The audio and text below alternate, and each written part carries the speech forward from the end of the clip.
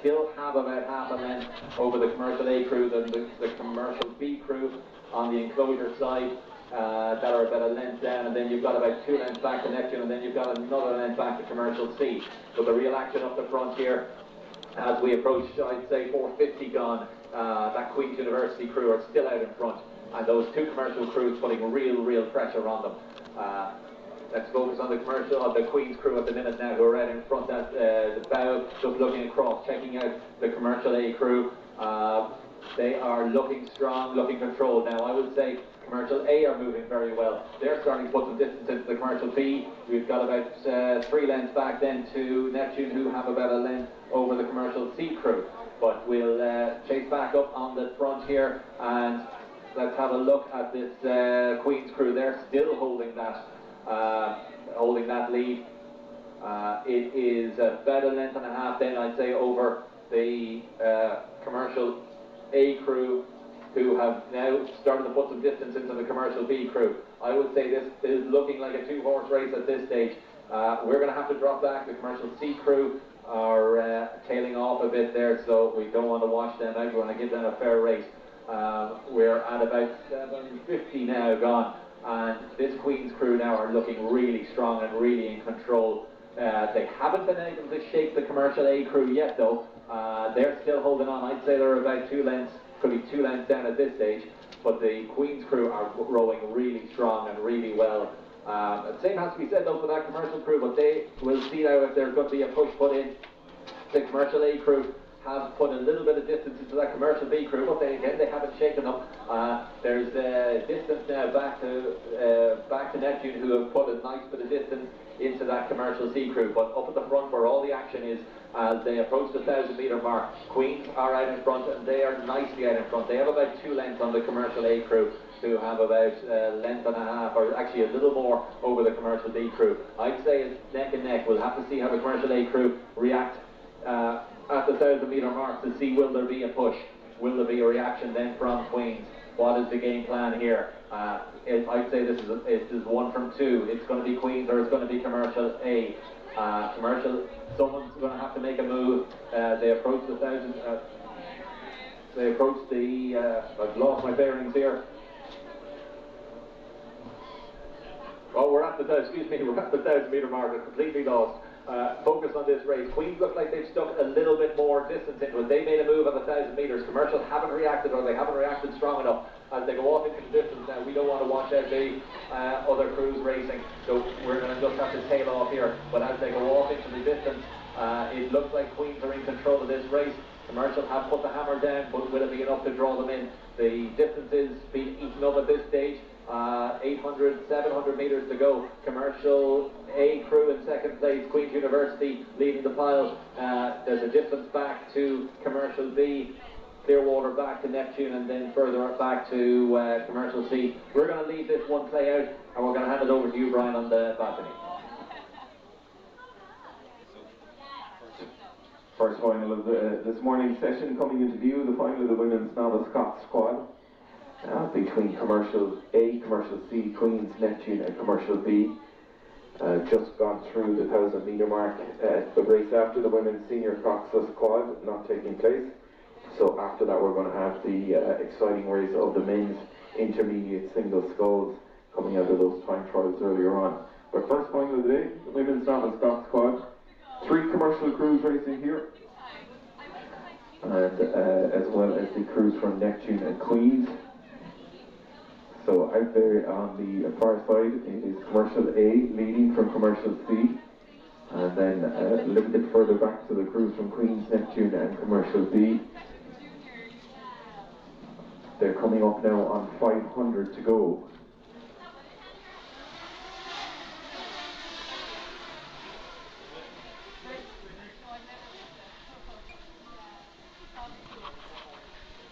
First championship of the day to be decided here in the women's novice Cox squad.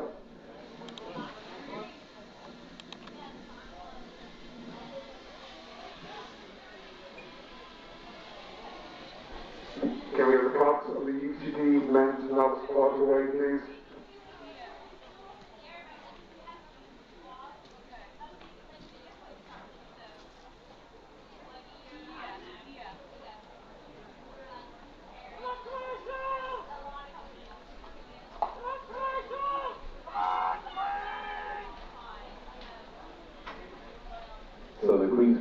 running into a bit of difficulty centre of the course. The commercial crew on the far side capitalising on that, but it looks like still Queens have a slight lead here over the crew from commercial on the far side, commercial A. And again, this is our first final of this morning, the final of the women's novice top squad. So centre of the course. And on the far side, there's the two crews, the crews from Commercial A and Queens, battling it out here. And it looks like the Queens crew centre of the course. They've recovered from the speed bump that they had about 300 to go. And they are winding up towards the line here now. Let's see what the commercial crew on the far side, Commercial A, has any response from the last 200 metres. But it looks like the Queens crew regaining their composure as the last 100 metres in the final of the women's novice top squad, approaching the finish. And it looks like Queens are going to take our first championship of this morning's session, ahead of the crew from commercial. So finish line is like last few strokes of the crew for Queens in the women's novice top squad. And a nice round of applause for the Queens crew just crossing the line there, ahead of commercial on the far side. And the other crews from commercial, Neptune and commercial again, going to come in to close out the women's novice top squad. So first championship of the day decided as we watch crews for the men's junior 18 Coxless squad make their way up to the start. And the remaining crews for the women's novice Cox squad just coming into the finish line now.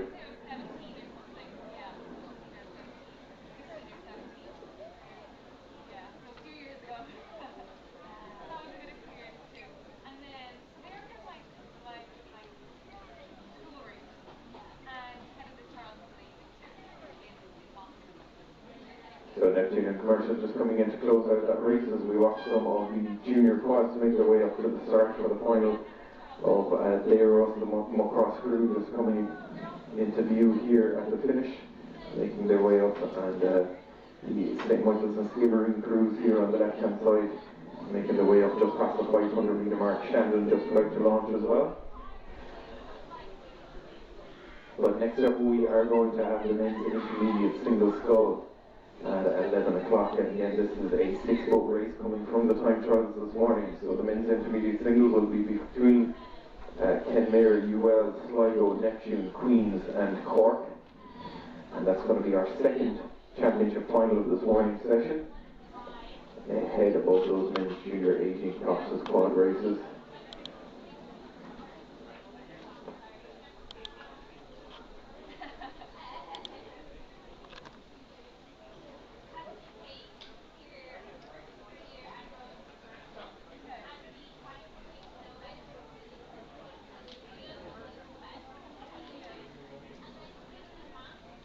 So the wind picking up again slightly here, definitely down at the finish. That tailwind, a slight cross tailwind, again suit the lighter crews. They squarely make the most of that wind to push them down along the course.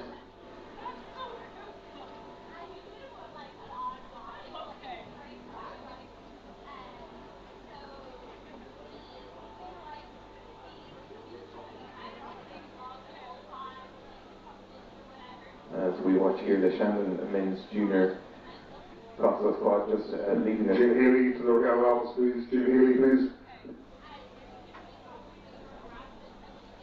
That men's junior 18 Coxless squad, again a 6-boat race. We had 2 heats earlier on this morning. Just a reminder of the rundown of the crews for the men's junior 18 Coxless squad.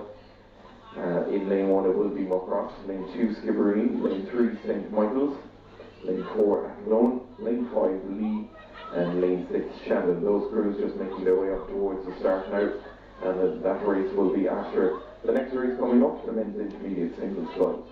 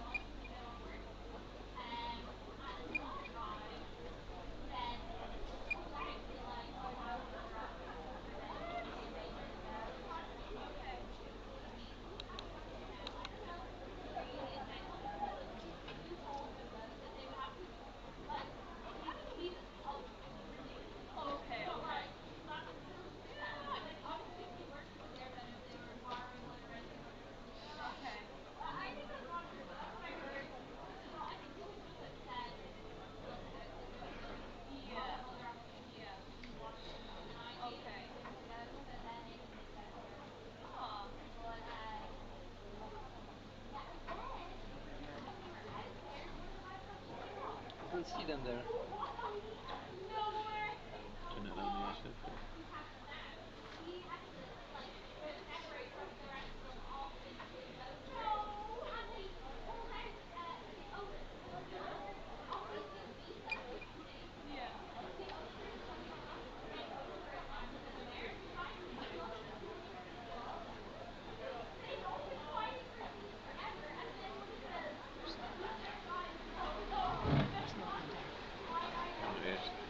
The next race is 11.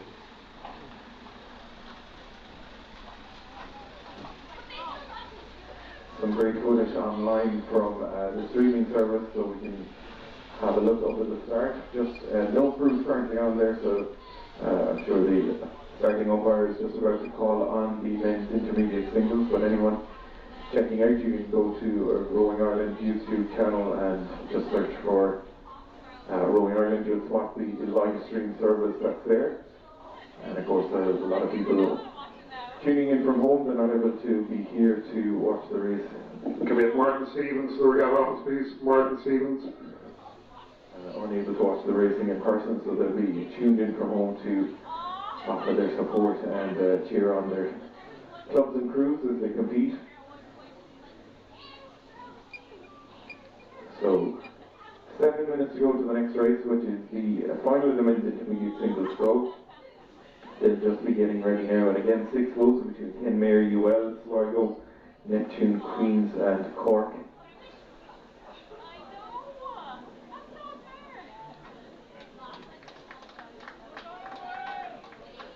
And a round of applause down here at the finish for the crew for our first championship winners of the day, the Queens crew in the women's Cox novice quad, just making their way past the enclosure here, coming into the slip. Well done to the crew from Queens.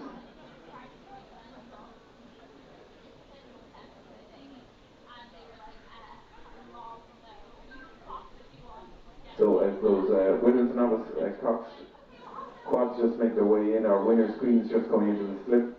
We're going to head back up towards the start now and get a check-in on conditions. Down here at the finish we have this blustery tailwind pushing the crews along. So let's just check in now with Alan up at the start for the men's intermediate singles. Thanks, Brian. So we're back here at the start, and the sun hasn't let up, and as I checked the weather app, which can never be trusted earlier on, it looks like it's going to be a great day. So I suppose once we got through the hardship of most of yesterday afternoon, the sunshine and the weather gods have started to play ball, and we're lining up here now for what should be on paper now, judging by the time trial and the strength of the lads. We see a great final in the men's intermediate singles goal. Due off at 11 o'clock in lane 1, we have Kenmare Kelly, UL O'Neill in lane 2, Sligo Colch in lane 3, Neptune Brennan in lane 4, Moore from Queens in lane 5, and Cronin from Cork in lane 6. Obviously, I believe these are seated, so we have Sligo College and Neptune Brennan being the fastest qualifiers. Whether that will make any odds in the actual race, anything can happen. The lads are just getting on the stake boat now. It looks like we have another 5 minutes. Wind has, well, I can't say it's blustery, it's a light wind, but definitely a tailwind, so it's going to assist these lads into some great times. But crossing the line first is all that matters to these guys. The men's intermediate singles goals.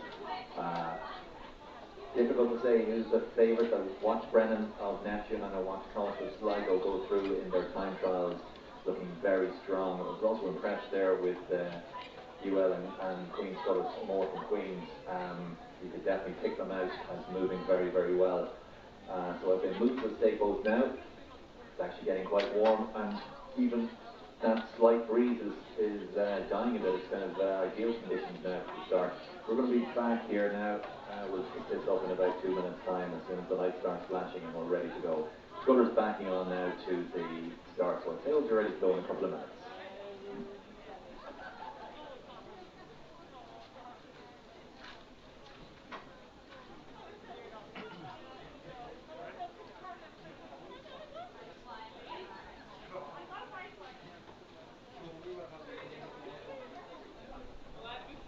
So just while we wait for the men's intermediate singles to get underway, just a reminder the draws have been made for the remainder of finals for this morning's session, and the finals of the men's junior 18 Cox's squad, women's junior 18 double, women's junior 19 double, men's senior pair, the men's novice Cox squad, and the women's intermediate pair, all available online, and you can see the draws that are there. We, of course, will bring you through the draws as the crews are getting ready. And next up, it is going to be that men's intermediate single.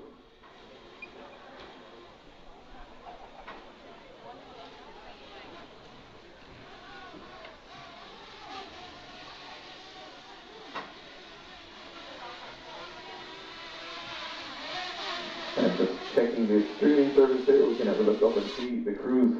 Boats just getting on the start now, so they'll be on their way shortly.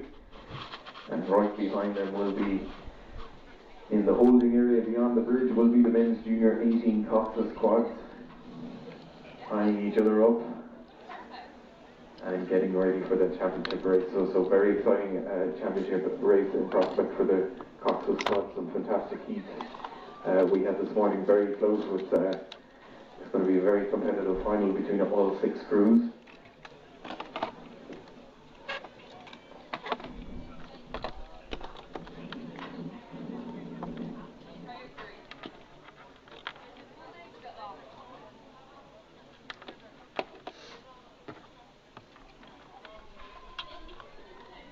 And again, a nice tailwind here down towards the finish. So from the start, it seems to be a little bit more sheltered, obviously.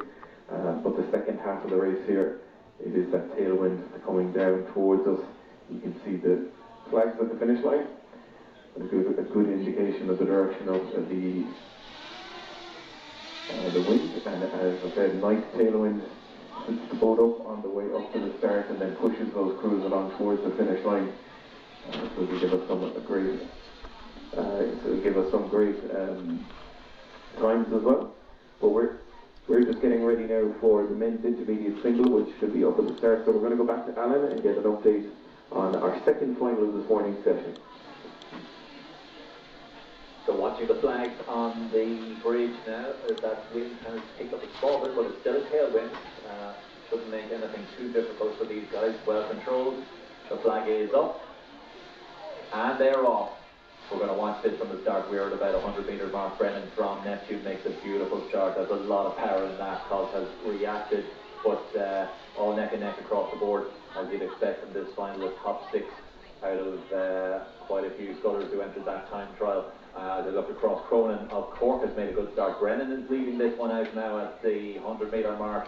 On the just right beside us here in lane 1 is Kenmare Kelly. But Brennan has a length on the field at 100 metres, so I know, and then we're flat across the line for the other 5. So Brennan certainly has had a rocket of a start, and he's in control of this at 150 metres. A long way to go. Second, I would say, is Kelly from Kenmare. But as we look across, you have Kenmare, UL O'Neill, Colch of Sligo, Moore of Queens, and Cronin of Cork. All about a length down at the minute from Brennan of Neptune. In lane 1, Kelly of Kenmare probably has half a length on the field with Colch, as I speak, rowing through. If anyone is down on that group of that secondary group of 5, I'd say Cronin on the enclosure side is losing a small bit along with Moore of Queens. Colch now is reacting to Brennan. Brennan of Neptune still has a length on the field, and I would say Kenmare Kelly in lane 1 is the second place sculler. Colch in lane 3, and the UL sculler O'Neill. I'd say those 4 are now starting ever so slightly to get a bit of an edge on Queen's University and Cork. Cronin. They're gone through 500 metres, and I would say Brennan has half a length. Brennan looks over at Colch. Colch checking just vaguely over his shoulder, and Colch is putting a bit more of an effort in, and I would say that is down to a canvas now. Colch is coming back on Brennan of Neptune, but not to be forgotten now is Kelly Kenmare. I would say he is half a length down on Colch and maybe 3/4 of a length down on Brennan. Still on out of it is UL O'Neill, and in fact coming back into it slightly is Moore of Queens. Cronin is tailed off there at the minute, but he's still only half a length down on Queen. This is actually all still together, and as I speak, as we talk about what's the 750 metres in, 12:50 to go, I see Colch putting an edge over Neptune. Colch of Sligo, I would say, has half a canvas over Brennan, and nearest to it there, looking very focused, very strong. Lower rate is Kelly of Kenmare, but he is putting some power through the water. This field really hasn't split. These are the top 6 intermediate scullers in the country, and let's see who'll come out on top. Starting to make a bit of a move. Colch of Sligo has rode, and Brennan's not letting him go. He's got half a length. He looks across at Brennan. Brennan with his cap backwards. You can see him just glancing over his right shoulder at Colch. Now Colch is putting a bit of a dig in. Colch makes it notable as they come up to the where are we at here? They come up to the 1,000 metre mark. Colch is definitely putting in a bit more effort, a bit of a push. Brennan hasn't let him go. There's still half a length. This is Sligo half a length over Neptune, and it's a battle royale for that third spot as we see Kelly of Kenmare and Queen's University UL O'Neill. UL O'Neill has taken a slight lead over Kelly of Kenmare, but we go back out in front, and Colch now has extended that, I would say, at the 1,000 metre mark. It is probably Colch of Sligo has a length over Brennan of Neptune, and UL O'Neill has pushed on a bit. He is in a sound third position. Kelly of Kenmare is definitely feeling the heat at this stage. The rate is down. He's racing much slower than anyone else, but the power through the water is keeping him intact.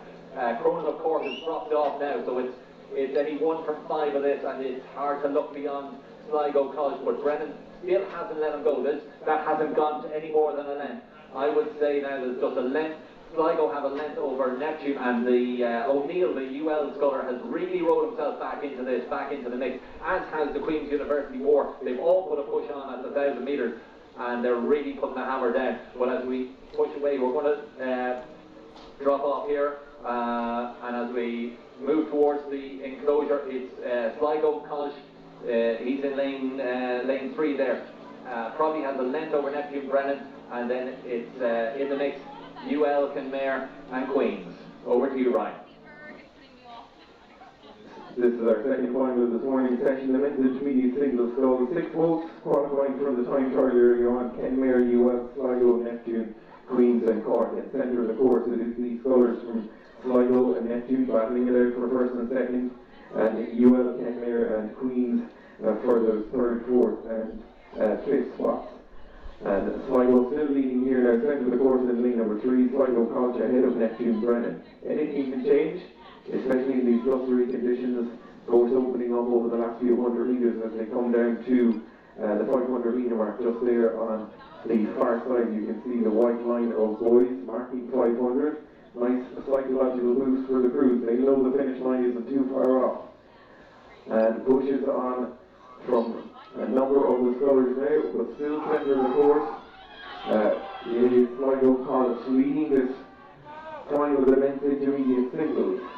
Right beside him in lane number 4, Neptune Brennan, and then very little between the remaining scullers, with the exception of Cork Cronin back in 6th place at the moment. Centre of the course, it is still Sligo Colch. From about the 500 metre mark, he is taking control of this race. Neptune now trying to put on a big finish here to get back in touch, and let's see if the sculler from Sligo can hold on to this lead in the men's intermediate single scull. Down now to about 200 to go. Need to stay in control of these blustery conditions and stay out of trouble. The Neptune sculler really winding it up here, taking the rate right up and putting pressure. This is going to be a fantastic finish, and total finish might be in prospect here for Neptune. Winding it up all the time. Sligo responding now, stroke for stroke. These scullers matching each other in the final of the men's intermediate single scull. A real battle for third and fourth as well, with the scullers from Queens coming right back in against UL. But look at this exciting finish that we have. Last few strokes coming up. Can the Neptune sculler pull in the lead that Sligo has? We'll have to go for a photo finish. Very exciting last few strokes between Sligo and Neptune. And we'll have to go to a photo finish there. Well done to all the scullers. In the men's intermediate single scull, last few scullers, Ken Mayer and Clark, just coming to complete, and we'll have to wait for the official result. I will of course give it to you as soon as it's available. So well done to all the scullers there. Fantastic finish in the men's intermediate single scull, and we'll just wait for the official result there between Sligo and Neptune to find out who our champion winner is.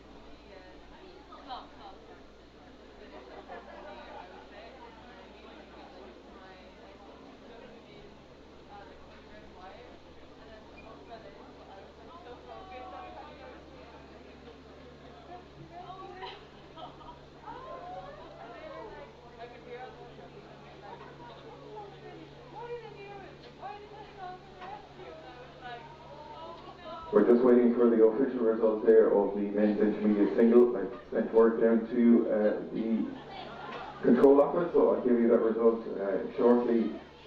Apologies for the delay. Next up it is going to be the final of the men's junior 18 cock squad. We'll head up there shortly. But just waiting for confirmation there. Was it Sligo or Neptune to take the win in the men's intermediate single?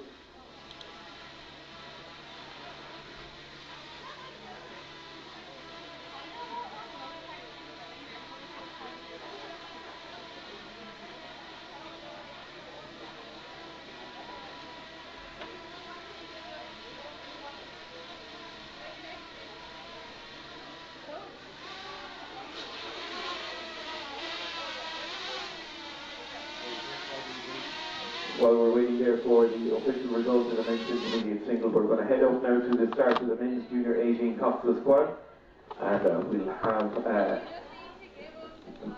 Alan up at the start now to bring us up to date, and then I'll, as quick as I can, I'll give you the official results of the men's intermediate. So up to Alan now for the final of the men's junior 18 cocktail squad.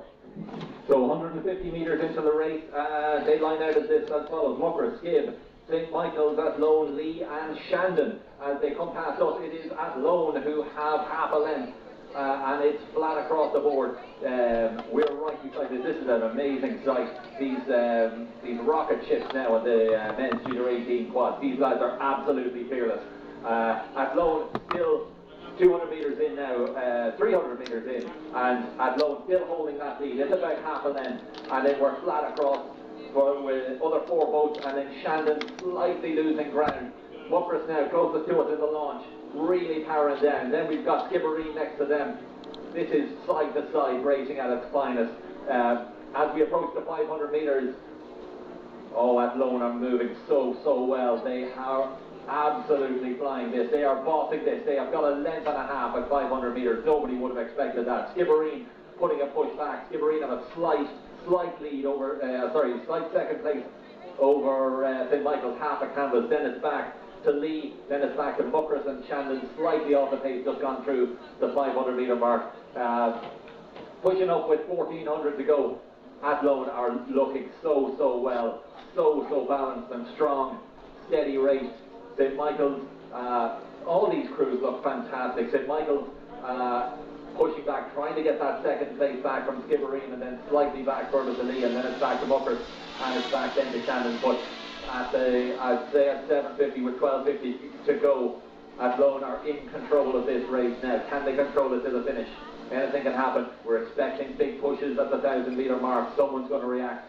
Someone has to move. There's a bit of Muckers and Shandon are being distanced slightly by the remaining 4 crews. Lee in 4th place, and then it's a battle royale for that 2nd spot between St. Michael's and Skibbereen, side to side. Umpire seems to be okay with them. They look very close to me, but that is some side-to-side racing. But out in front, and still about a length and a half up, and well in control of this now, are the Athlone crew, who look so impressive in their heat earlier on. But Skibbereen and St. Michael's haven't let each other go. Slightly further back to Lee, no change in the place then. Muckers and back to Shandon. Athlone well out in front. Probably up 2 lengths at this stage over the Skibbereen and St. Michael's boat, but the fact that St. Michael's and Skibbereen are racing side by side together could actually bring them back into it. Let's see if there's a reaction at the 1,000-metre mark. They're gone through. They have Athlone. In fact, the ones to react really are Athlone. I'm not sure what rate they're doing, but the length and strength of their stride is something else. These junior 18s are just moving that boat along. It is humming. It is beautiful to watch out here. The sun is shining down, and that battle for 2nd place. St. Michael's are slightly up on Skibbereen. That is a cracking race for 2nd place, but the dominant boat out there at the moment are this Athlone crew. They are rowing fantastically. It is absolutely theirs to lose at the minute, but it's hard to see it happen. They are so strong. They have put 3 or 4 lengths into really strong and beautiful rowing crews of St. Michael's and Skibbereen, Lee, Muckers, and then slightly further back to Shandon. I'm going to hand it back over to Brian, and we'll watch this Athlone crew charge home to victory. Will you tell him he can bring it further? No, just one. The men's junior 18 Cox's squad coming into view. I can tell you that the winner of the men's intermediate scull, a fantastic finish, it was Neptune Brennan who took the win in the men's intermediate single, just pipping Sligo College in the men's intermediate single. Photo finish there. Back to the race in hand here. It is the men's junior 18 Cox's squad, and to be expected, the Athlone crew leading here in lane number 4. Fantastic racing yesterday for the Athlone Scullers, who took the junior 18 singles race, and here they are striding out. They have Clearwater lead ahead of Skibbereen and St. Michael's, and the crews from Lee and Shandon and Muckcross some way back now in 4th, 5th and 6th. The Skibbereen crew look like they have taken a little bit of a lead over the St. Michael's crew, but centre of the course. Really some amazing racing here from Athlone. I mentioned earlier, a lot of these scullers already competed internationally, representing their country, and now coming back to dominate this race here in the men's junior 18 Cox's squad. And again, blustery conditions here, but a very strong tailwind, and the crews will be being pushed along towards the finish line here, and a real battle for 2nd and 3rd between the crews from St. Michael's and Skibbereen.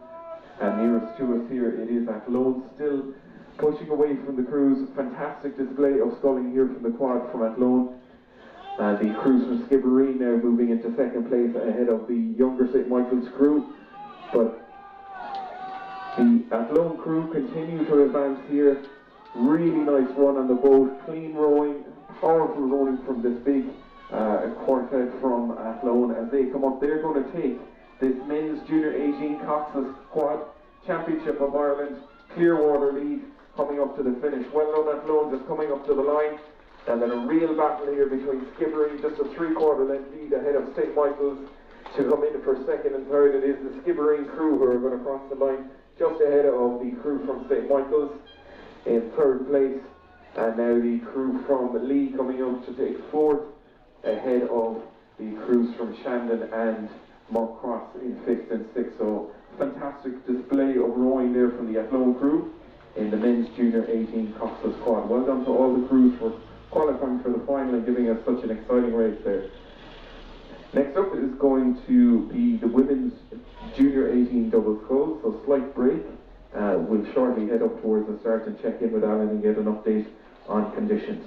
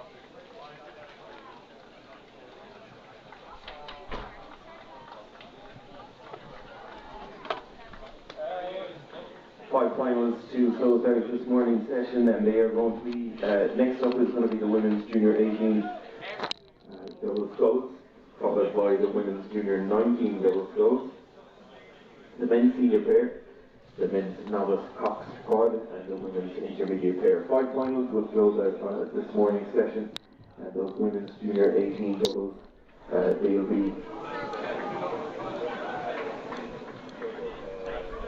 they will be getting underway shortly. 6 boats between Carlow, Skibbereen, Lee Valley, Belfast Boat Club, Lee and Muckross. And they're just making their way onto the start now, and we'll shortly head up to Allen and get an update on the cruise start and the weather up there as well.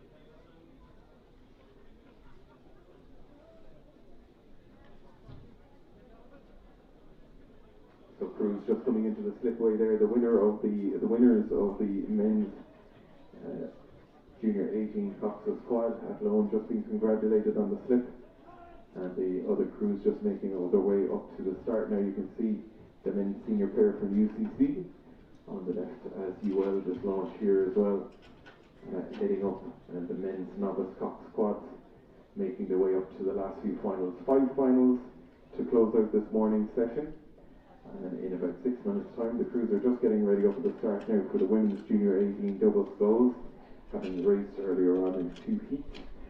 This is again a 6-boat final between Carlow, Skibbereen, Lee Valley, Belfast Boat Club, Lee and Muckross. So 5 finals to go in this morning's session, and we're just going to have a quick look at the streaming service, and we can see up at the start. Crews aren't on the start yet, they'll just be getting called on from the starter now, about 6 minutes out from their race. You can just see some of them making their way across the lanes, getting ready to back on to the stake boats for the final of the women's junior 18 doubles. And we'll shortly head up to Allen to pick up on that race and check in on conditions as well.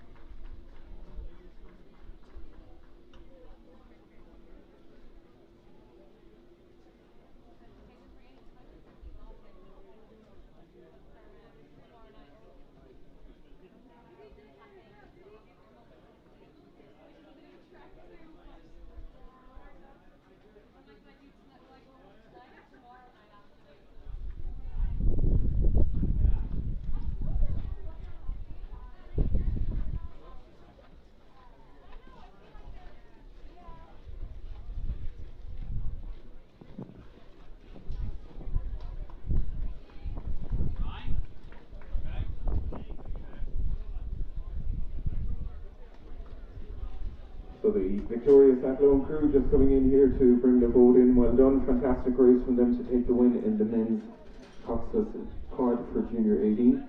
Having glanced here at the streaming service up towards the start, and we can see up at the start that the women's Junior 18 doubles are just getting on the staples. We're going to head up to Alan, get an update on conditions.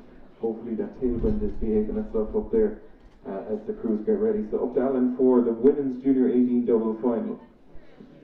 Well, the light is flashing and it looks like all crews are attached, and it is black ham at the start here. Bit of a tailwind when we look at the flags on the bridge, but we're kind of slightly sheltered in the outboat there inside lane 1, but it is absolutely beautiful here. In lane 1 we've got Carlo 2, Skibbereen, Lee Valley in lane 3, Belfast Boat Club in lane 4, Lee in lane 5 and Shandon in lane 6. As I said, everyone attached.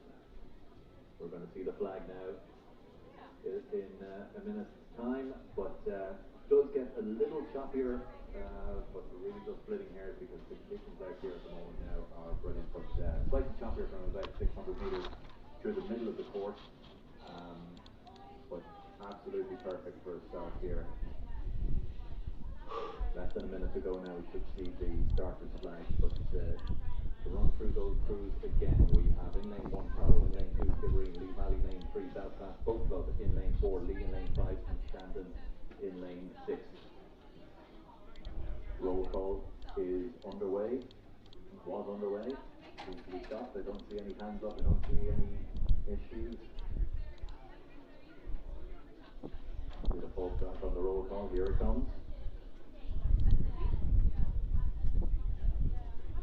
So the ones to watch out here are very impressive Belfast Boat Club and Lee Valley they're in lane 3 and lane 4 in their piece now. Belfast especially were dominant and they look very strong, but again, we don't know how much people were holding back with 3 to go through in the heat. It was probably controlled aggression. This is where it all counts. The final of the women's Junior 18 double sculls.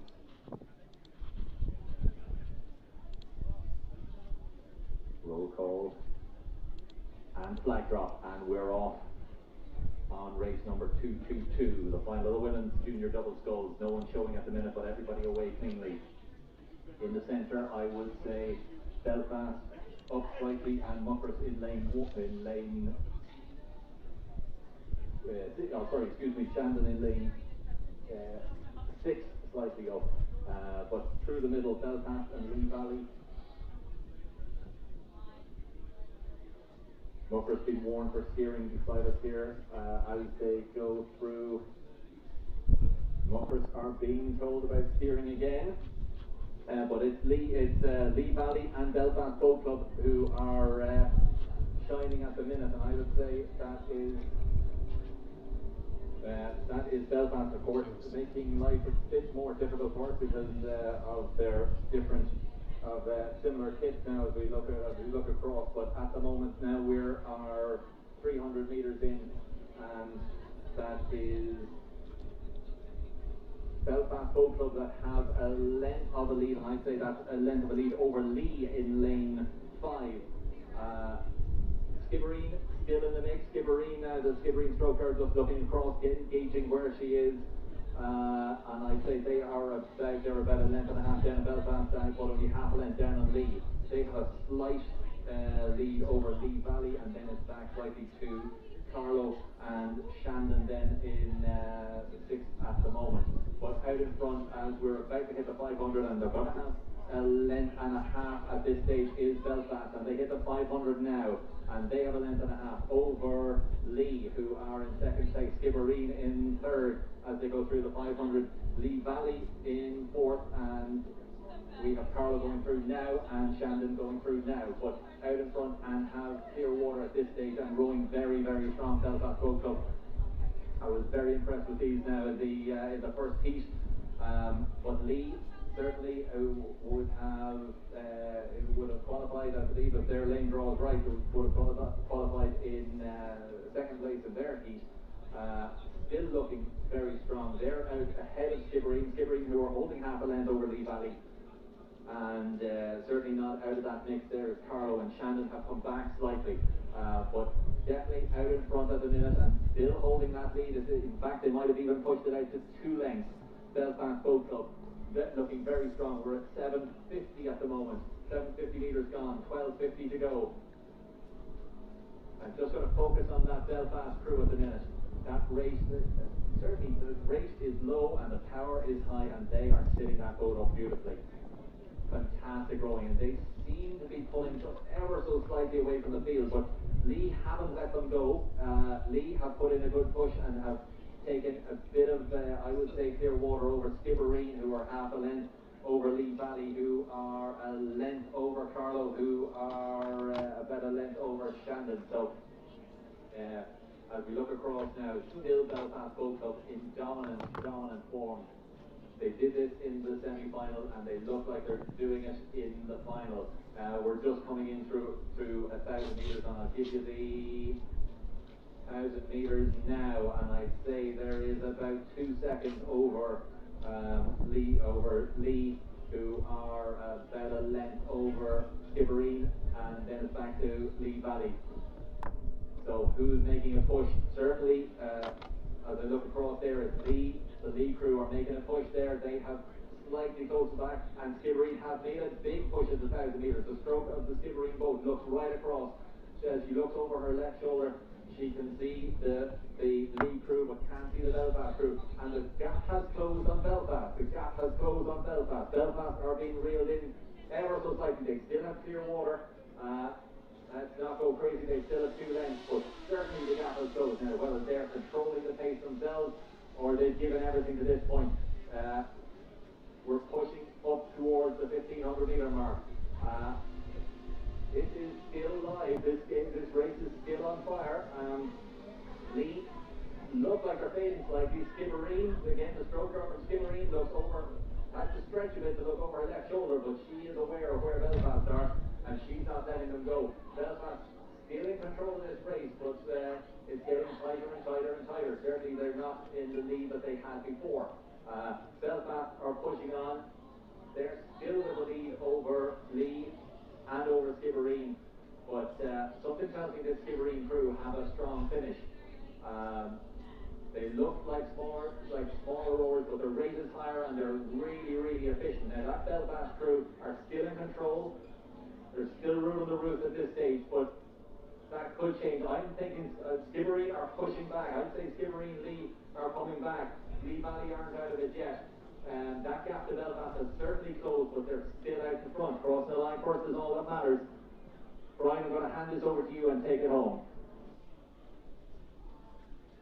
There's one of the crews running into an issue there on the nearest side to us in the women's junior 18 double. It looks like I think a men's pair from UL on the way up might have crashed into one of the doubles that were going out the umpire and the safety launch waiting their way over to ensure that these crews are okay. That's very unfortunate there, the women's junior 18 doubles.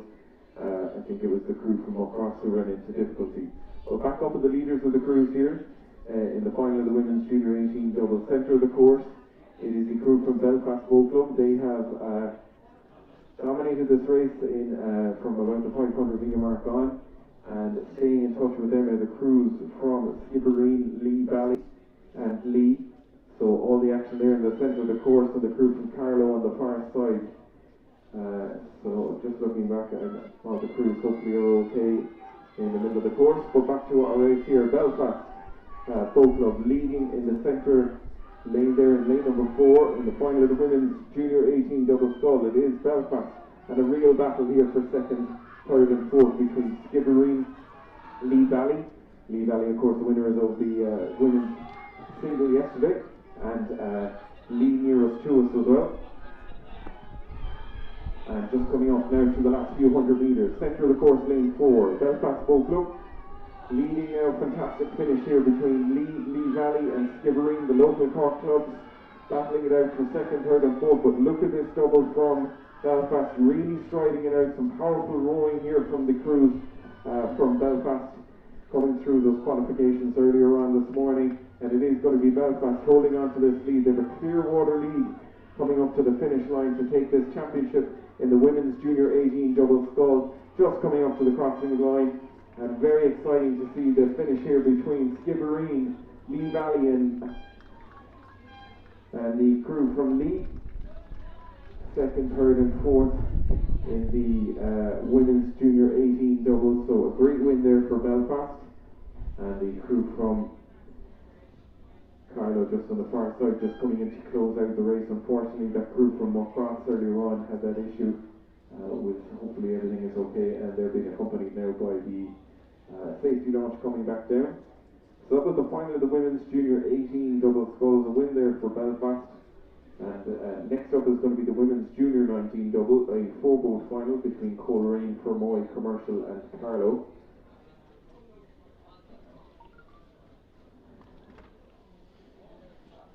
So hopefully that Mockross crew is just making its way down there after that earlier incident. Hopefully they're all okay, and the men's pair from UL up to the start have recovered from the shock. And we're going to head back up now and check in on conditions and the crews and the lineup for the women's junior 19 double.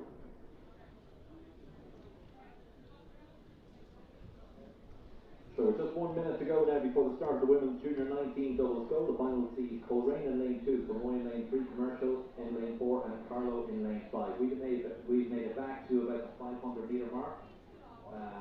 So we better just move off the course here. The light is flashing, and I'd say we're ready to start now any minute.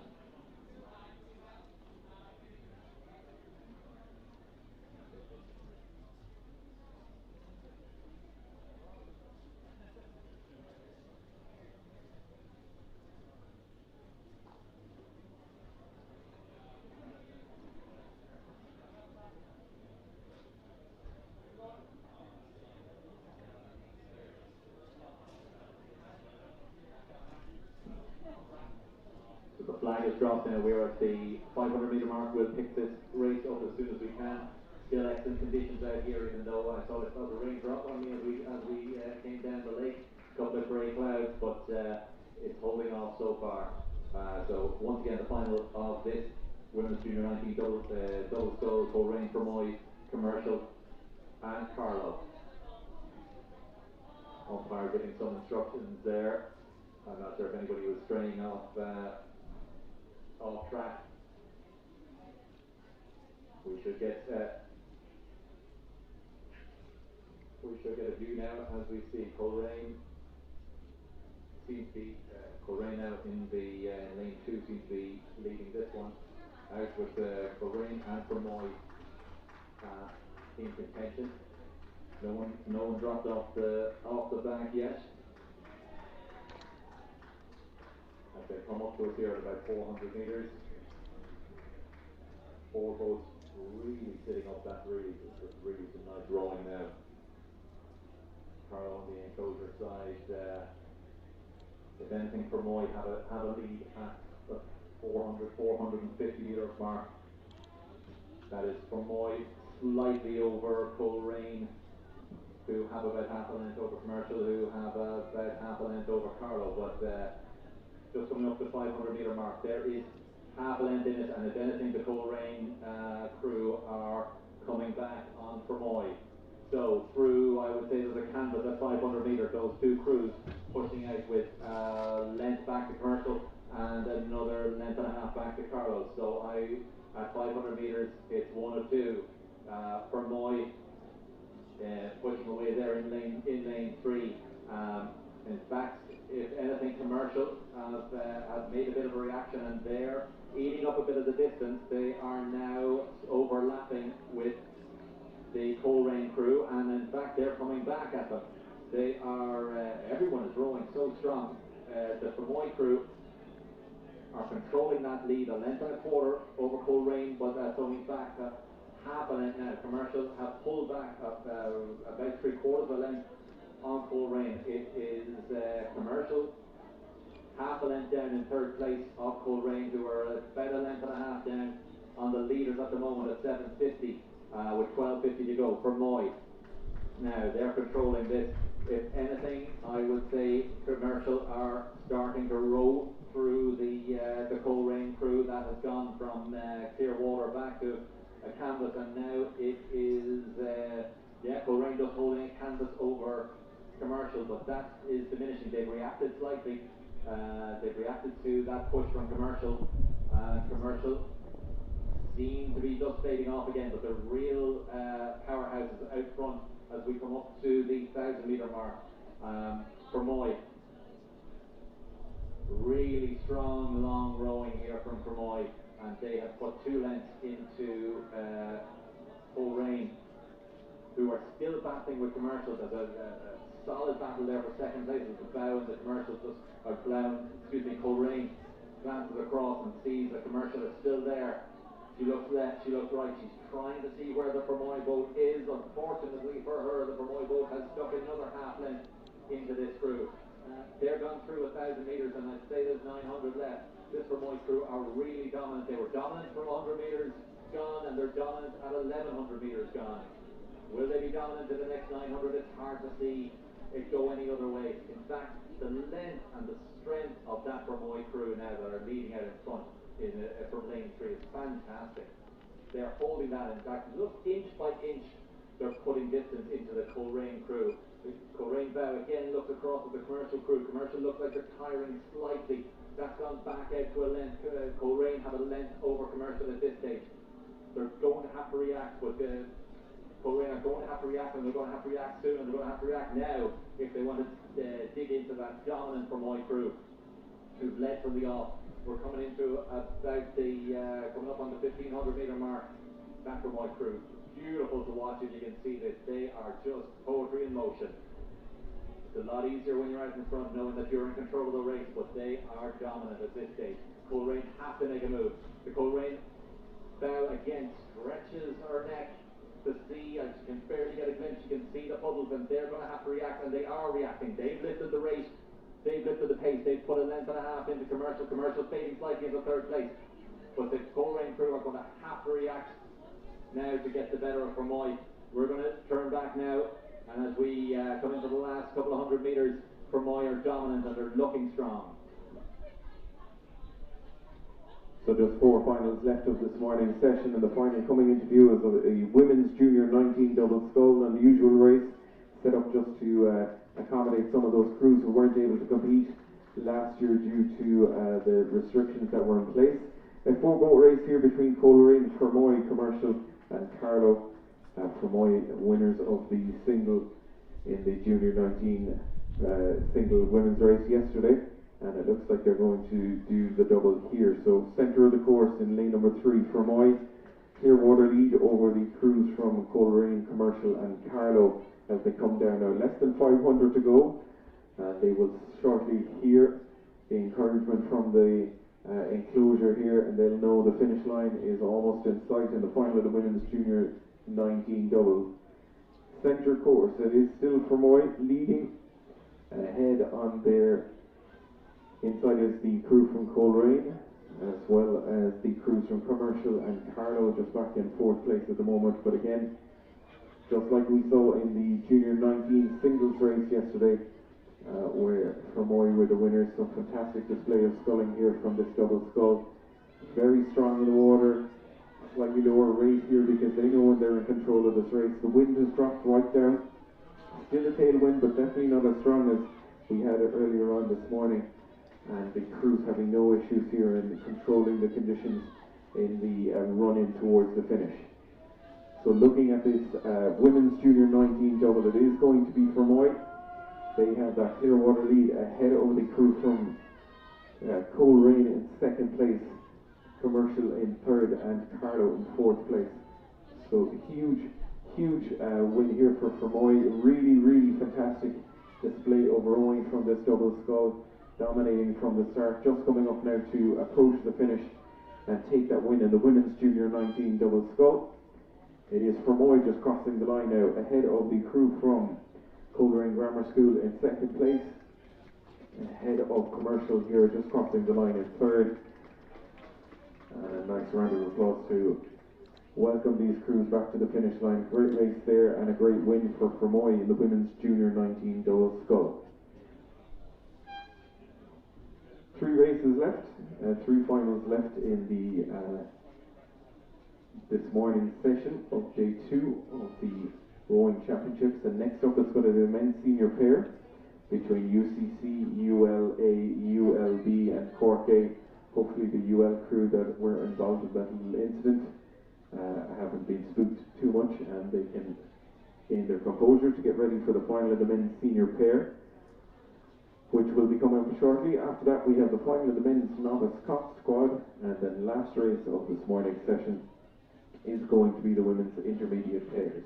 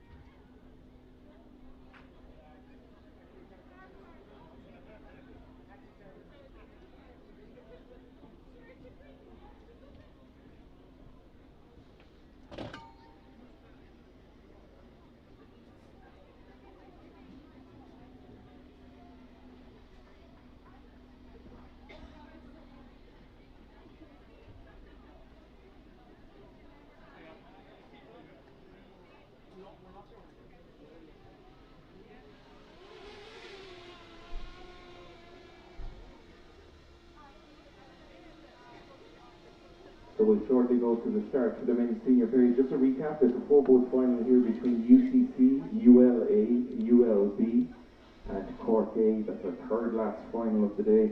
The men's senior period is coming up shortly, followed then by the men's novice cock squad and the women's intermediate pairs.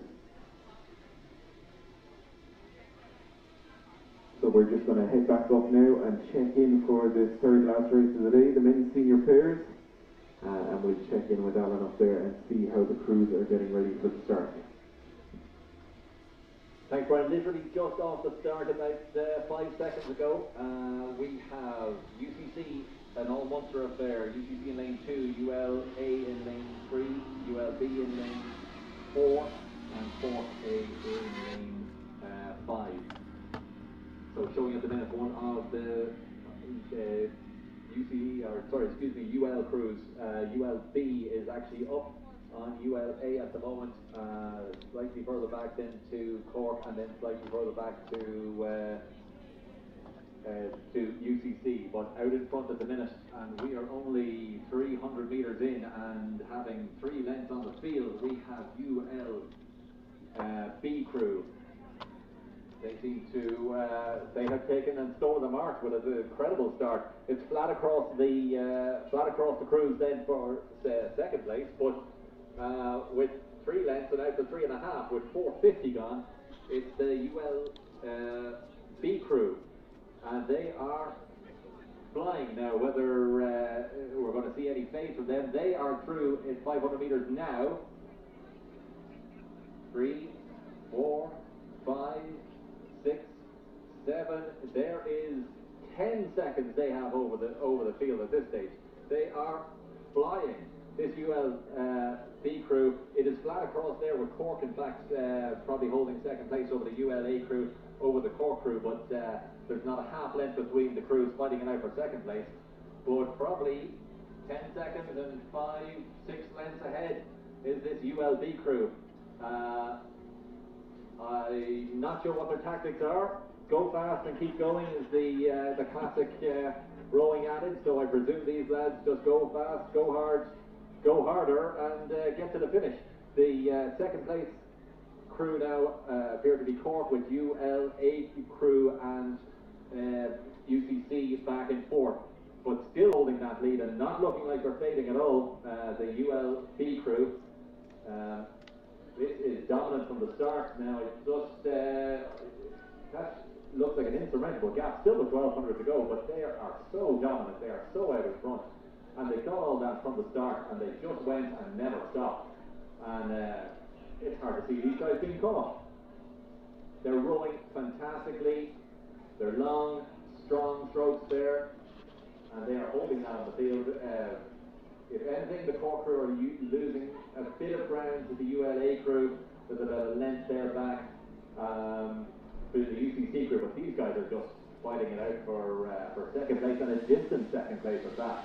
this UL crew have gone through the 1,000 metres, I would say still with a 10-second lead, 8-10 seconds. This is just pure dominance by this UL crew.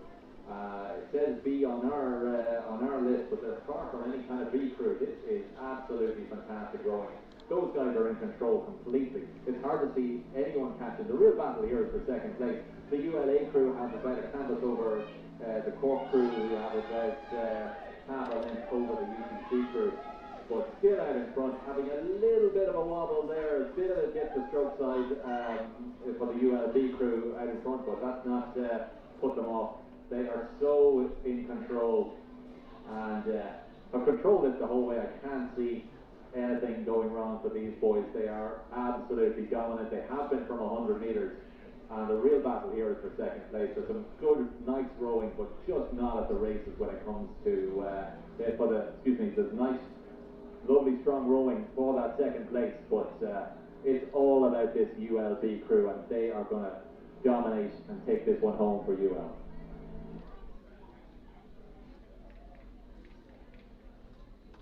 So just coming up on 500 metres here in the men's senior pair final between UCC, ULA, ULB and the crew from Cork.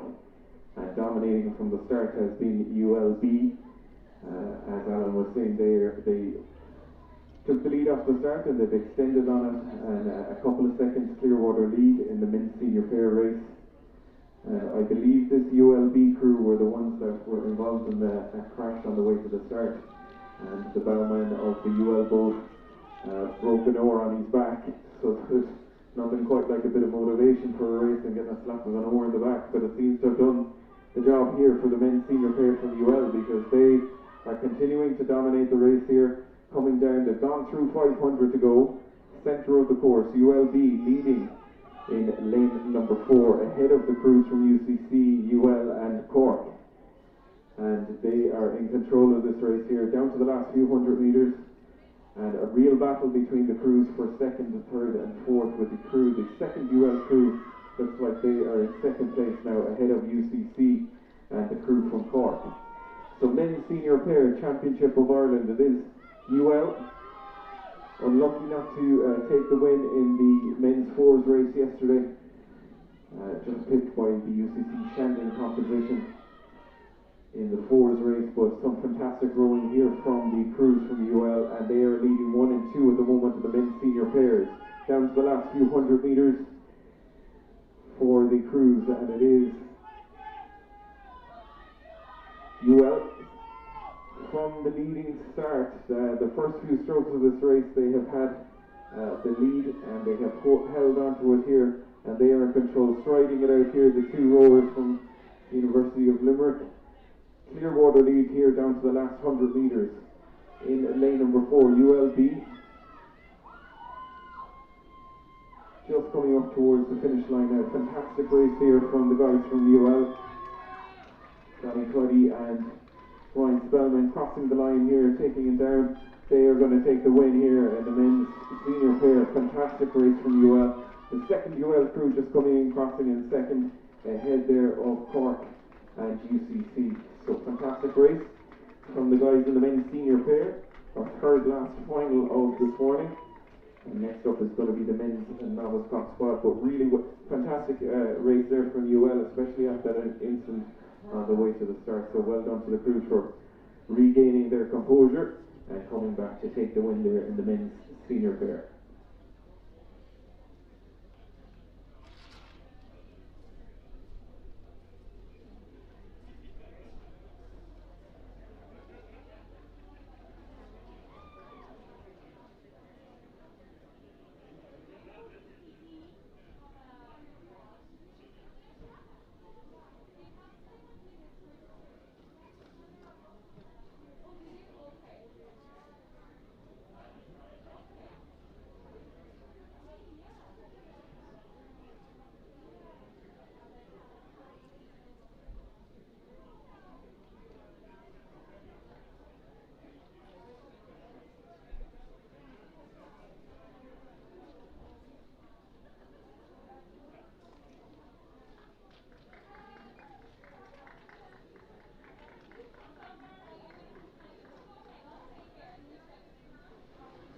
great win there for the crew from the UL and the men's senior pairs. 2 races left in this block of rowing this morning, and the next up is going to be the men's novice cock squad. So we're going to head up to the start, check in with Ellen and Petitions and the crews for the next race, the men's novice cock squad.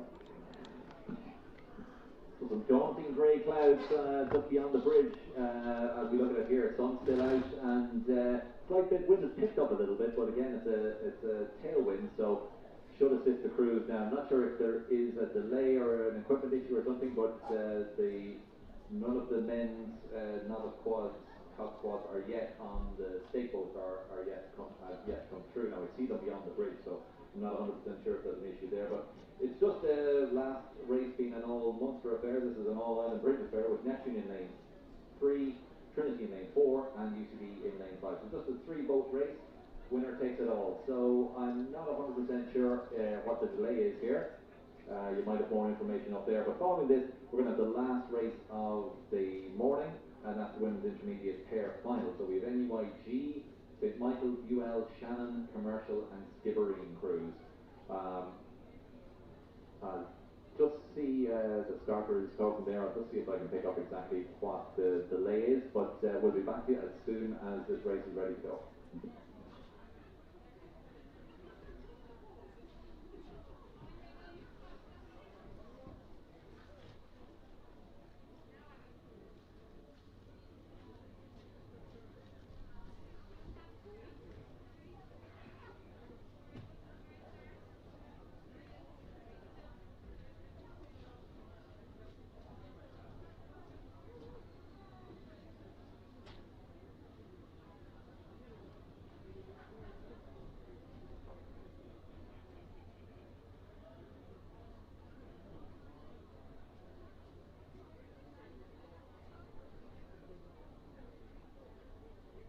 So last 2 races of this morning's session, just glancing up at the streaming service we have, the crews are not quite ready up at the start yet for the last 2 races. The men's novice cock squad should be getting on the stake boats shortly, and that'll be followed then by the women's intermediate pairs. So our streaming service is the first time that we've streamed the racing here, and it's great given the restrictions we have with spectators, a lot of the families and supporters not able to make it to the regatta this year, but it's great that we have the ability to stream the service there. And our first year of doing it, we'll be doing reviews and improvements every day, but it's great to have the drone out to be able to follow the crews, have that link up to the start as well, just to see how the crews are getting on. And of course our on the water commentary from Alan, doing a great job up there for us today, keeping us updated on conditions and also on the racing up to the 1500 metres. So last 2 races of the day, hopefully getting underway shortly. The men's novice cock squad final between Neptune, Trinity and UCD, and all Dublin affairs, as Alan was saying.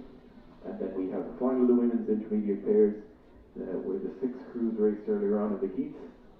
And our 6-boat final there between NUIG, St Michael's, UL, Shandon, Commercial, and Skibbereen to round off the first half of today's racing in day 2 of the Irish Championships.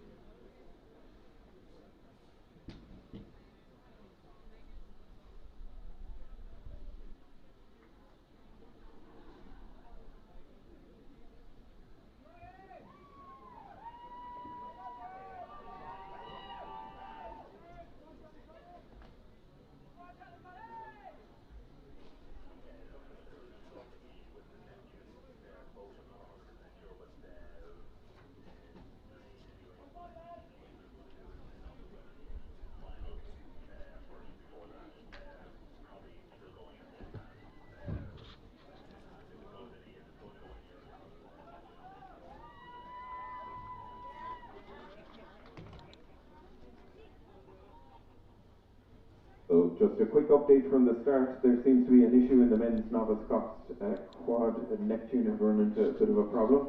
So that race is actually going to be held back and will be off shortly, but they were actually going to let off the women's intermediate pairs Ahead of that, it's still going to go ahead at 12 at the scheduled time. So the women's intermediate pairs are just going to get on the stake boats and take off ahead of that men's novice cock squad. So as soon as the women's pairs are ready to go, we'll head back up to the start and pick up that race for our second last race of this morning's session.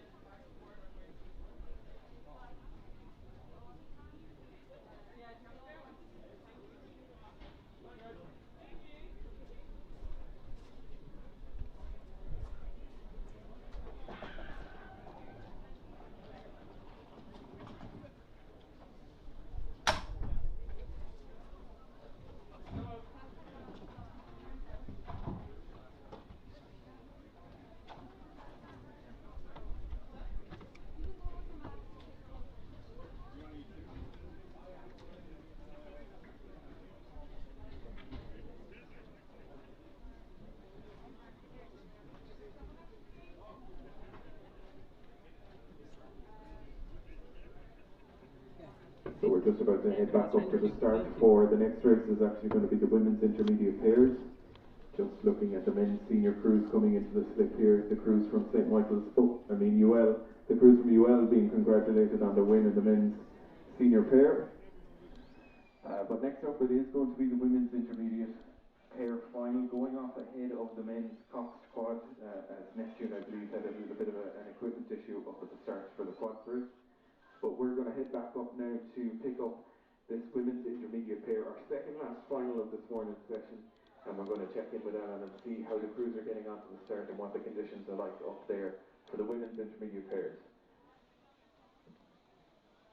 So that daunting looking grey cloud is still hovering the right side of the bridge in relation to the course. It's hopefully it stays there. Wind is picked up again, but all the tailwind, which bodes well for the afternoon and some really fast racing. I might have said, I believe there was an issue with the Neptune novice quad boat now. They are all still down there, so I presume that will get fixed, and that will be the last race of the morning session. So going instead of 12:10, so 4 minutes to go, is the final of the women's intermediate pair. We have NUIG in lane 1, St. Michael's lane 2, UL in lane 3, Shandon in lane 4, Martin in lane 5, and Skibbereen out there in lane 6. Now all crews are attached. I believe the starter, John Aiken, there is just waiting until the correct time. Certainly that breeze has picked up a bit. We're down about 20 metres off the start. I believe he will probably make a move if everybody looks ready to go. At this stage, you have to imagine, if that was me, I'd want to get going. He's called 3 minutes, but I think all of these women are sitting here and they can only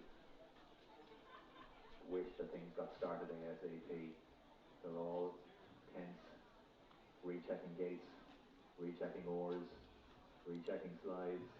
We've gone through it 1,000 times ourselves, making sure everything is 100% to leave it all out on the water. The final of this women's intermediate pair. They've come through a tough qualifier, a tough heat this morning. Difficult to call a favourite on this. Some good racing, but no one jumped out as being absolutely dominant. To me, certainly dominant display by the UL crew in that men's senior pair. Final, they went off the start. They hit clear water at 150 metres and they hit more clear water at the end. So a fantastic display there.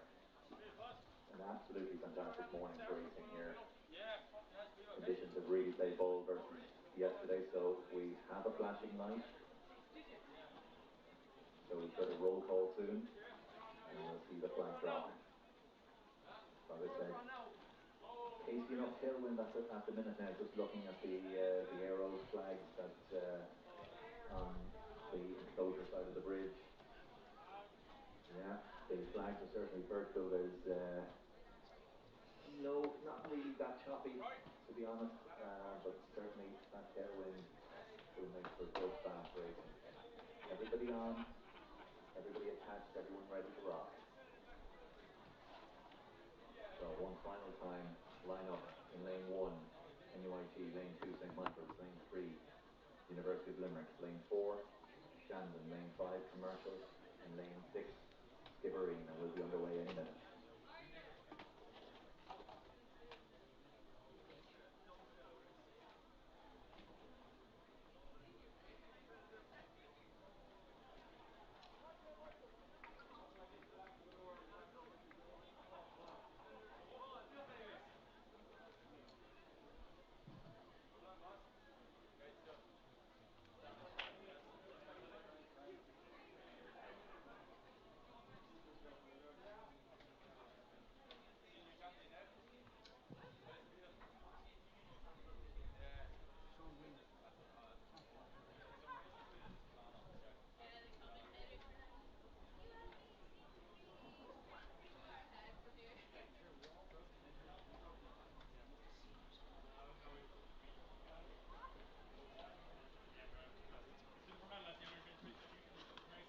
The flag is dropped and we are away, and straight off the bat it looks as though lane 6 was in the first 10 strokes. Skibbereen on the enclosure side have had a fantastic start.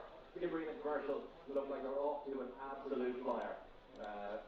Shandon, UL, then St. Michael's, then NUIT, but literally, in fact, Commercial are canvas off at this stage, but NUIT are powering through. I suppose everyone has their different starts, but it's flat across here. They're looking at 150 metres. Everybody is through. Skibbereen, from their power start now, have made it slightly, and it is the NUIT crew in the centre. Excuse me, the UL crew in the centre. My apologies. UL and Commercial that are trying to steal a march on the field. UL have half a length on Commercial, who have half a length on Shandon. NUIT in lane 1 and Skibbereen still fighting it out there. St. Michael's holding just about a ball ahead of those, but out in front at the minute are that UL crew and Commercial. UL and Commercial now who have a length on the field. Shandon in that, holding that third position with Skibbereen, St. Michael's and NUIT in that order. The Commercial crew look like they're in slightly rougher water over there on the enclosure side. But they are handling it well. They're looking a little scrappier than the UL crew, but they are certainly coming back on them.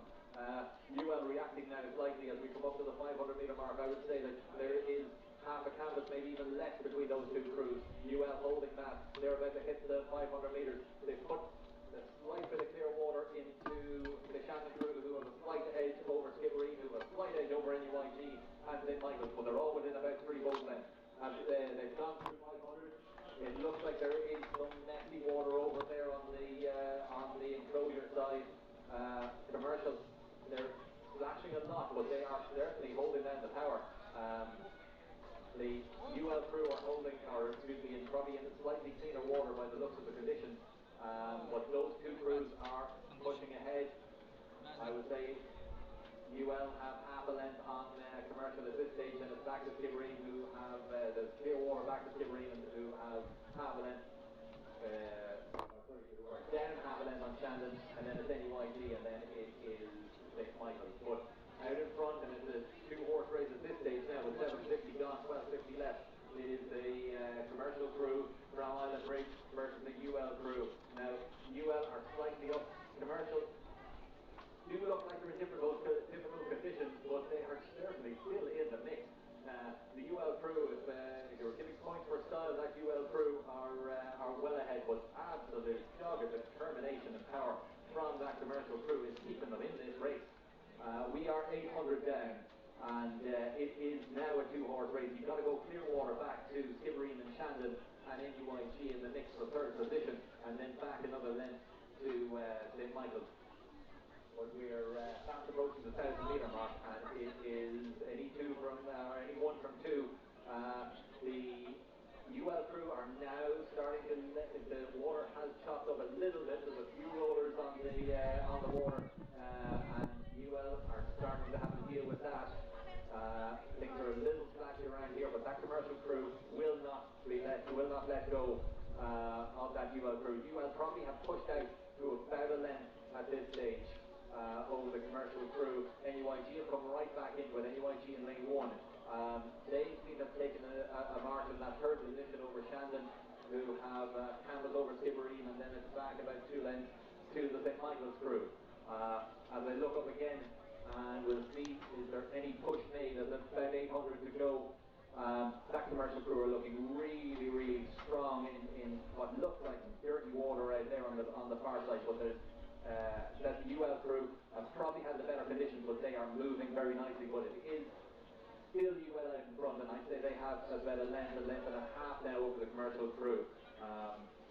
As we come up to a bit of a headland, we're going to have to give way a little bit. The NUIG crew are right beside us here. They're pushing on the real battle for third. The bow in the NUIG looks across, and you can see Shannon and see that they have half a length and a sky blade there for the Shannon's bow.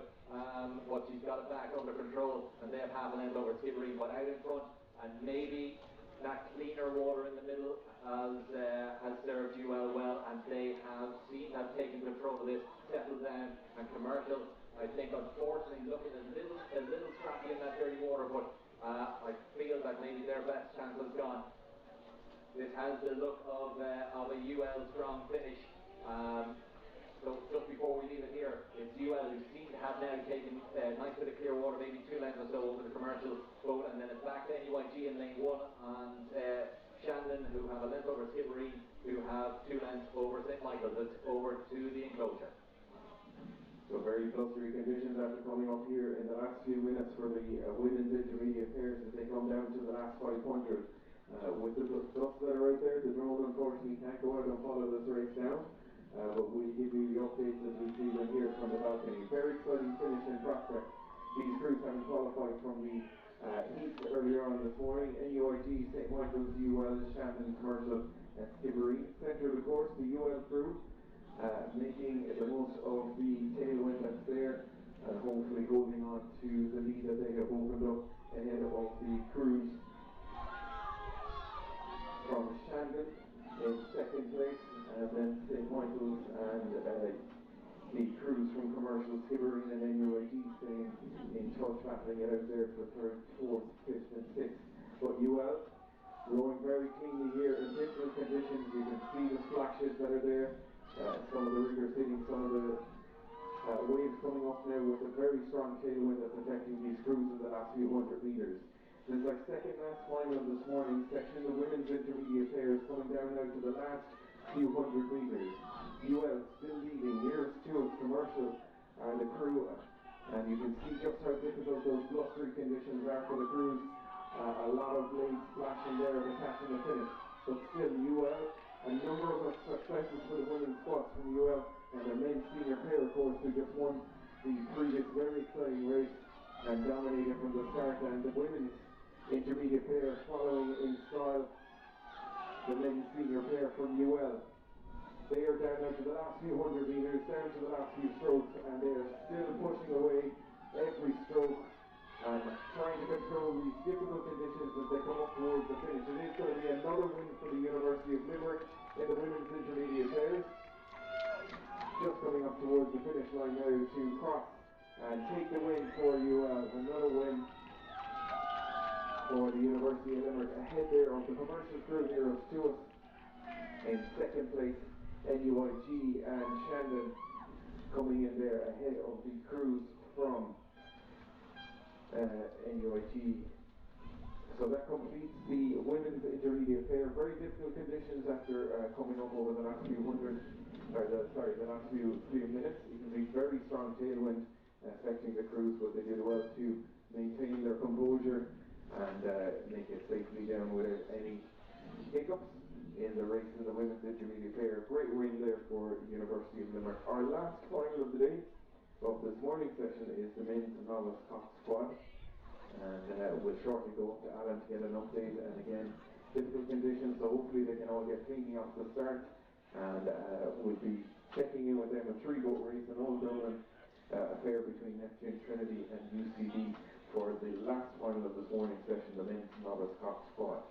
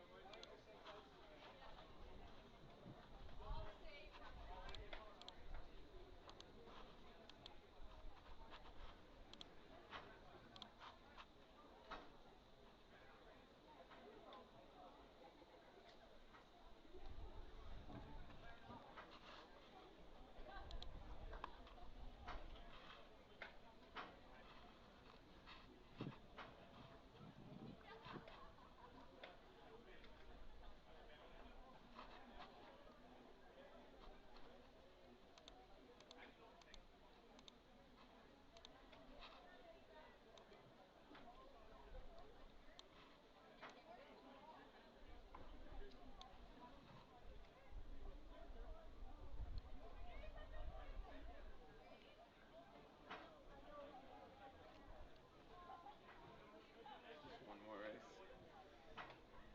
Last one, yeah. Last one in the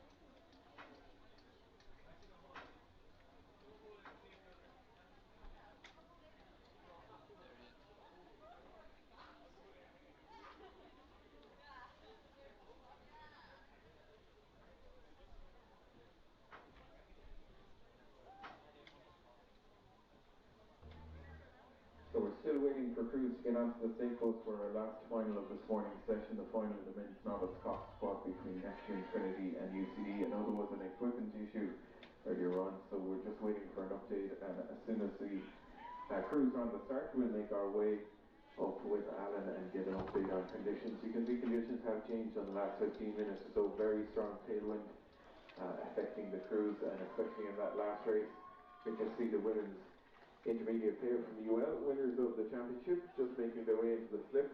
So 2 in a row for UL, having won in the men's senior pair and now also the women's intermediate pair, as well as their successes in the fours race yesterday. So a great championship regatta so far for the crews from UL. So one more race before we take our lunchtime break. It's a good opportunity to say thank you to all the volunteers that are taking part in the regatta, both organising the event, running the launches, the umpires, and all of our marshals as well. The volunteer crew being ably led by Michelle McDonough and her team is doing a fantastic job to get the regatta running smoothly. And of course our amazing crew of umpires, launch drivers, and the crew at the start and the finish as well. So well done to everyone, and hopefully the weather will play ball for the rest of the weekend and we can have some great rowing, and preferably dry, because I spent most of yesterday sitting in a puddle of water. So we check in again now for the final race of this morning's session, the men's novice cock squad, and we'll give you an update from the start shortly.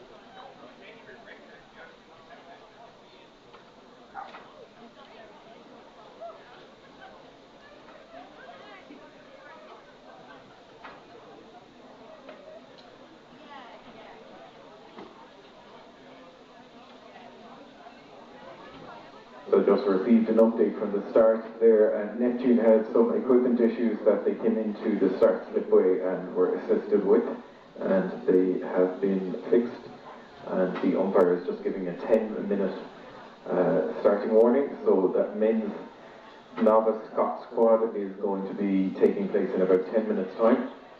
So we'll just take a little bit of a susbiog here before we head back up to check in with Alan, and we'll check in on the streaming service and keep an eye on when those crews are on the state boats for this final of the men's novice cock squad to close out this morning's session on day 2 of the Irish Championships.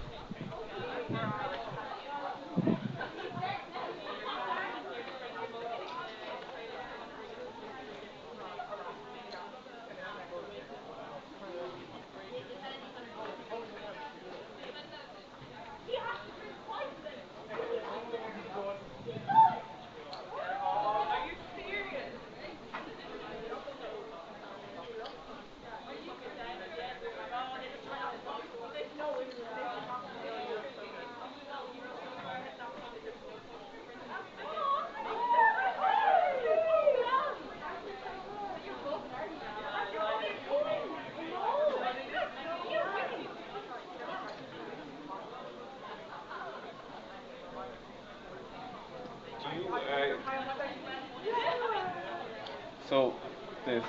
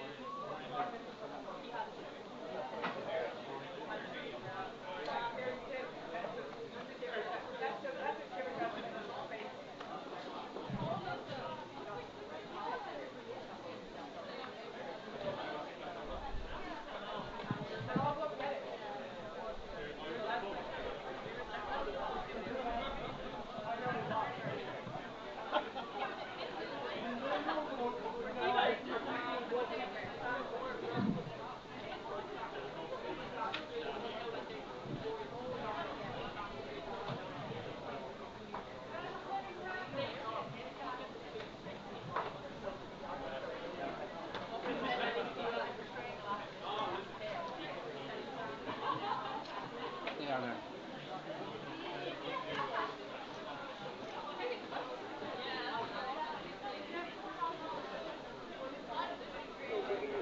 Is that the good news from the start is that the crews for the men's novice cock squad, they have fixed the technical issue that they had, and they're just getting on the safe boat. So we're going to head up to the start to pick up this final race of this morning's session, the men's novice cock squad championship, up at the start now.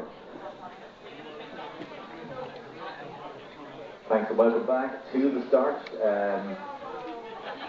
Neptune just moving into position, UCD and Dublin University both on their stocks, ready to go, ready to get set for this last race of the morning session. Started on making a call 4 minutes to the start now. The comment on conditions, it is back in nice flat hand conditions here at the start, but certainly on our way back through that last race just after the women's intermediate pairs. Certainly quite some big shot there in the middle of the course at this stage now. There's two different worlds. We're in a beautiful sheltered cove here at the start, looking across at the flag zone, but still some beautiful conditions, but it really chopped up there in the middle of the course. Probably through from about 700, certainly to the finish though on the live feed there. The flags at full mast really blowing a gale at the finish, so conditions really do seem to change after about 400 metres. As I look back up the course, John Aiken has called 3 minutes to the start. I think everybody is ready to go at this stage. Not exactly sure what the technical issue was with the Neptune boat, but it does seem hopefully everything will hold together and give us a good race. This novice quad, fingers crossed these guys have handled some tough conditions in Island Bridge, because it will be challenging through the middle of the course with 8 blades. There's quite a bit that can go wrong, but fingers crossed we're going to get some great racing here. So you see the enclosure side, Dublin University Boat Club in the middle with Neptune rowing south, the green and black of Neptune in lane 3, closer to us here on the far bank. 2 minutes is called and the flashing light is on. We'll call it when the flag is raised, and we'll follow this one as long as we can, probably up to about the 1500 metres, and then we'll let Brian call in this last race of the first session. Roll call is in force. We're about to see the red flag. Big cheer for UCD. And the flag is dropped, and let's see these crews away. Looks like Trinity in the centre have the better start. Trinity in all white for their novice crew.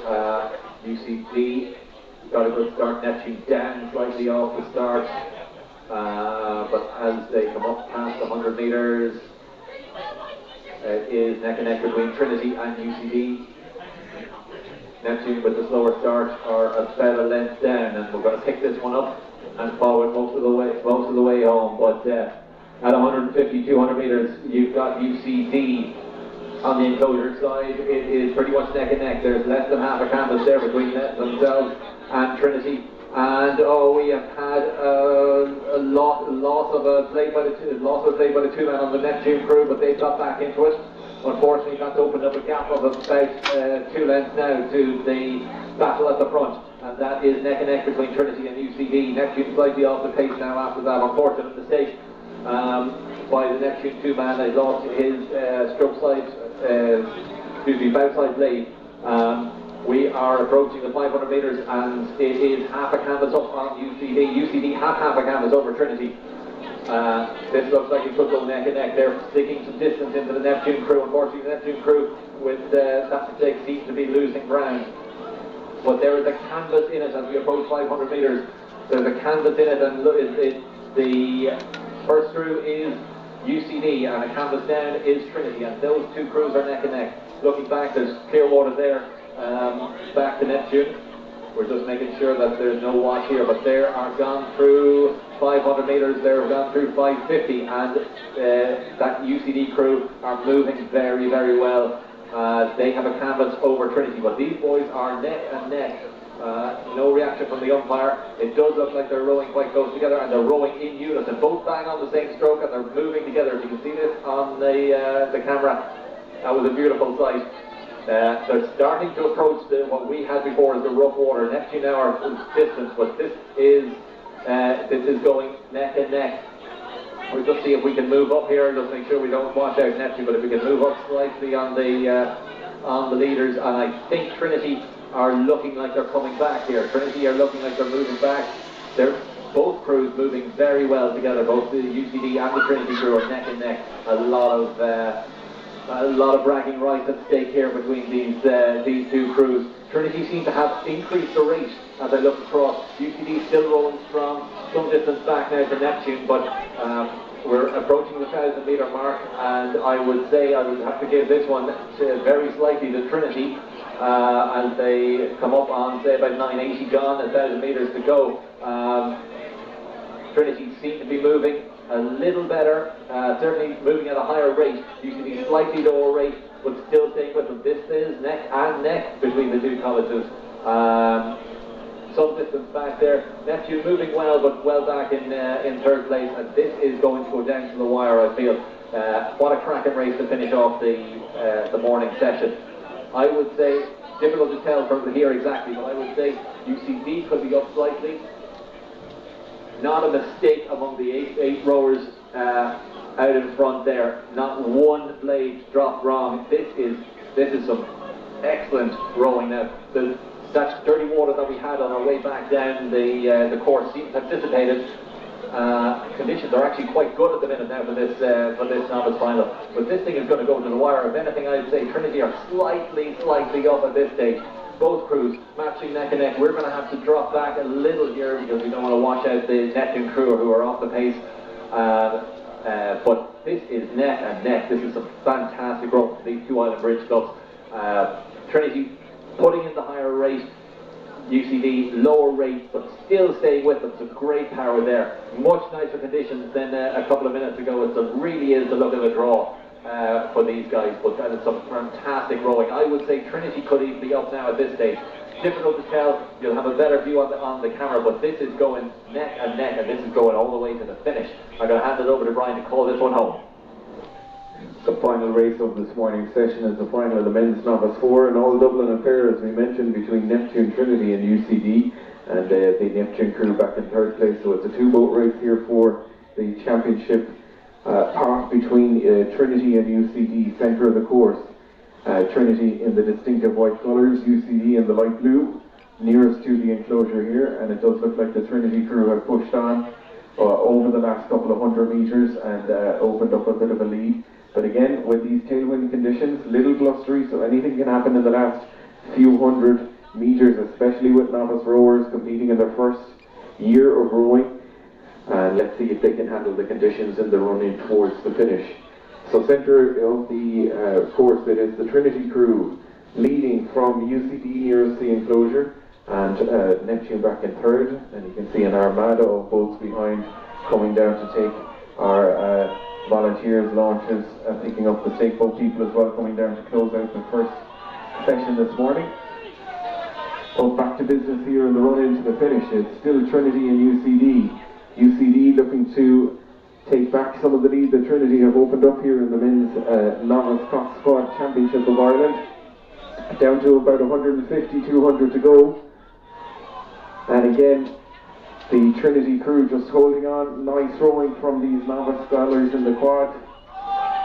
Trinity centre of the course. UCD, have they got anything left in the last few hundred metres? Trinity just need to stay in control here. Now the finish line will be in sight. Keep it nice and clean in these choppy conditions. And the wind's dropped down compared to earlier, but it does look like the Trinity crew just opening up a little bit more than a length lead ahead of UCD nearest to us in the local Dublin Derby here in the men's novice 4 championship of Ireland. Just coming up towards the finish, it is going to be the crew from Trinity taking the win there ahead of UCD. And the crew from Neptune, who had that equipment issue earlier on, just coming in now to close out, come in third there and close out the men's novice Cox 4, which was a win there for the crew from Trinity, the UBC. So congratulations to all our competitors this morning, some fantastic racing, and well done to everyone that has taken a win there this morning. We're going to take a short break, and we will be back for this afternoon's programme. So a huge thank you again to all the captains, coaches and the crews for their assistance in running such a smooth first half of the regatta this morning, and we're looking forward to even better racing this afternoon in the session.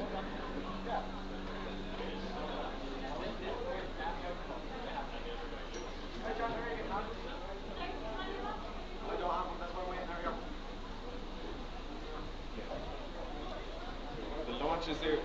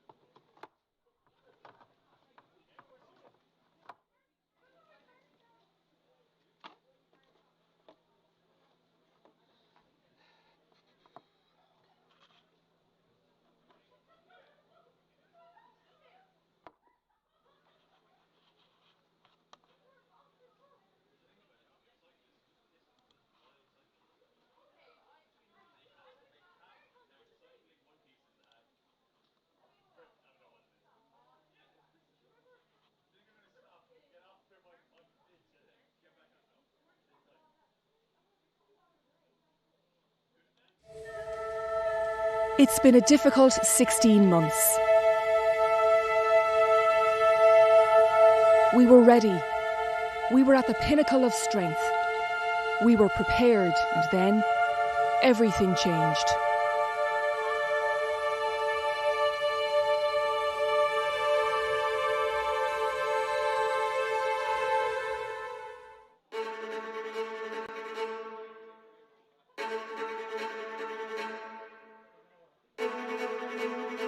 The restrictions are easing and training is back and as intense as ever.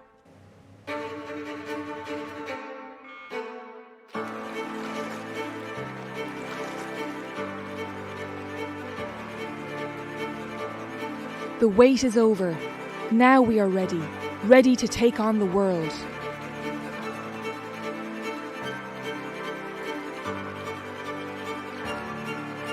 All those long days, the dedication and years of sacrifice.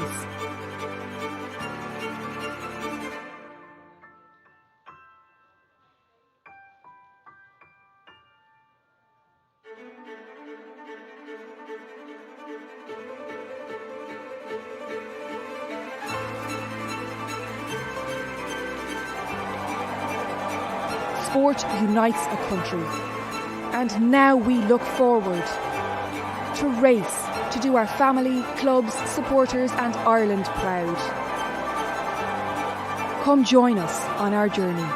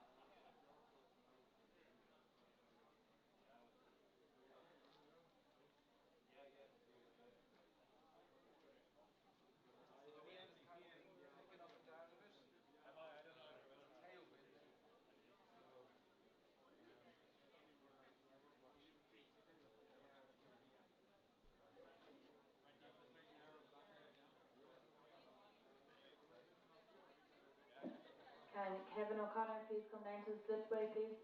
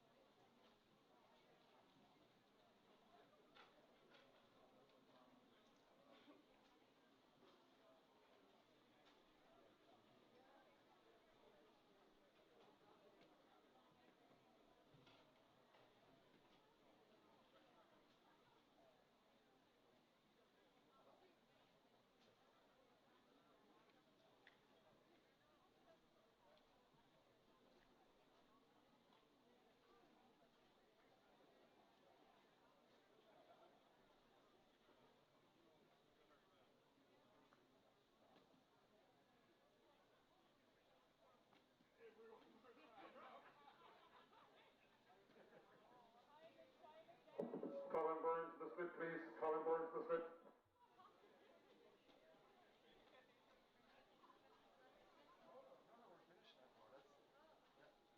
No, we went in today after lunch was earlier. And it's only on. It's for that's the call. That's why I came out there. Call was only concerned for the last person. We've done that.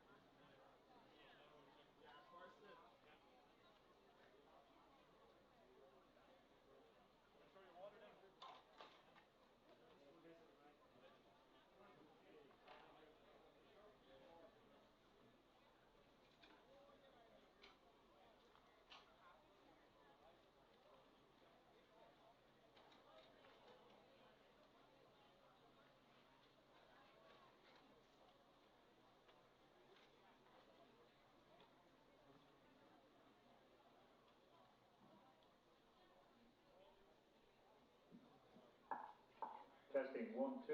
Testing 1, 2.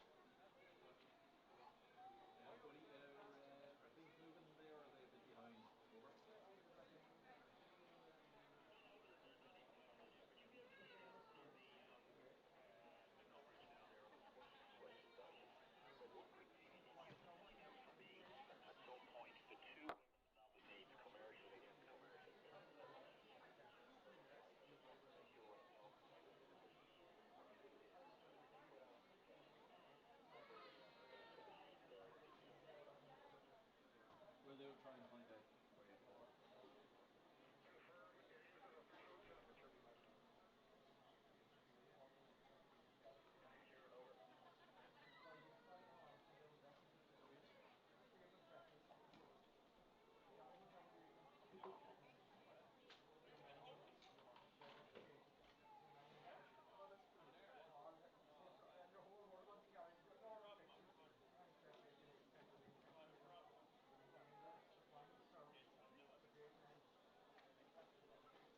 Alan here against Buddy. Just in that first heat, I see Prez Cork are marked in red. Is that a withdrawal? Do you know? Over.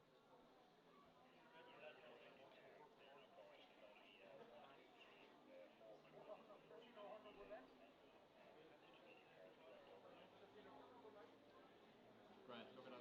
I'll keep on for the intro here in a minute, and I'll hand it over to you for something else to cover from the lake. Over.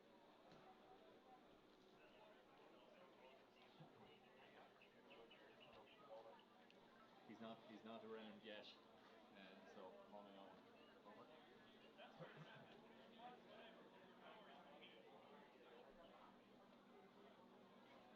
We'll get the ball rolling anyway. So I'll just 30 seconds, and I'll cue you in on the rest of it. So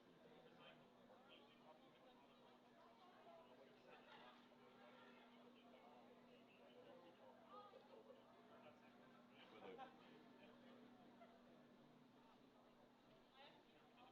Will do. How you doing? Hi.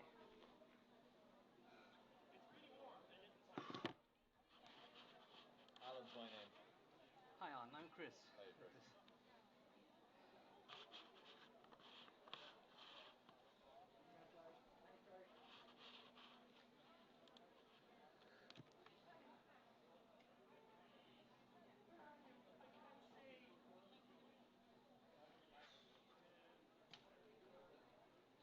So you will be commenting here, yeah? Yes. Yeah.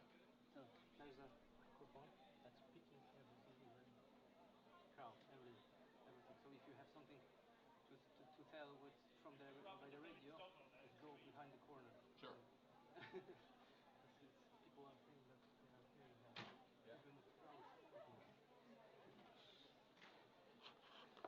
I don't have a connection to the direct connection to the audio. I should have it cable here. Yeah. I'm just speaking by microphone. It's off now, yeah, for the break time.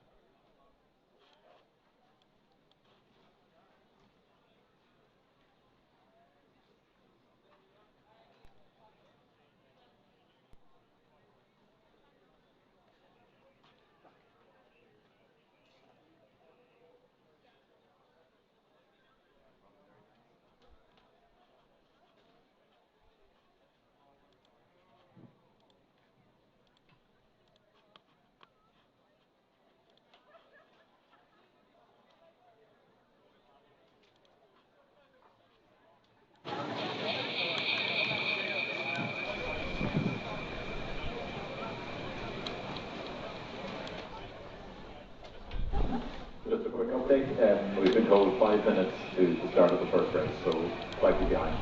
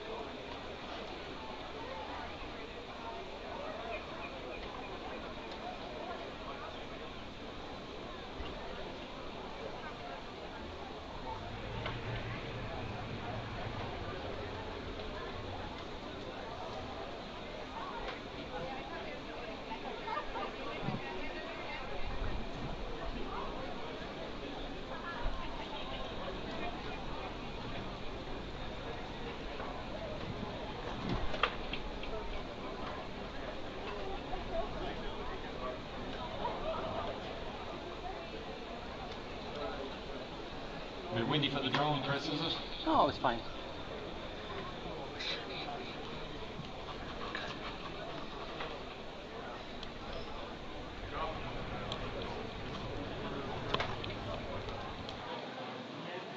No, it's fine. It's fine.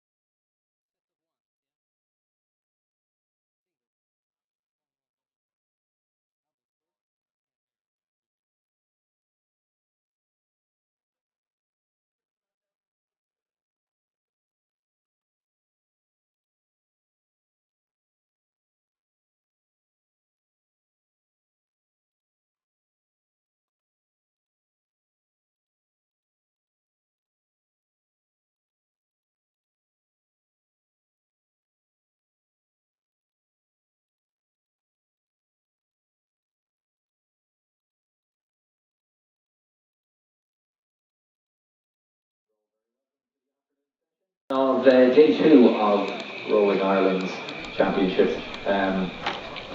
Blowing up here quite a bit at the finish, so we'll see what the conditions are like at the start, and it's over to Jerry Murphy.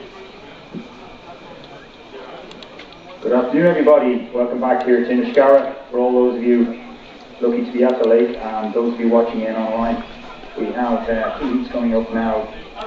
Very shortly, D-Day of the men's intermediate coxswain pairs. They're on the starting block, and we've got in lane 2 on the far side University of Limerick Boat Club B, lane 3 Enniskillen Royal Boat Club, lane 4 University of Limerick Rowing Club A, lane 5 is free, lane 6 commercial on the inside. They've just left the blocks and away they go. Men's intermediate coxswain pairs, all crews away nice and cleanly, and we've just followed them now. We've got a lovely view here on this first race this afternoon. Great work this morning by Alan and Brian doing the commentary, and well done to them. Hopefully we can bring you some great pictures with the drone, etc., and the wind won't upset that. My commentary and Alan, who's now moved on to the finish. But 100 metres into this race now, we just run along beside them now on the bows, and we have Enniskillen, it's University of Limerick Rowing Club A crew in front now. They've jumped out to a length, looking very long now, settling down. And then on the far side, University of Limerick B crew. So they're 1, 2.5 a length back to Enniskillen Royal. And then on the near side, Commercial, another who are level with Enniskillen. So that's 4 crews. 3 crews will qualify for the final later on this afternoon at 15:40. But we have University of Limerick, who are having a very good championships, way out in front now. They've taken 2 lengths of clear water, looking very comfortable indeed now, and I don't see anything wrong with their rowing indeed. Lovely rowing here. They've got 2 lengths, University of Limerick A crew, from the crew on the near side, Commercial now, who've gone out on their own clearly into second, and a length down back to the University of Limerick B crew in lane 2 on the far side, and then half a length back to Enniskillen Royal. So that's the 4 positions through 500 metres. Slight tailwind, a little bit cloudy. Hopefully this wind won't blow up, and I hope the rain doesn't come. Otherwise it'll be wet here going on. But at the moment it's really just a little bit of a tailwind there now. It won't upset them too much. But University of Limerick A crew rowing along nicely, and my guess is the rates come down to around 32 now. They're looking very, very comfortable. Commercial in second position, working harder with outright possession, second position on the near side, and then University of Limerick B crew in lane 2 on the far side, another link behind them, and then another link and a half back to Enniskillen Royal in lane 3. That's positions to 750 metres in this heat 1 of the men's intermediate coxswain pairs. I always believe this boat to be the most challenging boat. You really have to be technically efficient to be able to get this one to work well. Yourself and your partner, one guy steering it, or girl, whoever is in the boat with the shoe, and there's a lot going on there. So they're all staying in the lanes. The umpire hasn't had to put the white flag up to get them to move back into the lane, so they're all being very obedient in their steering and well capable. But we're coming up now to halfway. First race this afternoon down here in Cork, and I think the conditions are just slight tail, probably 4 metres per second, which is okay. It's not bad, and just hopefully that's it, and it won't get any worse this afternoon. 2 halfway, University of Limerick A crew out there just holding on from Commercial, about a length and a half from the Commercial. 3 crews qualified, so they're holding back. They just want to qualify, but they still want to win. Third position, University of Limerick, another length and a half back in lane 2 on the far side, and then Enniskillen have fallen away about 3 lengths behind. So it's Enniskillen now who are the crew that at this point look like won't make it through to the final later on. So all 4 crews, about 2 lengths between each one, so well spread out as you look down the course. And hopefully the drone now will come out and pick up this, and you'll get a good bird's eye view, and hopefully we'll bring you some good pictures this afternoon to look for those of you watching on your couches or on your bed at home. And unfortunately everybody who wants to be here this weekend due to conditions, the restrictions, but hopefully we'll give you the first time we're doing this, bringing online live viewing for you. So we'll do our best and we'll see how that goes. And we will learn from this, and it's going to be something to bring to the future. But about 750 metres now left in this race, and definitely there's not a lot to be saying in this race apart from University Limerick A crew. Looking at them now, I'd say they'll be a major threat for the final in the middle here in lane 4. And they have 2 lengths in commercial, looking very comfortable as well. Both crews down in the early 30s in their rating strokes per minute. And then about 3 lengths back to University Limerick B crew and another 2 lengths back to Enniskillen. So you can see that as they come down towards you, as they approach 1500 metres. We will just hand over to Alan now second, as I said. University Limerick A crew out in front in the middle there in lane 4. And about 2 lengths from commercial in lane 6 on the near side. Another 3 lengths back to University Limerick B crew and 2 lengths ahead of Enniskillen Royal. 3 crews to qualify. I'll hand it over to Alan now at the finish tower. Thanks, Jerry. Yeah, it's a cruel heat when you're the only folks that won't make it. But from the look, as Jerry said, from the look of this, there's a very strong UL crew out there. Definitely it appears that UL and commercial holding back for the final. The ULB crew seems to be holding that distance over Enniskillen. As they come into view now with probably about 300 metres left.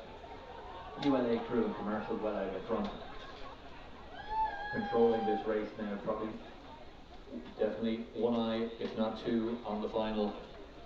Some great footage here. The wind seems to be fluctuating a bit. I know from being out in the water earlier, it was very nice. The first 500 metres, very calm, very nice conditions. Certainly blew up in the middle of the course, so hopefully that wind will stay away. It is a tailwind, so there's worse conditions that have faced these rowers, but as they come into view now with the last 100 metres or so, it's the ULA crew, the commercial and ULB do seem to be in control of that 3rd qualifying spot, saving their energy.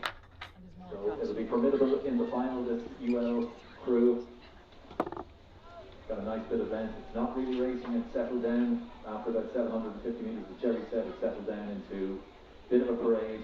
Everybody just securing their place. And as they come to the line, it's going to be that UL crew, ULA over commercial, over ULB. And unfortunately in this round, Enniskillen are the ones that are going to miss out.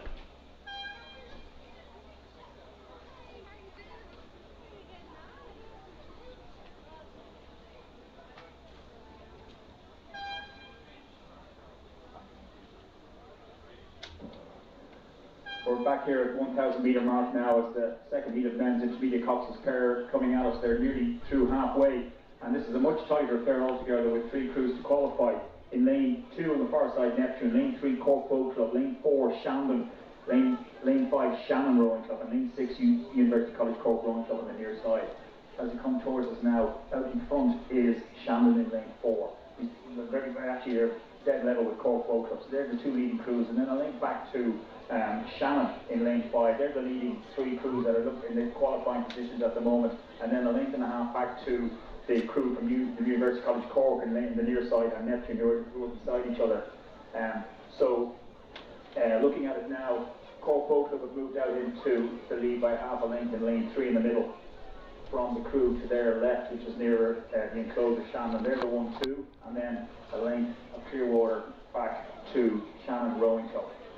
Neptune now are attacking and trying to get back desperately, and the crew from University College Cork. They need to start attacking now as they move into this second half of the race. It's about 750 metres to go. Shannon holding on to 3rd position, but look under a slight bit of pressure from Neptune now attacking on the far side, who've now moved into 4th. A length ahead then of the crew on the near side, University College Cork, with the black and red.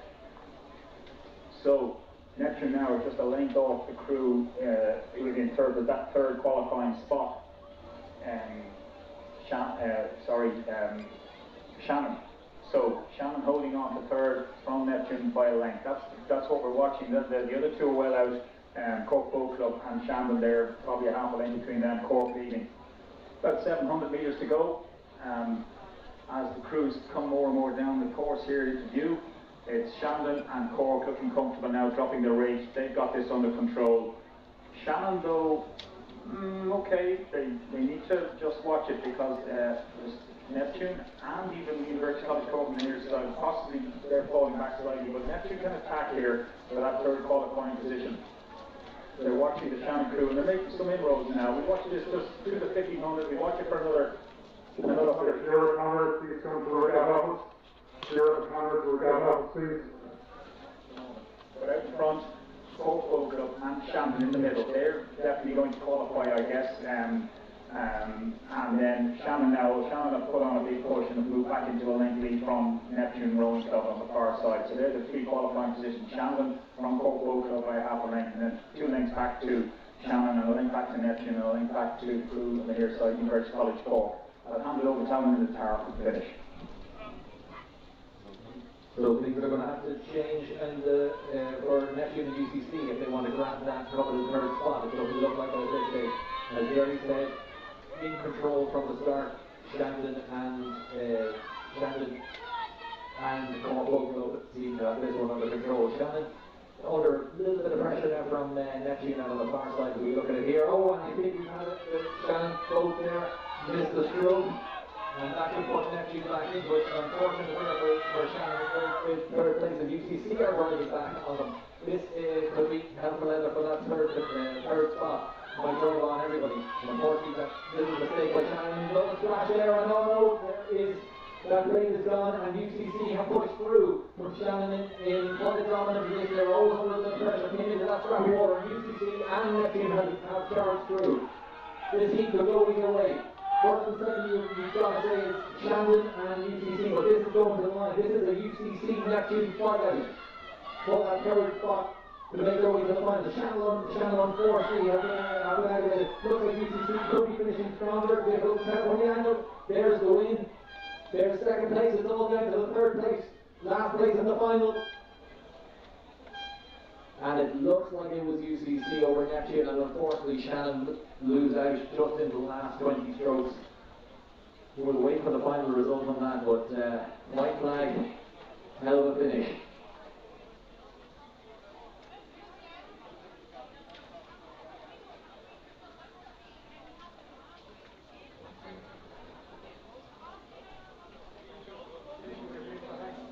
So here we are now back up to the 1,000 metre mark as these races are coming fast and furiously out us towards us down the course. We've got the men's club single sculls time trials, 4 time trials, and basically they go as hard as they can down the course and try and be one of the fastest 6 scullers to make the final later on this afternoon of the men's club single sculls. Well spread out here now as we pick them up at the 1,000 metre mark, and as I look down the course we have in lane 1 on the far side, Shannon O'Flaherty. Lane 2, Carrick O'Leary, Carrick and Shannon Rowing Club O'Leary. Lane 3, Skibbereen Birchall. Lane 4, Cork Boat Club O'Neill. Lane 5, St Michael's, Foley Kylie. And lane 6, Skibbereen C. O'Donovan. Another O'Donovan. So, as we watch them now come towards us, we have one man well out in front, and that is the St Michael's sculler, Foley Kylie. Is that a double-barrel surname, Foley Kylie? I hope I'm correct in that. He's got about 4 lengths on the Skibbereen sculler beside him to his left in lane 6. O'Donovan. So, men's club sculls, and that's the 1-2, and then about 4 lengths back to the sculler from Cork O'Neill, and then a half a length back to the Skibbereen sculler Birchall, and then on the far side we have Shandon O'Flaherty, and then another length back to the Carrick sculler. In lane 2, O'Leary. So well spread out. We have to fall back because they're so well spread out now. Being a time trial, this is just randomly, these crews are randomly drawn to race each other in the time trial. But you could safely say that St Michael's sculler now is well out front on this one. But this is all about getting a fast time in the top 6. I mean, you could actually get the top 6 coming from one race, but that won't happen, I'm sure. But all these guys know that they just have to keep, even if they're not winning, get into that final. That's number 1. St Michael's lead, Foley Kylie in lane 5, and then behind him then is the Skibbereen sculler O'Donovan. They're the 1-2, and into third now on the far side is Shandon Bo Flaherty on the far side in lane 1. He's about a half a length up in the fourth Pro Club, Sculler O'Neill. And he's a length up in the other Skibbereen Sculler in lane 3, Virgil. And then a length back to lane 2, Carrot O'Leary. We watch this one now moving away from us as they approach 1500. That's the positions, they haven't changed. We'll go back now as these crews come down fast and furiously towards us for the time trial 3 as the first one approaches through 1600 metres gone. I'll hand over to Alan to pick it up now shortly from the finish line.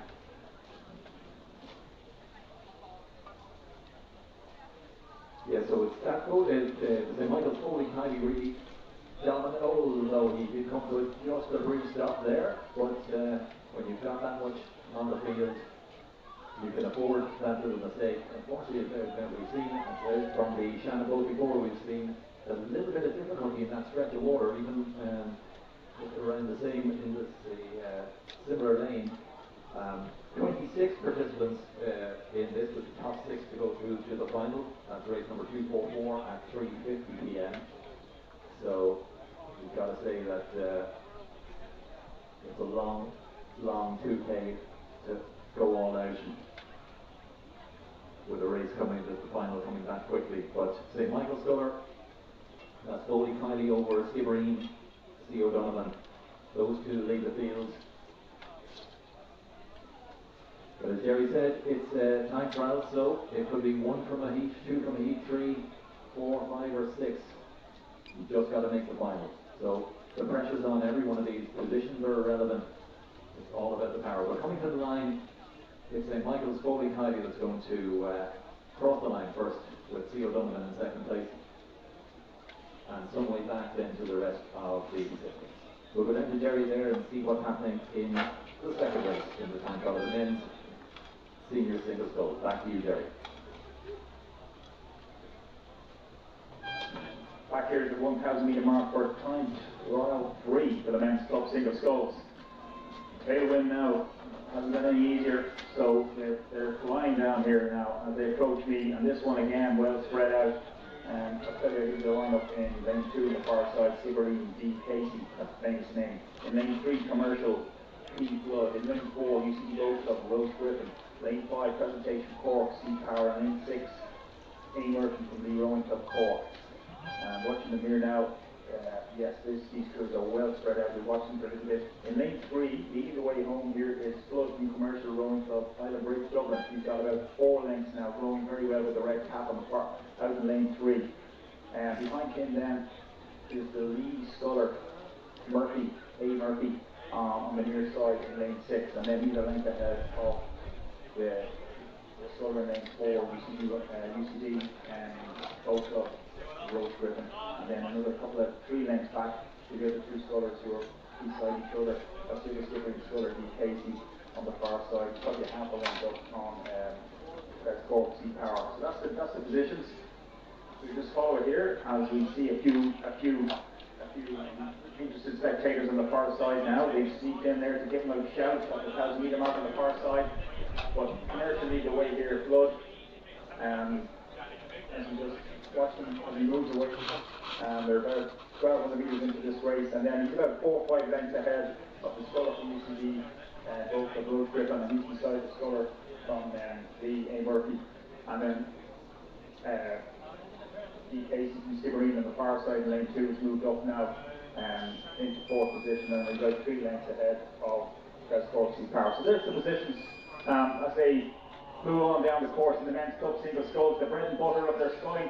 If these guys want to improve and get on up the ladder and make a name for themselves, winning the club single sculls would be a major achievement on their CV to make a breakthrough. So these guys are learning their trade here. This is the first grade that you can enter as an adult. There's not a single sculls championship. Club singles where you come in at. This is the entrance grade. And these guys, some of them really good now already at this, and probably only 2-3 years experience, even less some of them. So they're the positions now as they go through the 1,500 metres, well spread out. Commercial continuing to lead, Flood from the UCD Sculler in lane 3 in second position, and the Lee Murphy in third. There's the top 3 3, followed by Skippereen placing in 4. And we'll leave that for Alan in the finishing car now to take home as we move back up for the next time trial. So Commercial dominant in this heat. As Jerry said, it's very well spread out there. There is a bit of a mix, all right, just random draw to in these heats, 26 in total. So conditions from here don't look too bad. Definitely a tailwind. Now we'll ask Jerry for an update in around the 1,000-metre mark, but certainly these boys have battled the conditions pretty well. It's good from Commercial, who's going to come home. Looks very strong, and you'd have to imagine in their time when it's potentially assured for the final. Second, third, and fourth there still up for grabs. We have Lee Murphy on the in the red and black on the enclosure side coming up into second place. Should get some good pictures. The drone is out. If anyone's online on the phone or anything, they want to check that out. See what it's all about. But as they come into the finish now, Commercial dominant. You're going to see the UCD Rose Griffin there, and from UCD and Murphy from Lee coming in second and third. But we're going to go back down to Jerry, 5 of these heats, and Jerry's going to pick up heat number 3. Thanks, Alan. Heat 3, time trial men's club single sculls in lane 2 on the far side. Alexander Gillick from Neptune, lane 3. Lee and Murray, lane 4. Shannon Williams, lane 5. Commercial Conway, lane 6. Carl Nolan. Out front by about 3 lengths. On the far side, lane 2 is Alexander Gillick from Neptune rolling up, moving away by about 4 lengths on the far side. Then we have a sculler from, just trying to see across here.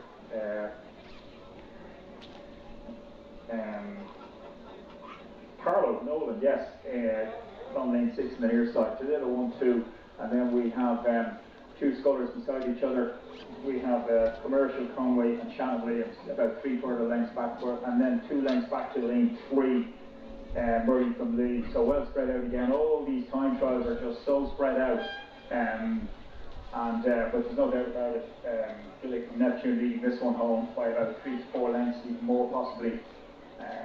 From the sculler Carlo on the other side. So the crews on either side of the course in lane 2 and 6 rather, leading the way here.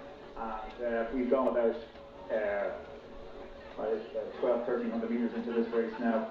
And it's a time trial, so everybody's racing as hard as they can down the tracks here to make it to the final later on. Top 6 made it to the final men's club single sculls this afternoon. So Gillick continues to lead for Neptune from Carlo Nolan, and they're the top 2, and then about 4 lengths back to Commercial Conway, and another length and a half then back to Shannon Williams, and then another 2 lengths back to Lee Murray. So they're the positions now. They've all gone through 1,500 metres, and Alan will pick it up now shortly in the finishing tower and just guide them home.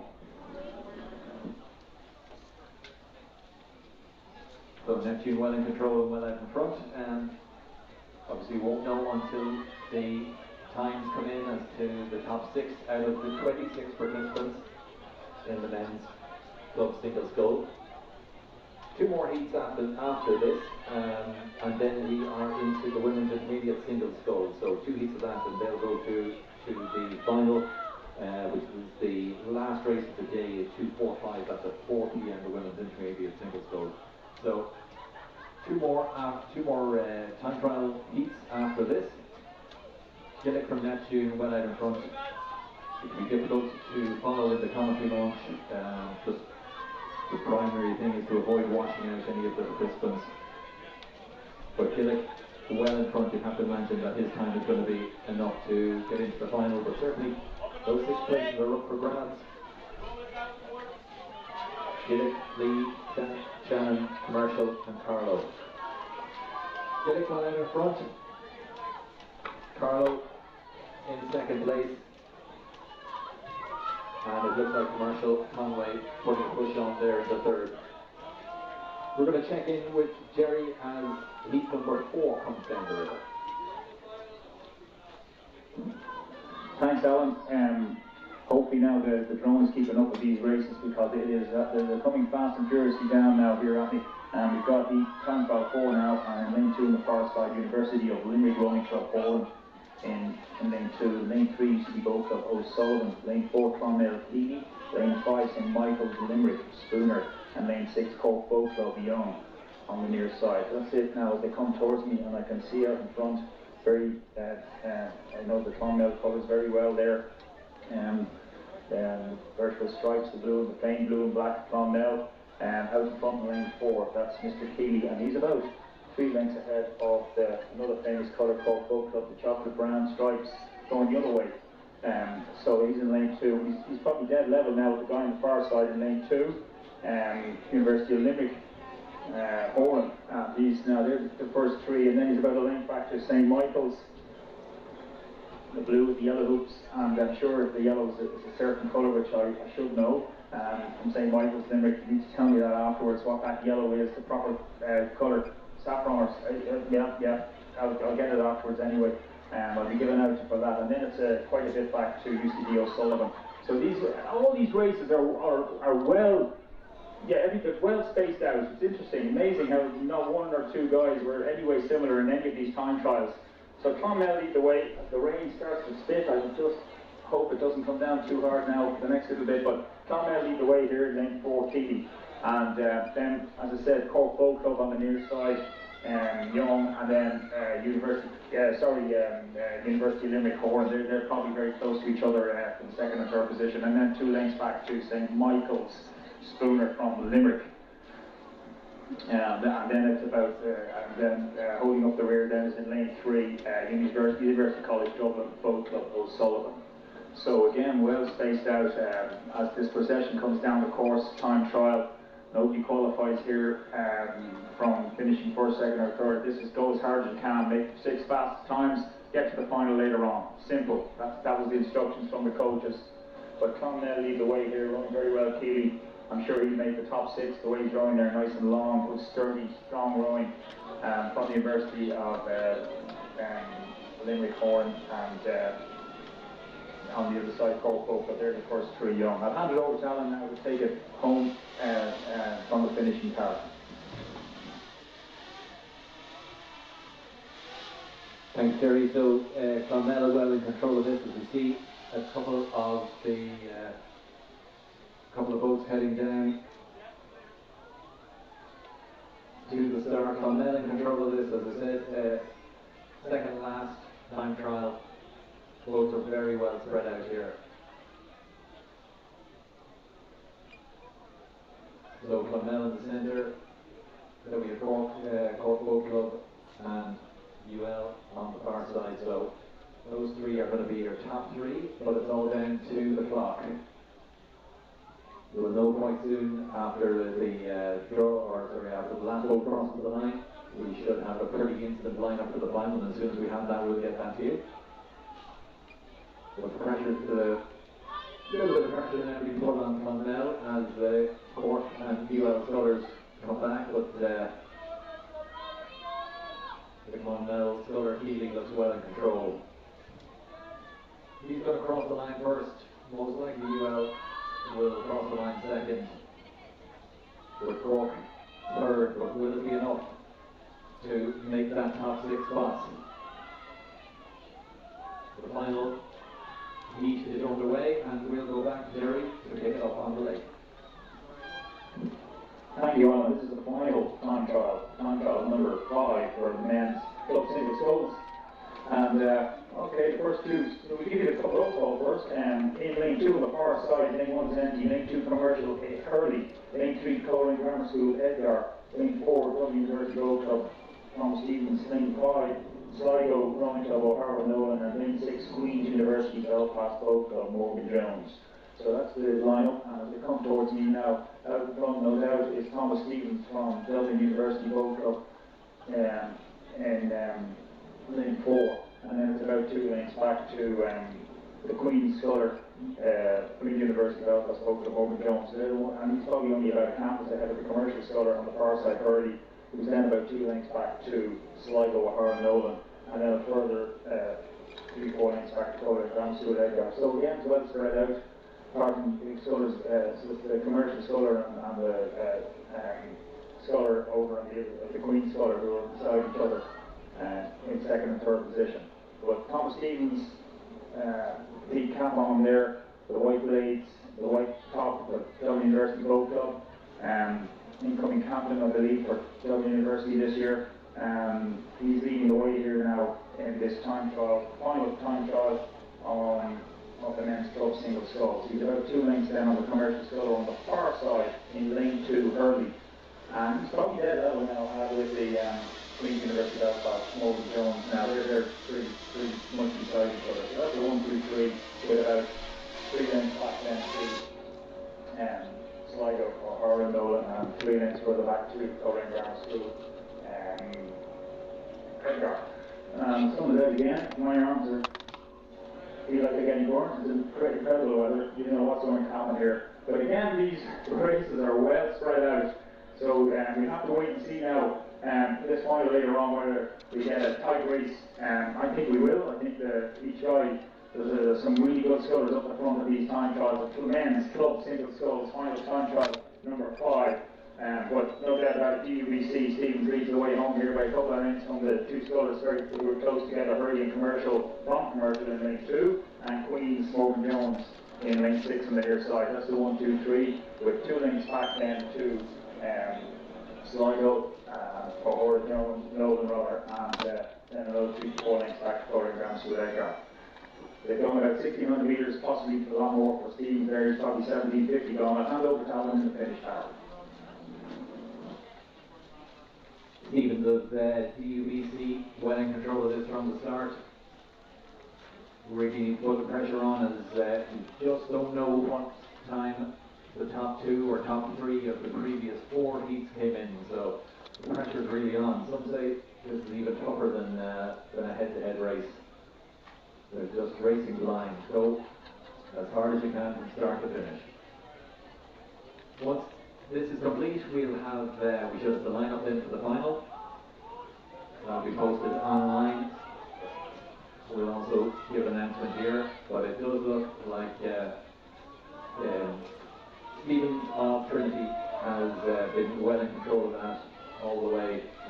Coleraine Grammar School putting a push on, and that is Queen's University Morgan Jones as well. So they're going to be your top 3.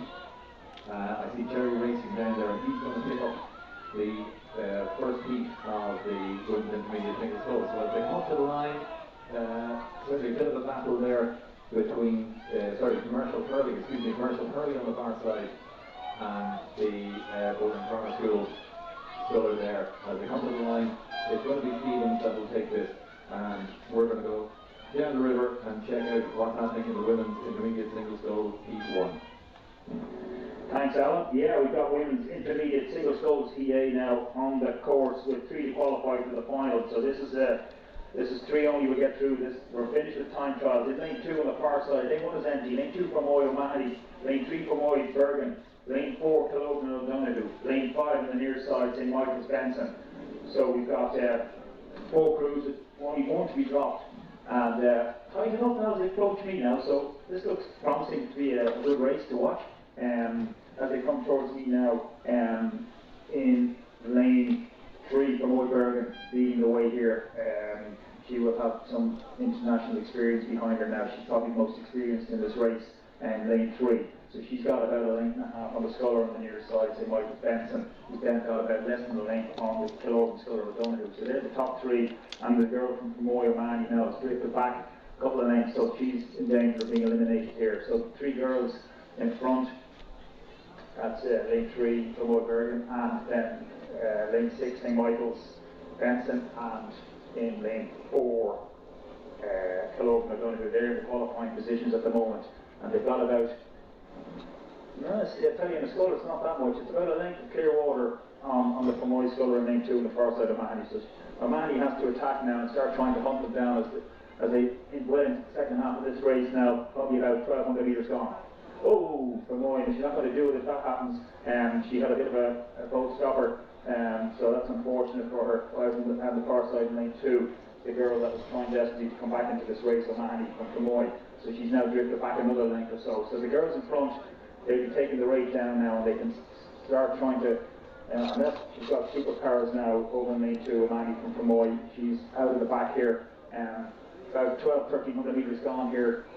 But the girls in front, they've dropped the rate, so they've got plenty in reserve here. You can see that. So I don't think there's any battle going to happen here.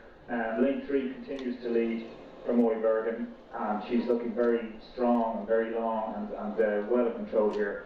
About 2 lengths down, and the other 2 scullers are actually right beside each other. That's lane 4, Kilorgan O'Donoghue, and then beside her, St. Michael's Benson in lane 5 the near side.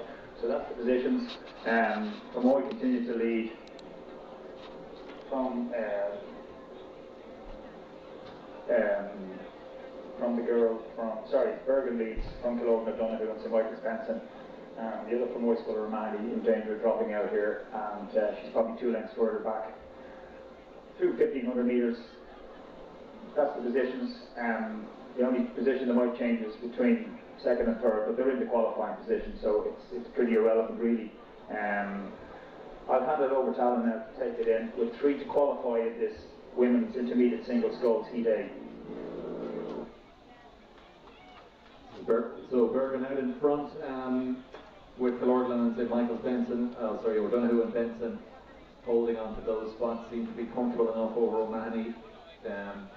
He at the moment is just making it over the line in that 3rd qualifying spot. There's no point in exerting too much energy, you'll need it all, because the final for this race is coming at 4 p.m.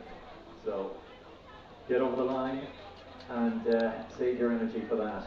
But as they come down through probably about 200 go, it is, well, it's not over yet, even though O'Mahony on the far side doesn't look like they're too far off, maybe a length down. But is it being controlled by Benson from St. Michael's? Looks like it is at the minute. Now we've seen a few dodgy strokes from previous boats coming through this particular part of the course, but it does look like St. Michael's are in that 3rd spot. But I can see there's a push there from O'Mahony and Fermoy.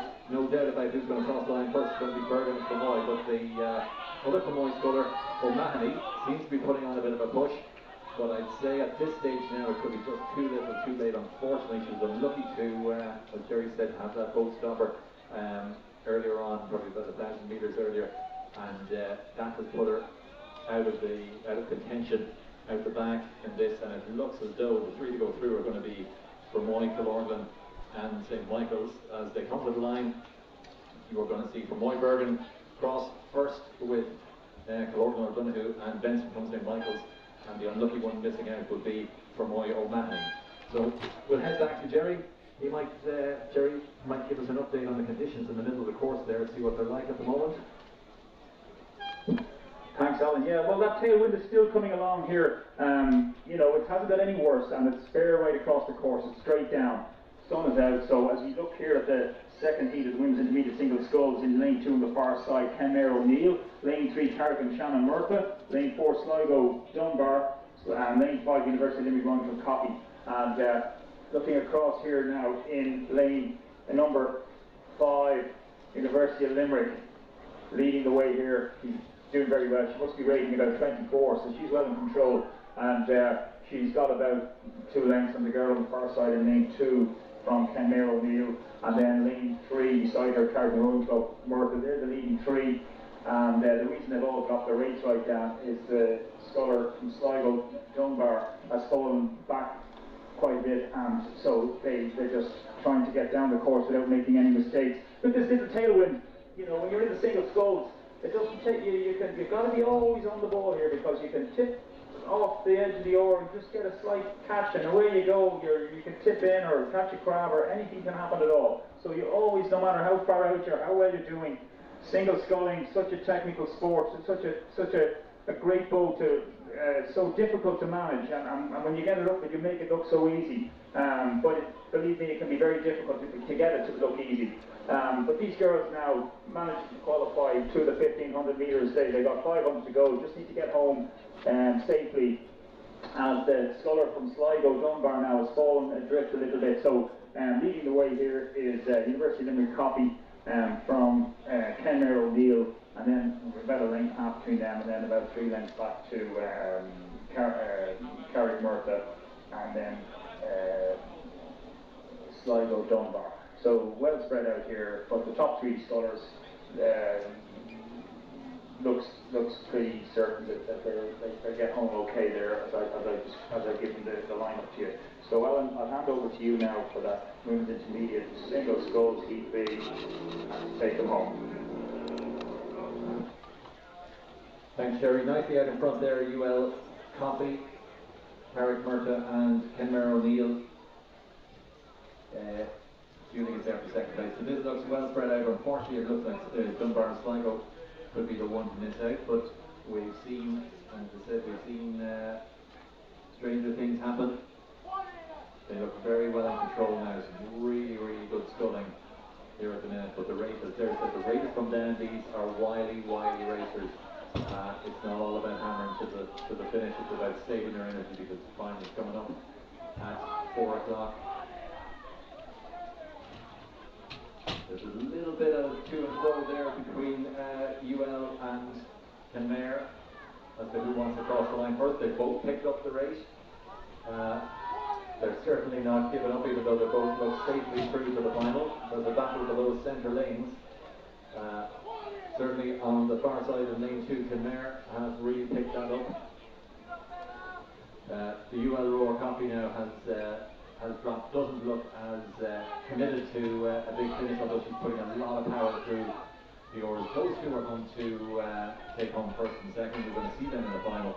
The Carrickmurta is going to safely get to the finish line and secure that third spot in the final. And unfortunately, missing out is going to be Dunbar of Sligo. So as we head down the Lake Jerry, it's our first final of the day. It's the women's novice 8 final. Jerry, over to you.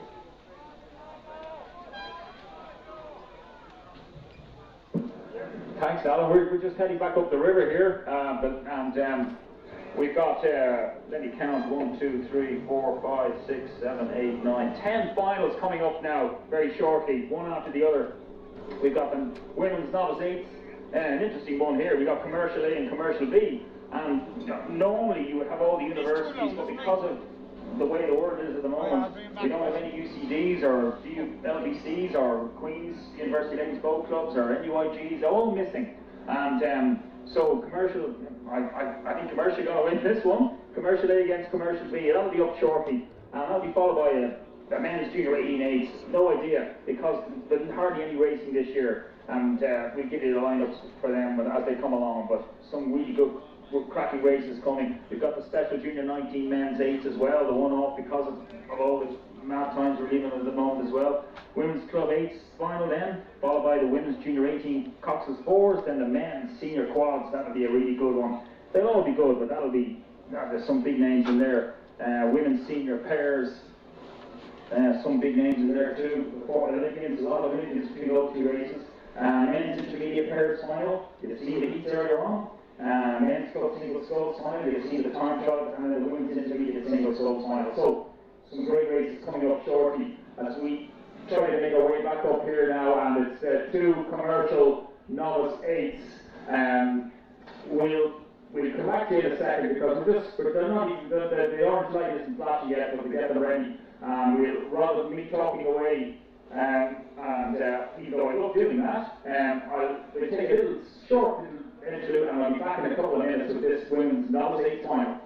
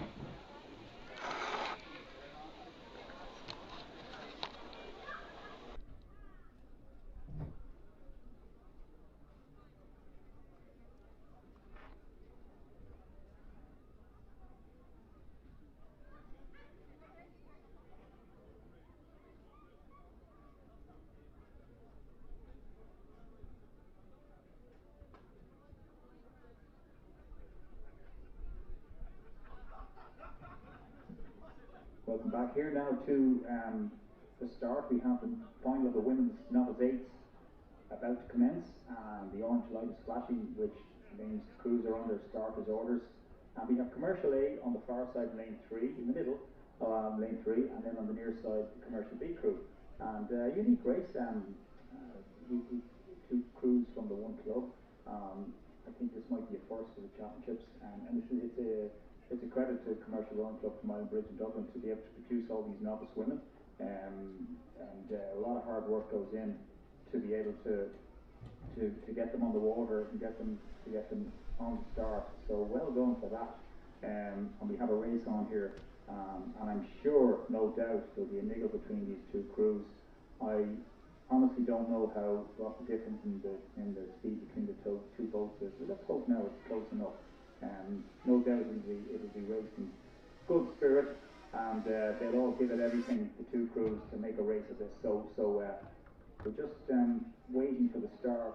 I'm just thinking, Henry Road Regatta recently, we had some A's and B crews in heats, and I'm not sure if it was a final. I remember Tiger Scullers Rowing Club women raced each other at Henley, and also Oxford Brooks. So it happens in big events, and the key thing is that they both give it 100% and make a good race of it, and in the spirit of it all. And I've no doubt they will do that. But again, I think it's Jim Butcher, the coach, and there's a lot of effort goes into getting novices on the water, and it's a credit, as I said earlier on, for the Commercial Rowing Club to do this. So we're just waiting now, a little bit of a delay, trying to just get them straight here, and here we go now for the start. We're about 200 metres off the start now, just waiting for this race to come along. And here we go, we're away. So Commercial A, I don't have any names, which I must apologise for. So Commercial A, I hope all you supporters watching online and here present know who Commercial A is in the A crew. They're on the far side, and Commercial B on the near side. And straight away the A crew are out to nearly half a length off the start. So that's why they're the A crew. We watch them here coming along. Women's Novice 8's final. As they approach me, I'm seeing them now through about 250 metres gone. The A crew are probably out nearly a length now.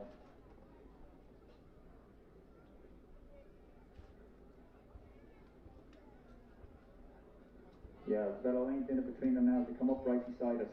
So Commercial A leading Commercial B by 1 length. So Commercial Rowing Club from Islandbridge, Dublin, leading the way here, the A crew, 36.5 strokes per minute the A crew are at, if you wanted to know that, and then the B crew are rating 34.5, so 2-stroke difference, but it's the A crew now out to half a length of clear water as they come up to 500 metres gone.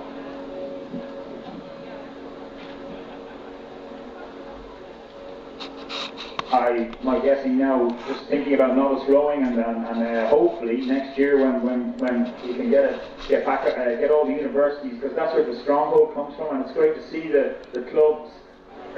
You know, I saw it there in some of the quads earlier on, the commercial clubs putting novices on the water. Hopefully we get everybody back, all the universities, all the commercial clubs, everybody back now with a full rowing programme from the autumn now, and we won't have any more fallbacks with this awful pandemic that's going on around the world at the moment. So back to the race anyway, and Commercial A crew now moving out to 1.5 lengths of clear water, and looking very good there now as they down the rate to 34. They'll probably just let it run along, 33.5 the crew and B crew. So that's nice rowing from them now, the A crew. They're stretched out, and you can definitely see why they are the A crew. The B crew doing very well as well, I have to say too.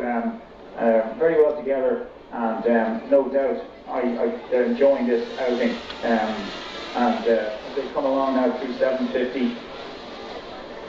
Commercial A leading Commercial B. They had 3 crews in the women's novice quads. So earlier on today now, the 2 days are running into one in my head.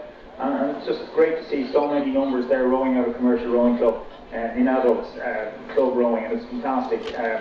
Normally you see the universities dominating these events, novice club, and I think that the clubs, when they have a rowing program, when they get it right, they can certainly compete with the universities, the institutions, that's for sure. So as we approach halfway, commercial A crew now, I tell you what, they're certainly giving it everything. They definitely want to show they're the A crew, and they're out to 2 lengths now of a lead over the B crew, who are still fighting desperately and giving it their all, and that's great to see. Fantastic running from these 2 crews. 1 kilometre gone, both crews, and over halfway gone now, as the A crew had a small little stutter, but nothing much really there. Nice clean finishes for a novice A, very impressive indeed.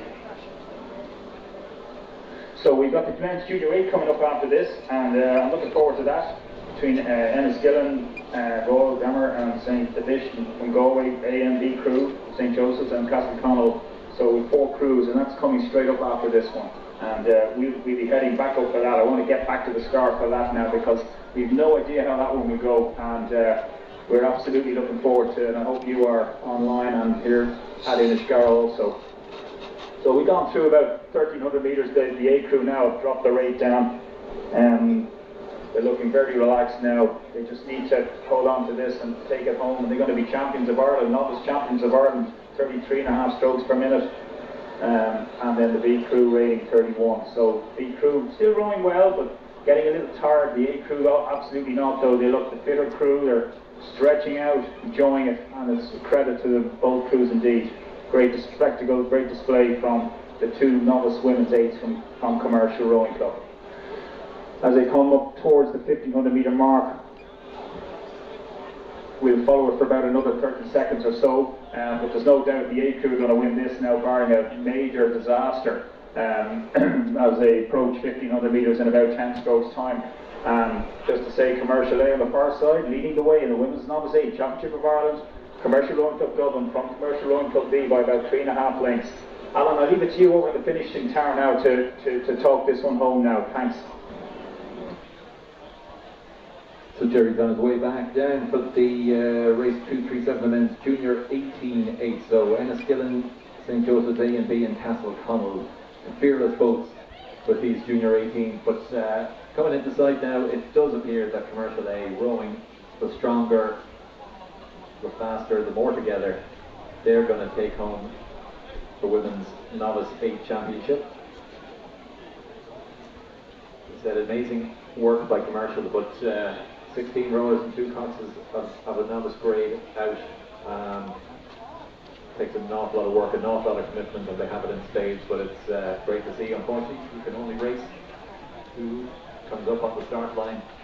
It's not Commercial's fault, but certainly well deserved the amount of effort that's been put in to get novice rowers in such good condition and rowing so well together. That A crew is looking really, really well, really fine together. I know they haven't been under too much pressure, but certainly they'd be a challenge for any of the universities that if they were out there today.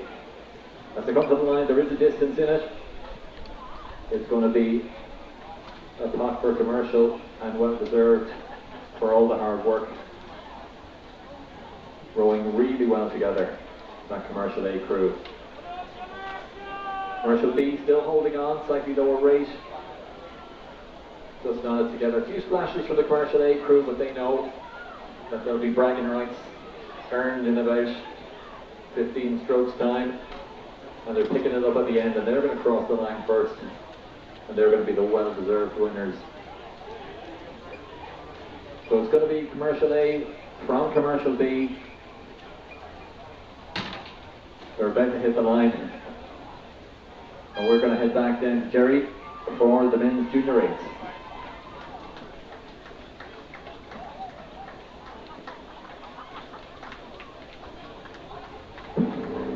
Thanks, Alan. We're on our way back up now, and we're hoping to get to the start, give you a bit of a feel for it for the men's junior 8s. We'll be up there now very shortly as we travel up. I tell you, the conditions have not got any worse or any better. They're just not. They're actually quite nice. Nice little tailwind there, and it's quite pleasant, especially for the bigger boats. they love it. They get down fast and furiously, and that's what I hope to see here now in the men's junior 8s. As I mentioned, we don't know who's the best crew here.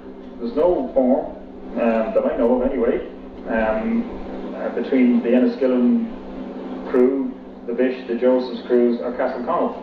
So hopefully we'll get a belter of a race, and they give us a close one.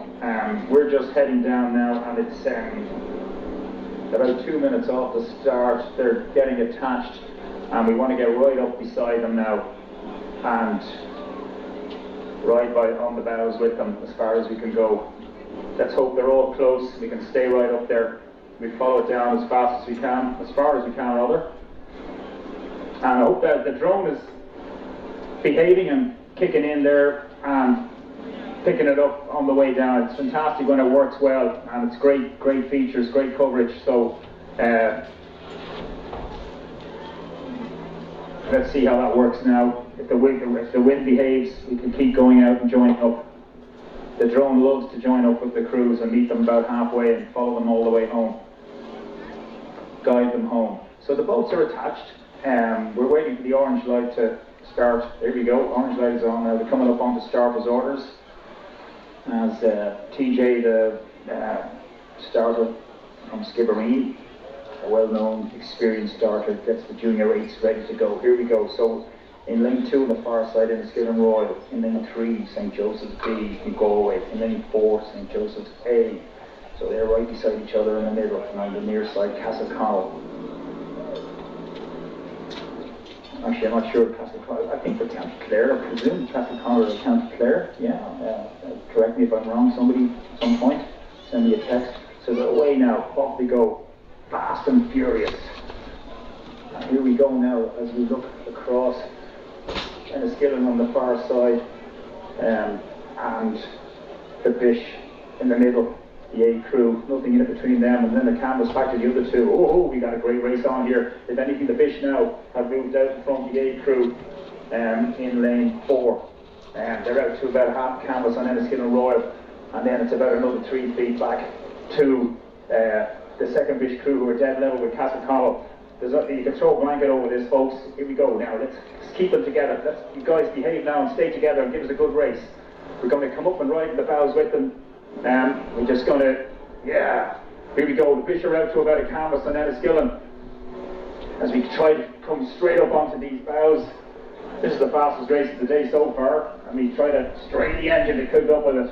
But the Bish are out to about just a canvas, maybe about 2 men on Enniskillen Royal on the far side, and then it's about a half to 2/3 of a length back to Castleconnell. We've got about 3 feet on the B crew from the Bish. So through 500 already. St. Joseph's can go. The Bish lead. They're out to a 1/3 of a length from Enniskillen now on the far side. A couple of guys in Enniskillen start looking over. Don't let them go. They're out to nearly half a length now. They're motoring. The Bish are motoring. They're the fastest crew in the course at the moment. They're out to just over half a length of Enniskillen on the far side, and then it's about a half a length back to Castleconnell, and another half a length back to the second Bish crew.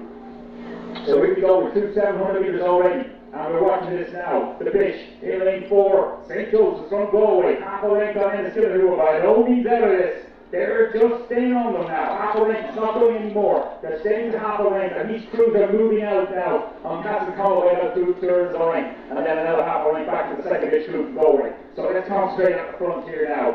It's the Bish crew, St. Joseph's, leading here by half a length, not getting any more. Absolutely nothing else on Enniskillen.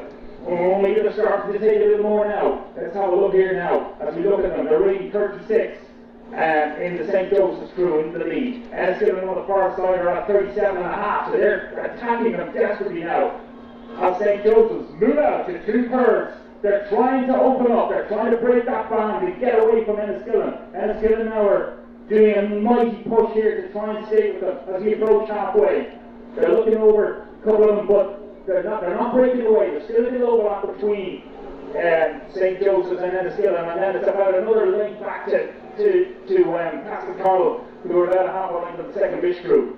Let's look at this now. It's just coming up to a length between St. Joseph's and Enniskillen. We're about 1,200 metres into this race. St. Joseph's Well, here comes Enniskillen now. They're moving back a little bit. The overlap is back on. Here we go. Enniskillen back into an overlap now. We're right up here beside them. They're out to Clearwater from Castleconnell then, who've got and the British second to it. Well, let's watch the two crews in front. Enniskillen need to start hunting them down. The fish are out to a length again. They absolutely returned the compliment on Enniskillen here now. They're out to a length again as we just stay with them here. The fish looking good and strong, long rowing. Big long rowing, nice big long rowing from them on the length. Enniskillen just a little bit more uncomfortable watching them. I would guess the fish crew look more comfortable. They've got a little bit of a gap. They've moved out to a little over length now. That's the key thing here. They've got that slight bit of 3 feet of clear water from Enniskillen and Royal on the far side. Enniskillen now looking a little ragged because they can see the fish moving away. The fish absolutely now out of 4 into clear water. Looking a much better crew as we approach 1,500 metres. The fish from Galway, St. Joseph's, such a tradition in this sport, in rowing, such a stronghold themselves and Claude Ignoy, the two big names from Galway, but it's the fish this year who are doing it. As we just watch them here now, they're out to about a half a length of clear water really on Enniskillen. Enniskillen now are just getting a little ragged. The fish absolutely looking good. I would put my money on that at this point. They've got nearly a half a length of clear water now. Really looking good here with about 4 metres to go. The fish lead away. About a quarter length of clear water from Enniskillen, who then got about a length and a half from Castleconnell and another half a length back to the fish second crew. Alan, take it home from the tower. Enniskillen are going to need to make this move, and they'll need to make this move pretty quick. The fish still out in front, as Derek said, about a length and a half they have. There's only it's a 2-horse race. It's the fish. It's St. Joe's to lose at this stage, but Enniskillen look like they've won that race. The fish look really good and strong, but Sturdy Enniskillen haven't responded, and they are responding, and the rate is coming up, and the rate is coming up on both boats. There's a response from the Cox and the fish crew. They want to hold that length. They want to hold that length a bit, but there is a fight back from Enniskillen. Enniskillen's a huge tradition as well when it comes to junior rowing, but I think the fish are going to push this. They still have that length. As the rate comes up, so does the danger, so does the tension in the boat. They still have that length. Enniskillen are giving everything, but I think the fish are going to bring this home. They're holding them off. They're going to take this by a length and a half. It was a huge push by Enniskillen there, but it was pushed back by St. Joe's, defended well, fantastic, and they're going to see 2 length fish, and those boys are enjoying it. The fish are going to take this one home for the men's Junior 18 Championship of Ireland. Well rowed fish, well rowed Enniskillen.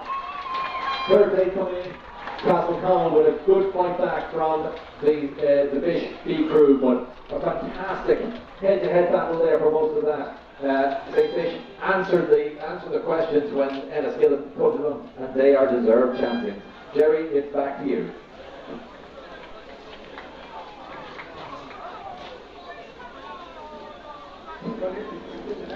Thank you, Alan. Yeah, we got the foot to the floor here. We're heading back up now for the final of the men's junior 19-8s, this one-off event. And for those that weren't able to compete last year due to the pandemic, at 18, so it gives them a chance. So it's a 2-boat race, and we'll be up there shortly. Shannon Rowing Club from Limerick. There's a beautiful boathouse right on the bridge in County Limerick, and we had a request to try and tell you where these crews row from, what rivers they row on, so I'll do my best. Some of them I might know. Castleconnell and beside them, who row on the Shannon in O'Brien's Bridge just outside Limerick. So they're the 2 crews coming up next, and we will pick it up shortly, and that race is timed for 40:50, so about 3 minutes time, and have a little break there and we'll be back to you shortly.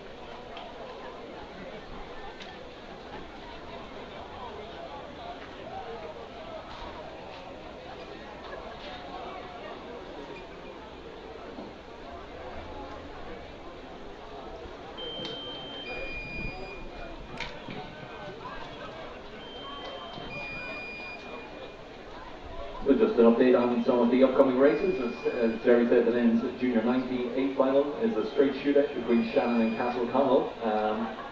That's coming up next. Then we have the women's club 8 final. That's going to see 5 boats: Skibbereen, UCD, NUIG, Shandon and DULBC. And then we have the women's junior 18 4. So Galway, Castleconnell, Enniskillen, Ban and Shandon. Did have commercial then, but I think they may have tracked out of that too. So I think that's a 5-boat race. That's coming up at 3:10. So finals coming thick and fast. Jerry's going to pick this up, the men's junior 19-8. The 3 next on the water, that is Shannon and Castleconnell.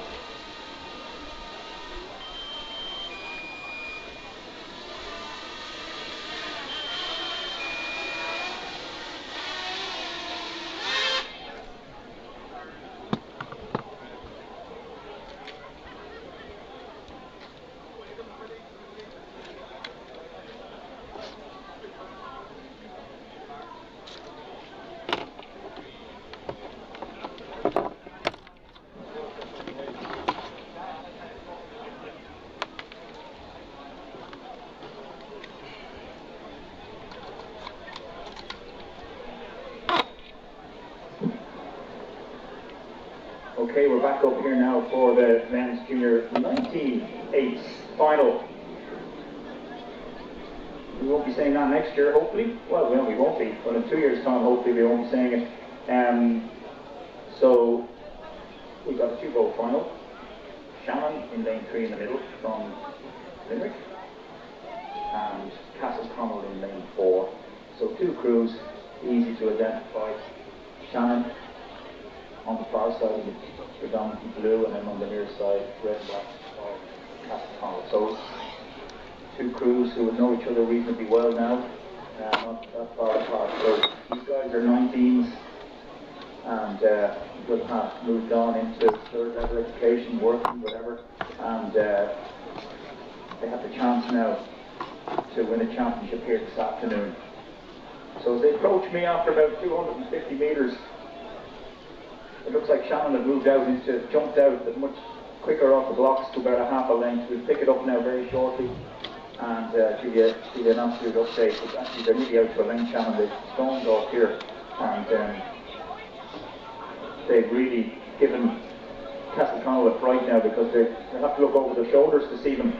So we just go back and watch it now as they approach us. Sorry about that. Yeah, as they approach us, lane 3, it's Shannon Rowing Club, the famous rowing club from Limerick. That beautiful boathouse, which I have never visited, and I am definitely going there this summer. I've been invited along, and I'm going to have a game of snooker when I'm in there. So approach 500 metres, it's Shannon Rowing Club out to a length now. This is great for them as they go through 500 metres, rating 36. Castleconnell go through now, and they're at 37.5. But Shannon looking the better crew here now, stretching out, dropping the oar in and pushing everything off the legs and hips, driving the oar through the water really well. So that's good stuff from them. Castleconnell, big tall lads, desperately trying now to stay in touch, but Shannon now are moving away even more as I speak. They're out to about a length and a half of clear water here now as we go through about 750 metres in this the men's junior 19-8. Shannon continued to lead. Shannon Rowing Club, a famous club who've had some good victories down through all the years. A lot of history there from this club, and this will be a great one now to take home. The men's junior 19-8s. These boys are well out, and they're not giving up. They're not taking their foot off the pedal. They're out to about 3 lengths now at this stage. So this is looking good for them now. The boys just need to keep their heads together and not start thinking about we've won this yet. We've gone through about coming up to halfway. Yeah, to the halfway point now, Shannon, and they've got about 4 lengths now. So they're by far the better crew. They're still moving along at a quick old pace, and They haven't taken their foot off, 35.5 strokes a minute, so they're loving this. They're absolutely loving this row. They're just absolutely standing on the stretcher here as they move further and further away from Castle Connell Rowing Club in this the men's junior 18-8 final. The junior 19 rather. So this race, as it progresses further down the course, will be followed by the women's club 8 final, and that'll be a cracker. We've got 5 boats in that, and we'll give you the lineup when we come back to you for that. But at the moment we have the men's junior 19-8s progressing down the course well into the second half now, but there's no doubt about it. Shannon Rowing Club continue to lead and absolutely loving it. You can see them, they're just coming down the course. They haven't let the rate come down. They just want to win by as much as they can. So I wonder, maybe there's a great rivalry between these two clubs. The boys might know each other, but definitely they want to win by as much as they can.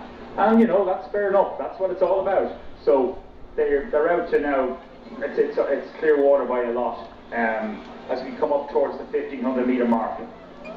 Shannon Rowing Club, are they going to take this championship junior 19s? I believe absolutely, yes. Through the 1500 metre mark now in the next couple of strokes. As they go through, haven't let the rate come down.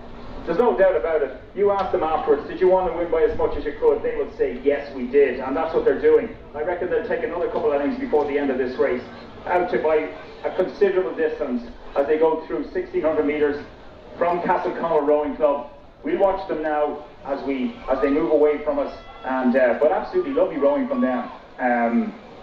So possibly they might have taken the 18s last year if it was on, who knows, but it's theirs now, the junior 19s, and it's great to see. So as they approach you there now, Alan, you can take them home.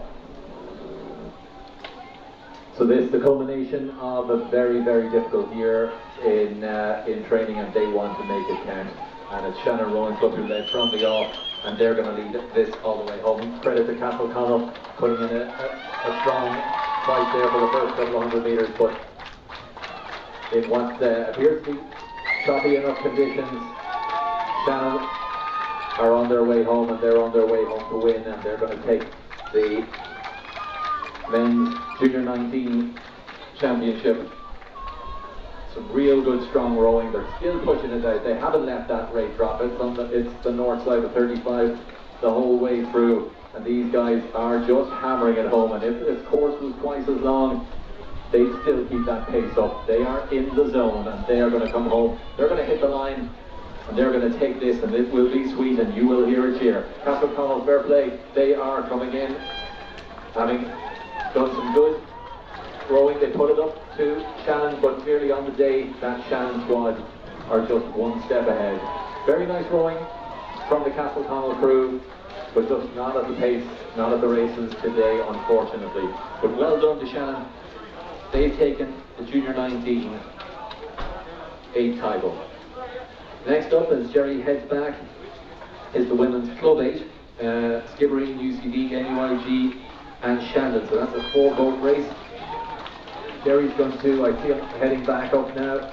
He's going to let you know it's a bit windy at the finish here, Jerry. How's that in the middle of the course?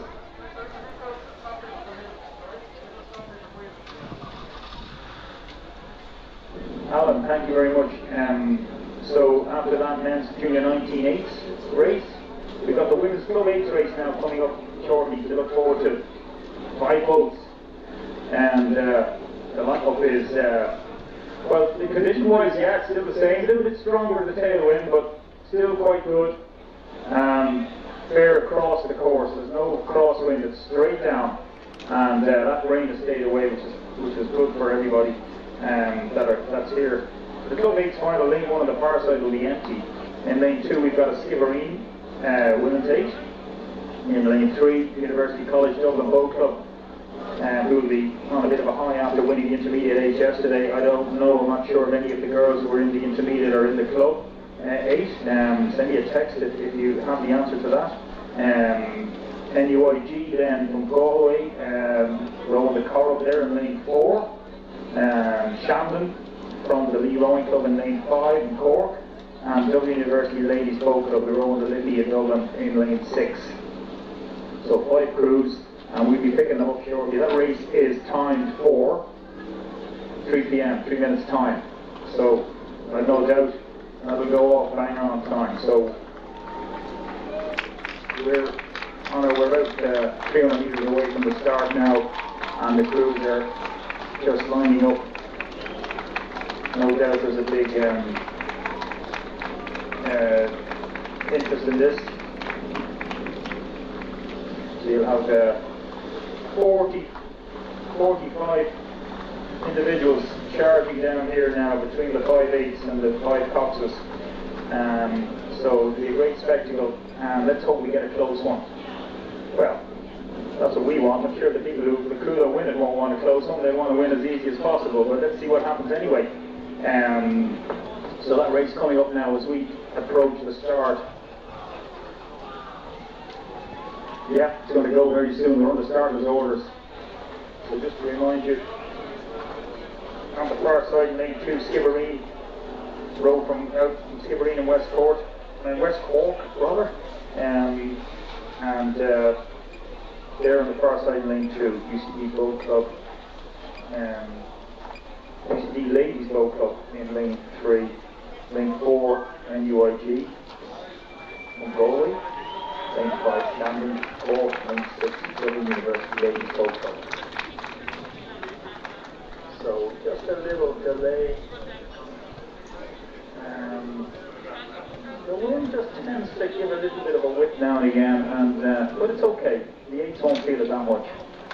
That are coming down now. Here we go now, the roll call is on. They're all ready to push the feet off the plate. Here we go now.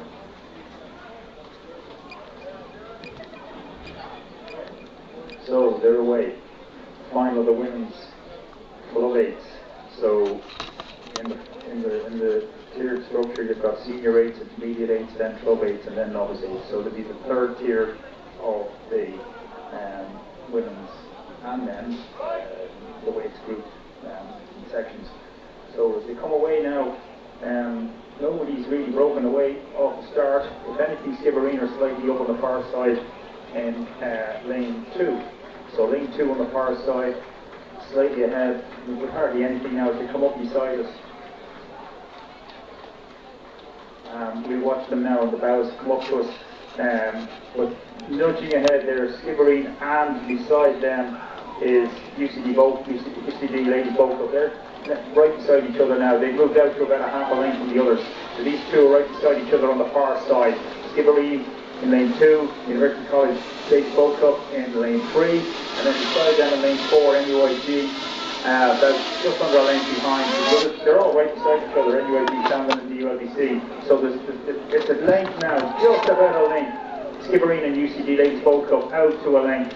They're UCD, if anything, have a canvas now in Skibbereen, and then a length back to the ULBC, who are nudging into third position now, slight overlap. So the ULBC not letting them go as we approach the first 500. Through the first 500, UCD Ladies Boat Club, Rowan the Liffey in Dublin, out they go. They're just trying desperately to get out in front of the Skibbereen crew on the far side in the dark boat. They've got about a third of a length. And then it's back to the ULBC on the near side, and half a length back to them. They're now into third position, and beside them, one across, is Shandon, is about another quarter of a length behind, and another half a length back to NUIG. So that's the positions here. Great spectacle as they come along now. It's University College Ladies Boat Club, Dublin, half a length to Skibbereen, but they're not getting any more. Skibbereen are holding on to them now. It's settled down now to that half a length, and they're both stuck at each other on a half a length. And then I tell you what, the ULBC on the near side, they're just about another half a length behind. They're by no means out of it. And then it's about another half a length back to Shandon, and another half a length back to NUIG. So that's the positions as we approach 750 metres. Women's Club 8 final. University College, Dublin, half a length from Skibbereen. It has not changed in the last 300-400 metres. They're stuck to each other. Nothing's happened. They're absolutely, the bow of the Skibbereen boat is on the 4 girl of the, maybe 5 girl of the UCD boat. So there's nothing there. They're stuck to each other. We're following them in here now. We're right up here beside them. This is a great race between these two, and they're moving away a little bit more all the time from DULBC on the near side, who better than the length back, but they need to really stay with them. DULBC need to absolutely now be brave to try and stay with this. And Shandon then another quarter of a length behind, and then UIG falling off in the back about another length and a half behind. UCD a half a length from Skibbereen, that's all. Maybe they've taken another seat now at this point. We've gone through halfway. This is fast. There's that tailwind now, which they got to get quick catches, drop it in and drive it. And UCD are doing very well at that. They're managing very well. Skibbereen, UCD look more comfortable. It looks like they can push it up that rate when they need to. From the Skibbereen crew, they've gone out now to 2/3 of a length. There's still the overlap though. UCD lead this way home at the moment, rating 34. Skibbereen just under a length behind, rating 37. So there is that difference. So UCD looking like they've got another gear there to kick on, and they're trying now to move out to get to that length and get a little bit of clear water. They haven't got it yet though from Skibbereen on the far side, and then it's back to another length to DULBC on the near side, and a half a length back to Shandon, and 2 lengths back to the NUIG. That's the positions. So we all know where we are here, but it's UCD Ladies Boat Club from the Liffey in Dublin. Do a lot of training out in Blessington, a lot of mileage under their belts here now, and they've got the length, they've got a little bit of clear water now, they've got about a foot, that's what they wanted. Trying to break that band now between them and Skibbereen. Skibbereen need to hold on, but they're not. UCD now are taking a couple of inches every stroke now. You can see it now, they're moving, they're moving. This is the crucial time as we approach 1500. UCD looking the stronger boats, they're out to about 1/3 of a length of clear water from Skibbereen, who've got a length on DULBC, you've got a 2/3 of a length on Shannon, they've got a length and a half on NUIG. So we've got about 1,450 metres to go. We'll follow for another few strokes here, but UCD are out to clear water. Women's Club 8 final Championship of Ireland. UCD Boat Club, they won an intermediate 8 yesterday. Are they going to do the double? It's theirs now, they're looking very strong. Skibbereen are falling they're back to about 1/4 of a length of clear water behind them. So that's a lot to make up now in 8. It's UCD Ladies Boat Club, 1/4 of a length of clear water from Skibbereen, about a length and a half from DULBC, and about a half a length back to Shannon, and 2 lengths back to NUIG. Alan in the tower, take it home. Thanks, Jerry. Yes, UCD seem to be well in control of this one. They've held off Skibbereen, they held off that Skibbereen challenge. The Skibbereen crew probably a bit lighter, a bit smaller, holding that higher rate, moving that boat really well, but UCD just seem to have something in reserve to respond to that push. Now, at this stage, it does look like a length. It does look like UCD are slowing slightly. The rate difference is very obvious as we look across, and I'd say that's still 1 length in it. DULBC are under pressure there from the Shandon crew, but out in front, and it does look like they'll hold on. It just the Skibbereen attack never ceased from the 1,000 metres, but they just haven't been able to put any distance into that gap. There's about a length and a quarter, and you're going to see UCD come home to take this Women's Club Championship. Fantastic rowing, fantastic racing all the way down, and by the end of this now, UCD are filled with power, and they are going to stick a length and a half into Skibbereen. Celebrations in the boat. We're going to see Skibbereen cross over second, Trinity third, Shandon fourth, and NUIG coming in fifth. Fantastic finish. Very strong, well rowed from UCD all the way down. Next up, at just in 4 minutes' time, as Jerry heads back down towards the start of the women's junior 18-4. Galway, Castleconnell, Enniskillen, Van and Shandon. So well done to UCD, claiming the Women's Club 8 Championship. Stayed in control the whole way, under big pressure from Skibbereen, but they took it in the end. Jerry, we're going to head down to you and see exactly what the lineup is for the women's junior 18-4. Thank you, Alan. Yeah, we're flying it back up here now. Women's junior 18 Coxless 4 final coming up now. So, skillful boat where somebody has to steer the boat with the shoe. Nobody's steering it for them. No coxswain in the boat. We've got a 6-boat lineup, and we're charging up here to get there. We've got a great lineup. 6 boats, every lane being used. And the lineup is in lane 1 on the far side of the enclosure. Galway Rowing Club having a good regatta. They won the women's pairs yesterday. Will they win the fours? They put a lot of hard work in, and this could be a good year for Galway Rowing Club. Let's see how they get on. Castlecontin in lane 2. Enniskillen Royal Grammar School, such a stronghold of junior rowing ever since Derek Holland went in there a number of years ago. Can they do it? Van Rowing Club, they produce strong crews, internationals regularly. Shandon Rowing Club, what a fantastic rowing club over the last 20 odd years, and produced such great internationals and Olympians. Will these junior women be them? Will they join them for Paris, whatever? And Commercial Rowing Club Dublin, another stronghold of historically of junior rowing over the years. So big names right across here.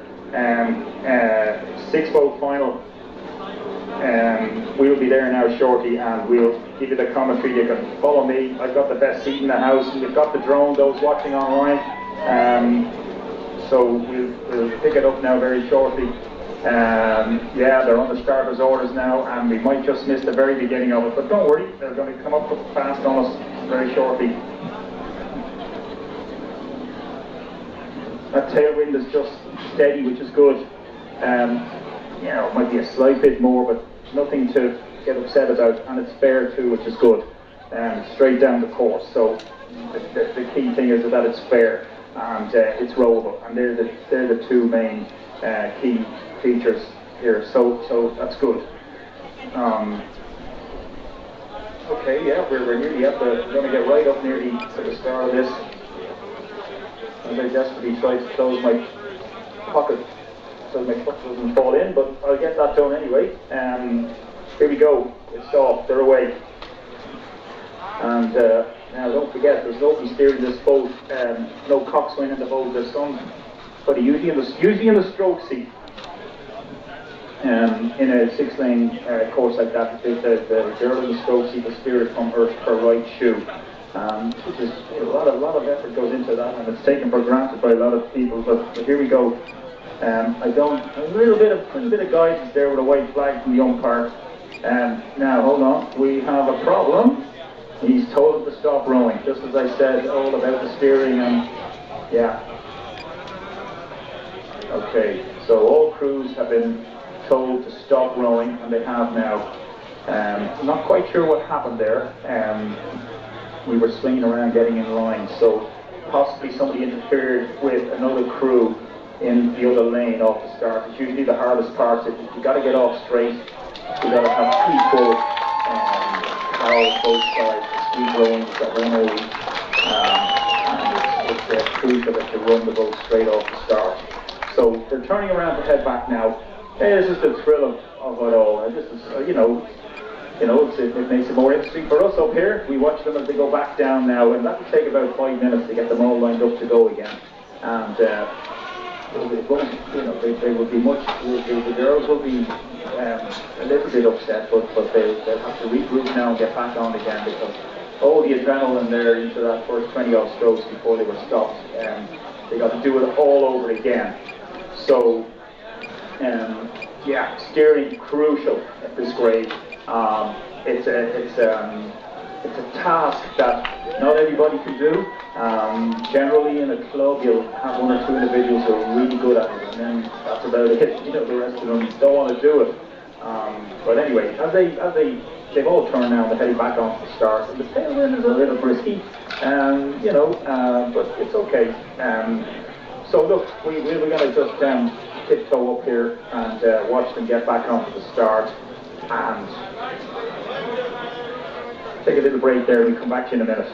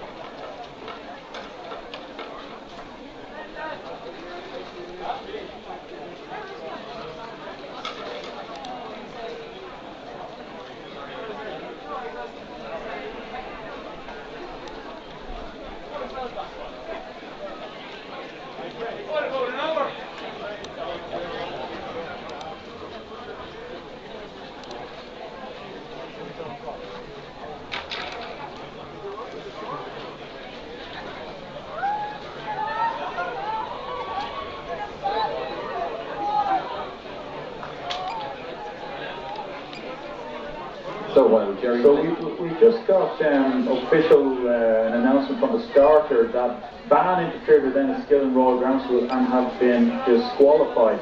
Now we wait for an official, but that's what we've heard from the starter through the crews, announcing to the crews. So that seems to be coming, that's coming from the official starter here. Ban have been disqualified. Now we'll see if they come off the course if that is correct.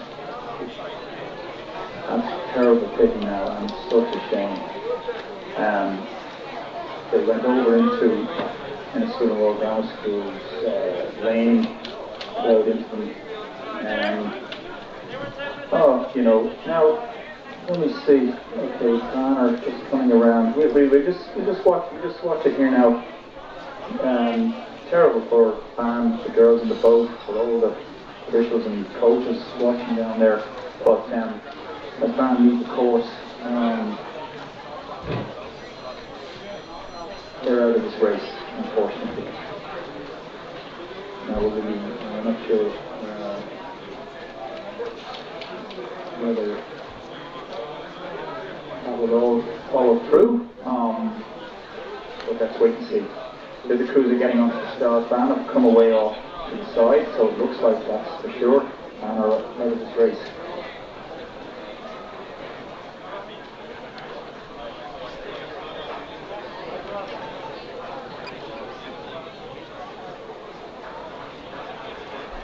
So the other crews are getting...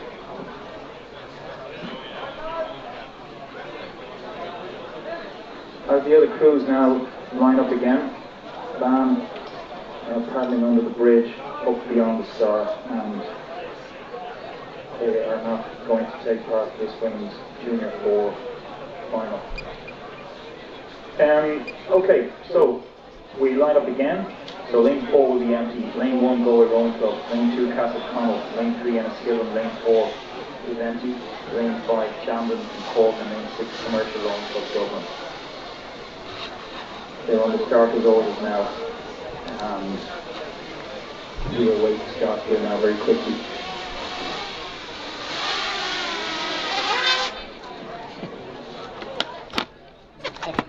Who's lined up there? It's a little tricky because the one that's going straight down, these boats are very light and the bows will shift over left or right, and you've got to be on the ball here. You've got to get away straight.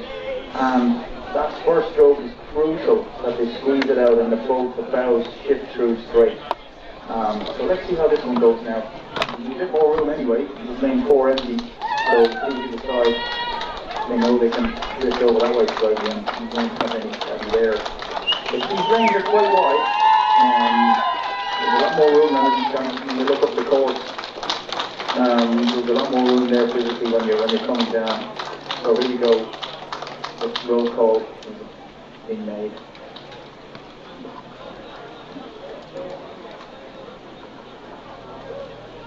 Women's Junior 18, Coxless Fours, final is underway. Galway lane 1 on the far side, Galway 1 on the beside them. In lane 3, Enniskillen. Enniskillen Royal from Enniskillen. And lane 4 is empty, lane 5 Shandon, Cork on the Marina, lane 6 Commercial Rowing Club Dublin. Away they go now, and out in front, Carlosongi is Enniskillen in lane number 3. And they've just got Galway Rowing Club now up level with them in lane 1 on the far side. These two crews now, as the umpire shouts at Castleconnell, is drifting across towards Galway, but they're out the back of it, so that won't be alright. In lane 2, they're going through beside them on the far side has clear water, so that's okay. Galway Rowing Club now moving out in front by a half a lane from Enniskillen Royal, and then it's another half a lane back to the crew on the near side, Shandon. So, looking back, actually, 4 crews, Commercial aren't, Shandon, I thought a bit of a mishap. Shandon, they got going again there, something happened there on the 3 seat, but look, she's up and running again, that's great. Commercial not in this, I didn't notice that. Apologies on that. Lane 6 is empty. Out front. Galway Rowing Club. Let's watch this now. After all the events, let's have some good racing here now. It's Galway Rowing Club, having won the pairs yesterday, are they going to take the forward? They're out to clear water now from Enniskillen. There's only about 500 metres, just through the 500 metre mark. Galway Rowing Club, a length out on Enniskillen Royal, who've got about 2/3 of a length on Shandon, and then it's another half a length back to the crew from Castleconnell. So that's the 4 crews now. They're the positions, but there's no doubt now it's Galway Rowing Club. If they win this one, my God, there's still a long way to go, but they're having a fantastic regatta now. So here we go. Oh, a little bit of a mishap to Galway, but they're up again. They're going. They'll be a little bit anxious now. They'll see themselves out to clear water, and they'll be just trying to settle down. So Galway Rowing Club out to about a length and a half of clear water from Enniskillen, and a half a length then on the crew on the near side, Shandon, and then another length back to Castleconnell. So that's it, no change there, with no doubt about it. Galway Rowing Club now just need to settle down, they need to just relax. They've got that massive lead, about 2 lengths now, and they just need to, they're probably feeling a little anxious here, and they just need to just take this one down now, and it's looking a little bit better here now.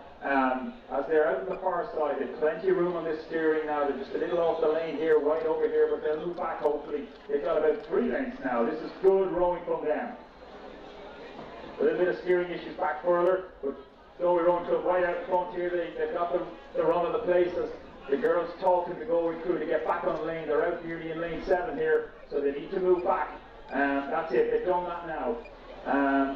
That's it, yeah, they're okay, yeah. So they've been getting warned by the umpire, but there's nobody in the way, so they're okay now, they're on their lane, that's good. Galway lead the way here, 3 lengths. Shandon now moved into second position, about 3 lengths, 3.5 lengths behind Galway, and then another half a length back to Enniskillen, and another 2 lengths back then to the 4th crew from Castleconnell. So well spread out. Galway Rowing Club leading the way here now. Through 1,000 metres, halfway down this course, and the girls, the women's junior 18 fours championship of Ireland. It's Galway. They won the pairs yesterday. Are they going to win this 4th race today? They're looking good. They're stretched out. They're out there now, and they're about 3.5 lengths ahead from the crew in second position, Shandon. They're at 36 strokes per minute. They're not giving up. They're pushing along now along the course. Shandon in second position, but it's 3 to 4 lengths. It's a long way back now for them to hunt them down. And then another half a length back. Great race for second between Shandon and Enniskillen. But for them, though, Galway now sneak. Just little issues, but they're okay. Getting back on course again. That's it now. Doing okay. It's tricky, believe me. Steering down this, it's just it's part of the job, but you've got to learn your trade, and that's what these girls are doing. The future of Irish women's rowing. Galway Rowing Club winning this junior 4s. They're in the lead. They've gone about 1250, 1300 metres now, as we just have to come back a little bit here, but they still have that 3.5 length now as they're moving into lane 5 now. Their steering is a little bit erratic, but they're okay. They've got that good lead, so they can afford to go a little zigzaggy. They're doing very well. Shandon now in outright second position, about 3 lengths behind them on the near side in the light blue. You can see them there from the enclosure now, and about a length ahead of Enniskillen, and then 3 to 4 lengths back to Castleconnell. So that's it, that's the 4 crews. Women's Junior 18 4s, Championship of Ireland. They've gone about, let's go, we approach 1500. Are they going to win their second championship today? They're out again into lane 7 nearly. They need to just sneak back in there. They'll be okay. They should be okay. Just relax, girls. Take it home. You've got that nice lead through the 1500 metres as they come back into lane 6. Well done. They're steering away and rowing away nicely now. Still up at the high rate of 36, so that's good. They're not leaving it off to let them come back in. Shandon now on the near side in outright second position, but they're good 3 lengths behind. Another length and a half back to Enniskillen and 4 lengths back then to Castleconnell. Alan, there's about 400 metres left. Our Galway going to win the second championship this weekend. Take it home, Alan. Galway looking very strong, as I just saw through the binoculars there. Enniskillen turning their bow towards the boathouse. They're back on track.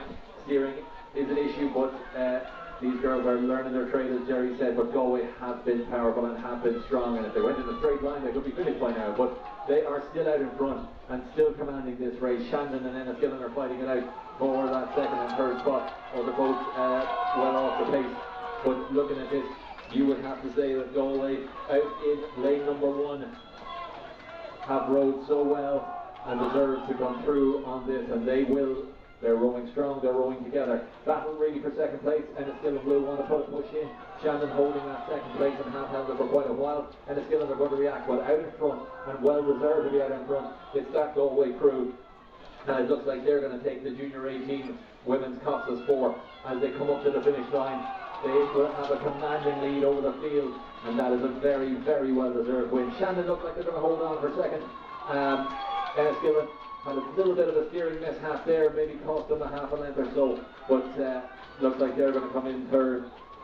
They have a nice lead over the Castles Hall boat, but as they hit the line, champions of Ireland, it's going to be Galway Rowing Club for the Women's Junior 18 4.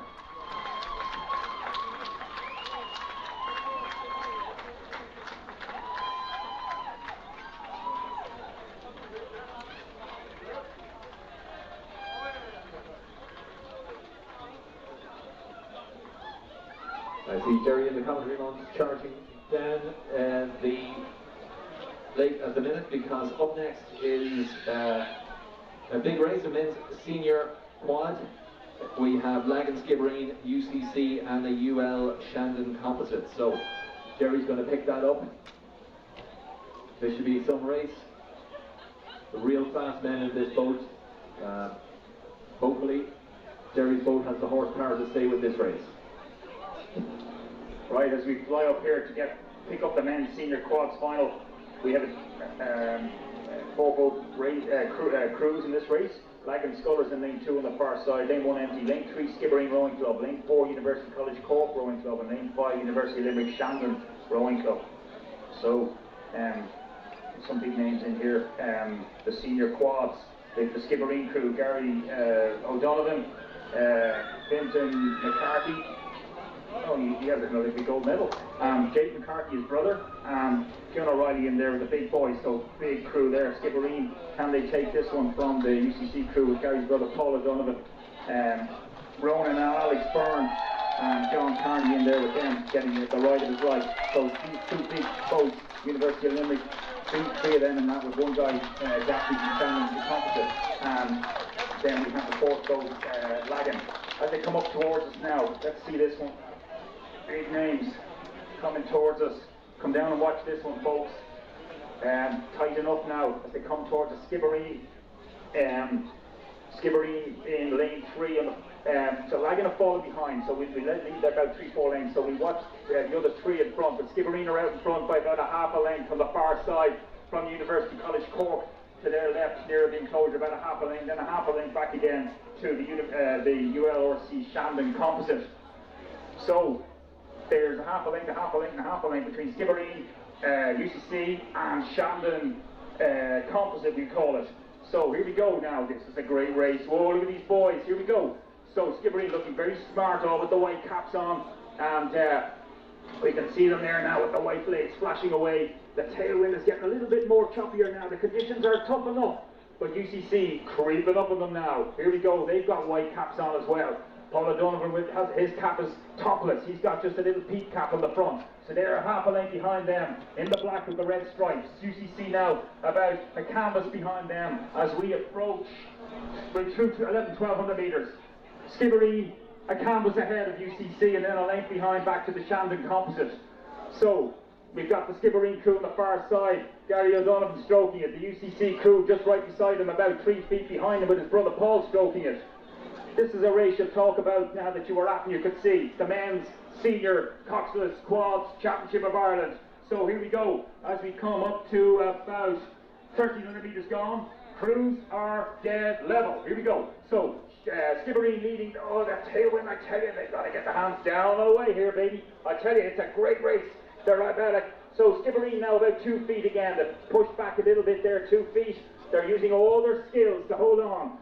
So they've got Skibbereen leading, but only by about 2 feet from UCC. They've got clear water then on the Shandon Composite. So it's down to a 2-boat race. We're coming up to 1,400 metres gone. Men's Cox's Quads Championship of Ireland. Skibbereen, full of mighty men in there beside the UCC crew on to their left on the enclosure side. Absolutely dead level. Here we go. UCC, Skibbereen.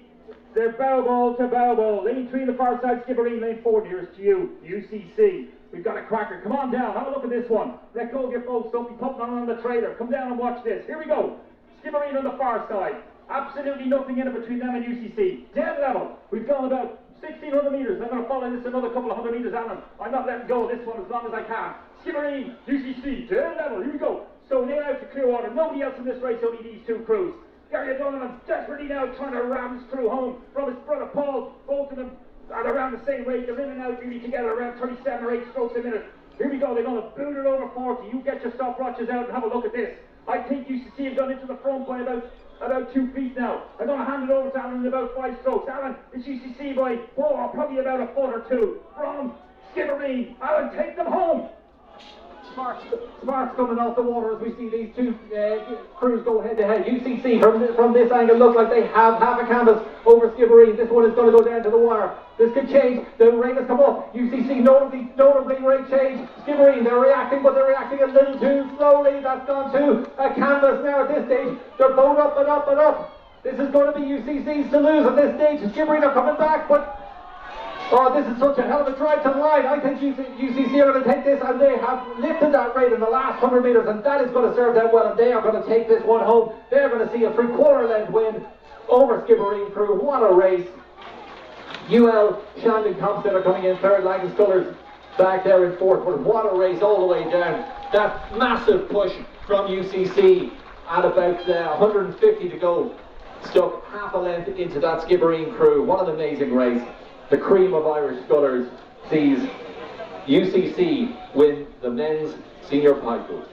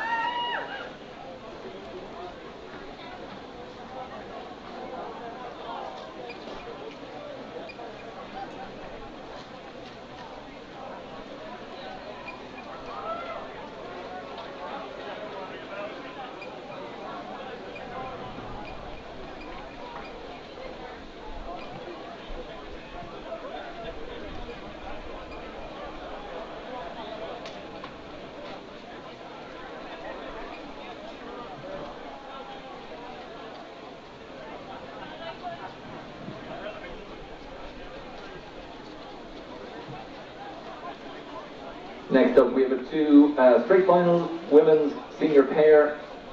That could be just going off the stake boats now. UCC versus Ban. I see Jerry is just after 1,000 metres heading down. Jerry, an amazing win there for UCC. Would you have seen us at the 500 metre mark? Were they showing well, or would you tossed a coin between themselves and Skibbereen?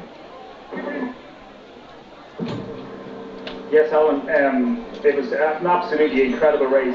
Skibbereen got out in front by a half a length or so and held on there quite a bit, but UCC, you could see them attacking, and then they just had it there at the end. A memorable race, one of the best ones I've seen down here in Inniscarra, and I hope everybody enjoyed that. So moving on to the next race coming down, and we've got 4 races left. Next one is the Women's Senior Cox's Pairs Final. It's a 2-boat race, University College Cork and Ban. I know in the University College Cork crew, we have a bronze medalist, why not? Emily Hegarty from the third place Irish women's crew at Tokyo. So Emily Hegarty's on board here with Tara Hanlon, another high flyer in women's rowing, under 23 silver medalist, and she travelled to Tokyo as well.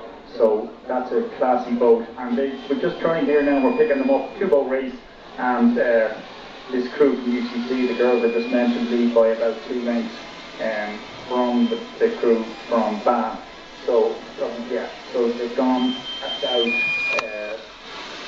I'm just trying to figure out where I am on the lake, but you know, give me a second, I'll figure it out. I'd say about 600 metres in, 700. So UCC in lane 3 on the far side. They're going to do 2 championships in a row here, one after the other this afternoon. Having a great regatta indeed, with all these fine internationals now on board for UCC, studying away, and this crew now looking very polished indeed, as I mentioned, Emily Hegarty and Tara Hanlon. So they're out to about 3 lengths from Ban in lane 4 on the near side.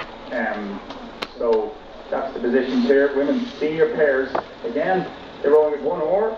For those of you who just might be a little bit limited in their knowledge of rowing, so they had 1 oar each, whereas the previous race with the boys that came down, they had 2 oars each. That's sculling, this is sweep rowing, and they, again, one of them steers with their foot. So to me, I always believe this boat is the trickiest of all to get right, and these girls are doing a lovely job. Big long strokes, very experienced, Emily and Tara, and they're out there now to 2-3 lengths and just cruising along. So just looking at it here, they're at 36 actually, I think that's right.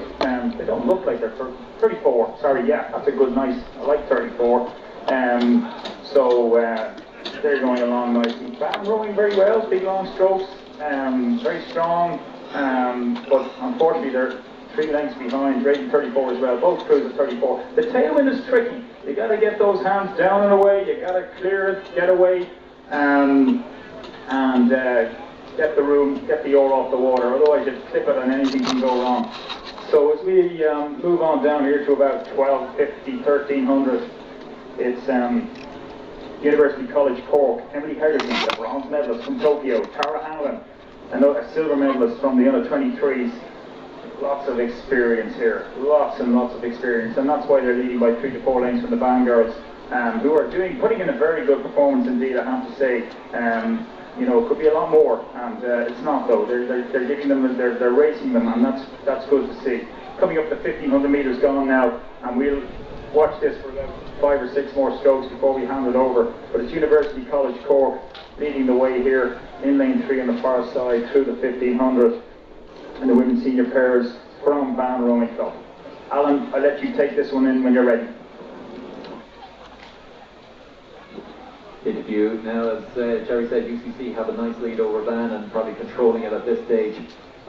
Tricky conditions, one of the hardest boats a pair to sit up and balance, especially when there's waves having been out there earlier on. This kind of breeze, as you can see from the tricolour and the Rowing Ireland flag, it might be a tailwind, but it does throw up a few waves and a very easy flip an oar off that. Ban coming back into it now, you could say that the UCC crew, that Emily and Tara, are kind of controlling this race. Just a reminder, the captain's meeting will take place at 4:30 this evening. The captain's meeting will take place at 4:30. It's the smart thing to do to control your position in the race, whether or not for qualifying or for the win. But this UCC crew, very smooth, very strong, and I'd say they're going to cross the line with quite a bit left in the tank. Very good rowing from Ban to stay within shouting distance. A couple of lengths in it now as they come to the line. Unfortunate not to see a few more crews, but I suppose we're in very difficult times for clubs to put crews on the water in every category. Looks like UCC are picking it up slightly. Moving along very nicely now as they come into the last 5 or 6 strokes, and they're going to cross the line and they're going to take the women's senior pair title. Very well rowed from Ban, and as they come to the line, Emily and Tara add to their collection. Very nice collection of wins and podiums this year, and they take it for UCC.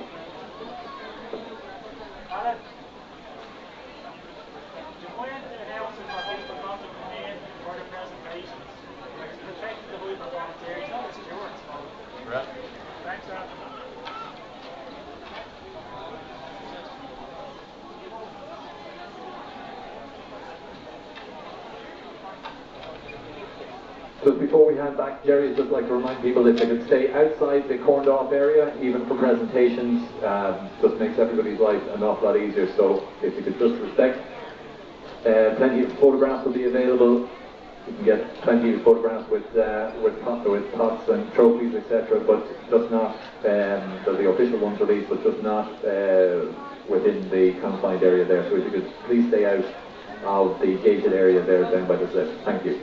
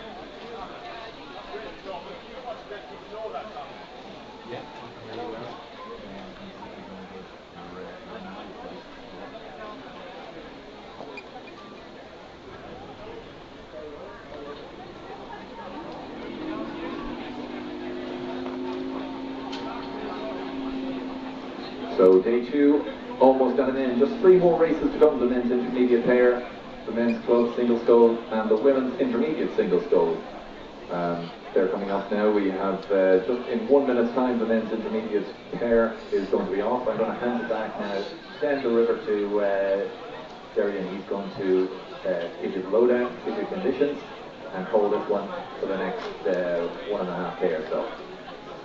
Right, well, we're at the start of the men's intermediate pairs final. We've got 6 boats that made it through to today's final. In lane 1 on the far side, University of Limerick B crew. Lane 2, Cork Boat Club. Lane 3, University of Limerick A crew. Lane 4, Shandon. Lane 5, Commercial. Lane 6, UCC. And they've gone about 200 metres now. All crews away early. There's a little bit of steering issues, but it's okay now. It's settled down as the umpire is a bit frisky there with the flag. He's okay now.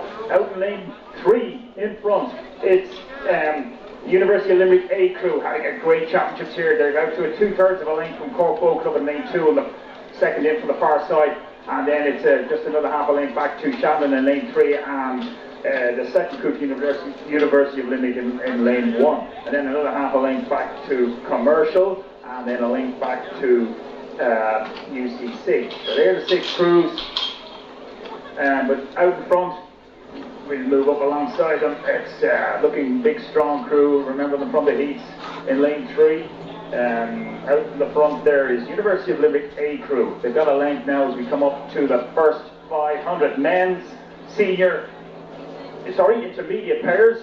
So good, I thought they were senior, that crew out in front from University of Limerick. It's good rowing from them, big, long, dropping it in and push it through. Lovely rowing from them, doing it all right. And well coached indeed. They're out there to Clearwater now from the crew.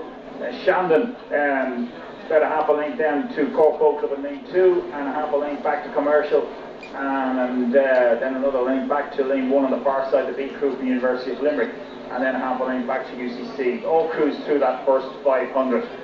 That tailwind, you know, it's challenging. And you got to be careful, especially in the pair now. If any one of these guys gets a little stuck, it can cause mayhem, but let's hope that will not happen. But yeah, University of Limerick A crew now, classy crew, yeah, very good, rowing well to 700 metres, and I can tell you that they are rowing at 37 strokes a minute, so they're not letting anything, they're not letting off the gas here for sure. Nice middle of the course stuff now. They've gone off, they've powered off the anaerobic stuff all out of the way now. They're into the aerobic stuff, all that winter's training, the long mileage, the UT2 stuff, all that UT1, it's all there now for them. They're using it up nicely down the middle of this course. They're out to about 2.5 lengths, and it's the next 3 crews are all bunched up. Cork Boat Club, Shandon and Commercial. Look, if University of Limerick A crew wasn't in this, it'd be a great race for the other 3, and then a link back to the second B crew on the far side, lane 1 from University of Limerick B, and a couple of links back to UCC. But University of Limerick continue to lead. They've gone through halfway now, about 1100 metres gone. Men's intermediate pairs. Everybody's steering well down the course now. All the guys doing the steering jobs are absolutely bang on the money here. Down the straight, nobody's hitting boys. And it's good to see, because with the little following tailwind and the sun leaning against the boys, it's very hard to see them. So it's challenging to be able to see those lanes and keep yourself straight. And we could see the issues there with the women earlier on in the junior fours, the problems they have. So these guys are a bit more experienced, intermediate. Some of them have been around quite a number of years. And there's no doubt about it, University of Limerick continue to lead now, stretching it out, probably drop their rating a little bit more here now, looking very comfortable. I should get them a 36 though, I'm not sure if that's right now, if this thing is correct. Second place Commercial now moved into second, so, but they're still 3-4 lengths behind them, that's the problem. And only a half a length down to Cork Boat Club and a half a length back to Shandon and a length back to the B Crew from the University of Limerick. So, great race going on here for second, but it's University of Limerick leading the way here in the men's intermediate pairs. The A Crew in lane 3 right in the middle of the course. Here we go, so we've got 2 more races after this, but there's no doubt about it, these guys, they need to be shipwrecked before they lose this one, I guess, and they're coming up towards 13 and 50 metres gone as they approach you now, and you get hopefully good pictures online as well, overhead, looking down at them. Everything is great here, and we're following the men's intermediate pairs. University of Limerick continue to lead. 3-4 lengths, I'd say I give them 4 anyway. And Commercial hold on to second, just about from Cork, who are mounting a challenge now, and Shandon as well, the University of Limerick B Crew. But Commercial in second from Cork, great race going on there for that second position. But as they go through about 16:50, University of Limerick A Crew in lane 3, leading from Commercial, from Cork Boat Club, from Shandon, and University of Limerick B on the far side. I'll hand over to you, Alan, on the finishing tower now to take this men's intermediate pair home.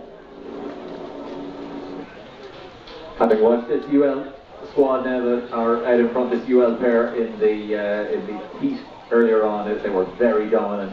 You knew they were holding back power, and they have it all to give in spades, and they've been in control of this. Commercial on the enclosure side look like they're putting in a bit of a push, but I'd say that this UL squad have led from the off. Cork having a little bit of a stutter there, as Jerry had said. If you hit a wave at all or anything, it's quite easy to do. Letting them back into the Commercial on the near side. The battle really is for second place, because this UL squad have been dominant. They were very, very impressive in the heat, and it looks like they're going to charge home to take this men's intermediate pair final. They've led from the start. They haven't been under pressure. They have put so much work. It belies the amount of effort that they've put in to reach this state, to reach this speed, to reach this power. They're going to cross the line first. The amount of work and effort that they have put in, and they truly deserve that. Commercial are going to roll in second. It's a battle for third, but certainly one of the very, very well-deserved championships there, won by UL. They led from the off. They were under no pressure, but they got themselves into that position through hard work, grit, determination. Next up, the men's club single scull final. I see Jerry, he's on his way down. He's just gone beyond the 1,000-metre mark, so he's going to pick up that race. Last 2 races, men's club single scull coming up next, and then the women's intermediate scull, and that will see us out for day 2. Another full packed day tomorrow. Weather looking quite good actually at the moment. Obviously that can change, but today, nice tailwind. Those grey clouds seem to have disappeared. Jerry, we're going to head back to you down on the lake, and we'll pick up for the second last race of the evening.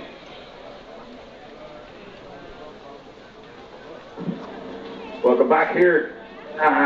We got 2 races left, yeah, and the next one timed for 15:50. Just a little over 2 minutes away, and we're charging back up to pick up on this race, the men's club single sculls final. They all had time trials earlier on this afternoon to get 6 fastest boats The lineup as follows: the 6 guys that made it were Hurley from Commercial in lane 1 on the far side, Queen's Morgan in lane 2, DUBC Stevens in lane 3, St Michael's Foley Kiley in lane 4, Clonmel Kiley in 5, and Skibbereen C. O'Donovan in lane 6.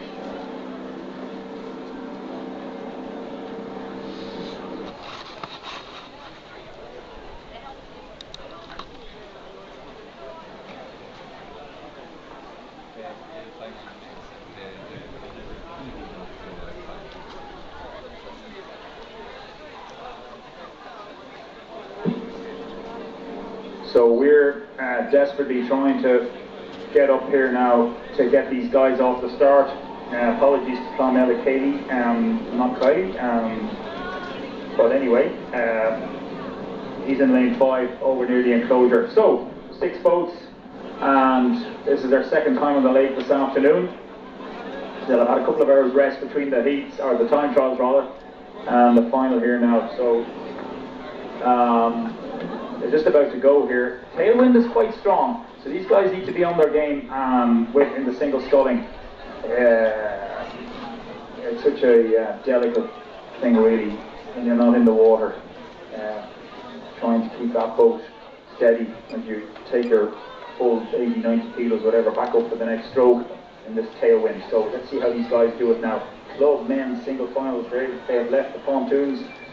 And we give it the line up again. Commercial Hurley in lane 1 on the far side, Queen University Belfast Boat Club, Morgan in lane 2, Dublin University Boat Club, Stevens in lane 3, St Michael's Limerick Boat, Kiley in lane 4, Clonmel in lane 5, Keeley, 6 Skibbereen, C. O'Donovan. And as they approach 250 metres gone, it's absolutely level between the St Michael's Sculler in lane 4 and Stevens DUBC in lane 3.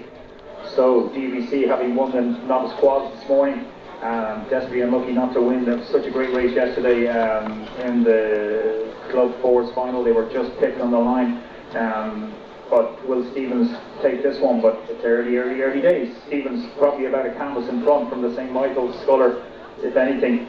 But St Michael's now come back up level with them. These two now dead level and a half a length back to Commercial on the far side. Hurley in third position, who's a half a length ahead then of Queen's Morgan in lane 2 beside him on the far side. And then another length back to Clonmel Kiley, and then another length back to Skibbereen C. O'Donovan.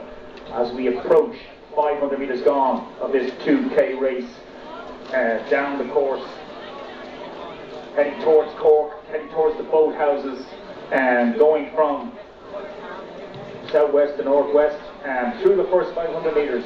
It's St Michael's now jumped out into a lead, about just under a length from Stevens, so from DUBC. So Odin Keeley from St Michael's moves out in front from Stevens DUBC. Will he stay with them now? This is where the work starts. And then it's about a length and a half back then to the Sculler in lane 2, Queen's Morgan. He's in third position, and a half a length then back over to the near side, Clonmel Kiley, and then another 2 lengths back to C. O'Donovan and Skibbereen, who's level with the Commercial Sculler on the far side early. So let's move up now in front, because 2 Scullers have broken out. St Michael's leading the way here. Foley Keeley, he's got a length from Stevens DUBC as he goes through 750 metres, roughly. So that's it, about 2 lengths back then to the other 2 Scullers, dead level, Queens and Clonmel, 2 lengths back to Skibbereen and Commercial. So it's just under a length now. Will Stevens, now what's he going to do? Is he going to let him go, or is he having a little look over the shoulder? So this is where he has to really think about what he wants to do here. Where is he going to do the massive push? Will he do it at the end or do it now? Because St Michael's have that length. Now it's not an awful lot in single sculls. We've had to drop back a little bit. It's a little unfortunate. We don't want to throw the wash at anybody. So Commercial who drifted back a bit on the far side. So St Michael's leading the way here by about a length from DUBC. And he certainly hasn't got away, hasn't got any more. And then it's about 3 lengths back to Clonmel on the near side now. He's pushed into third, a length ahead of Queens. And then about 3 lengths back to C. O'Donovan, Skibbereen and Commercial in lane 1. St Michael's continues to lead the way. Is this going to be a championship for St Michael's of Limerick? Is Foley Keeley going to take this one? He's looking very good at the moment now as they move through the second half of this course. They're 1,200 metres gone. St. Michael's lead the way in this men's club single sculls from Stevens DUBC. Stevens DUBC though is hanging on. He's holding on.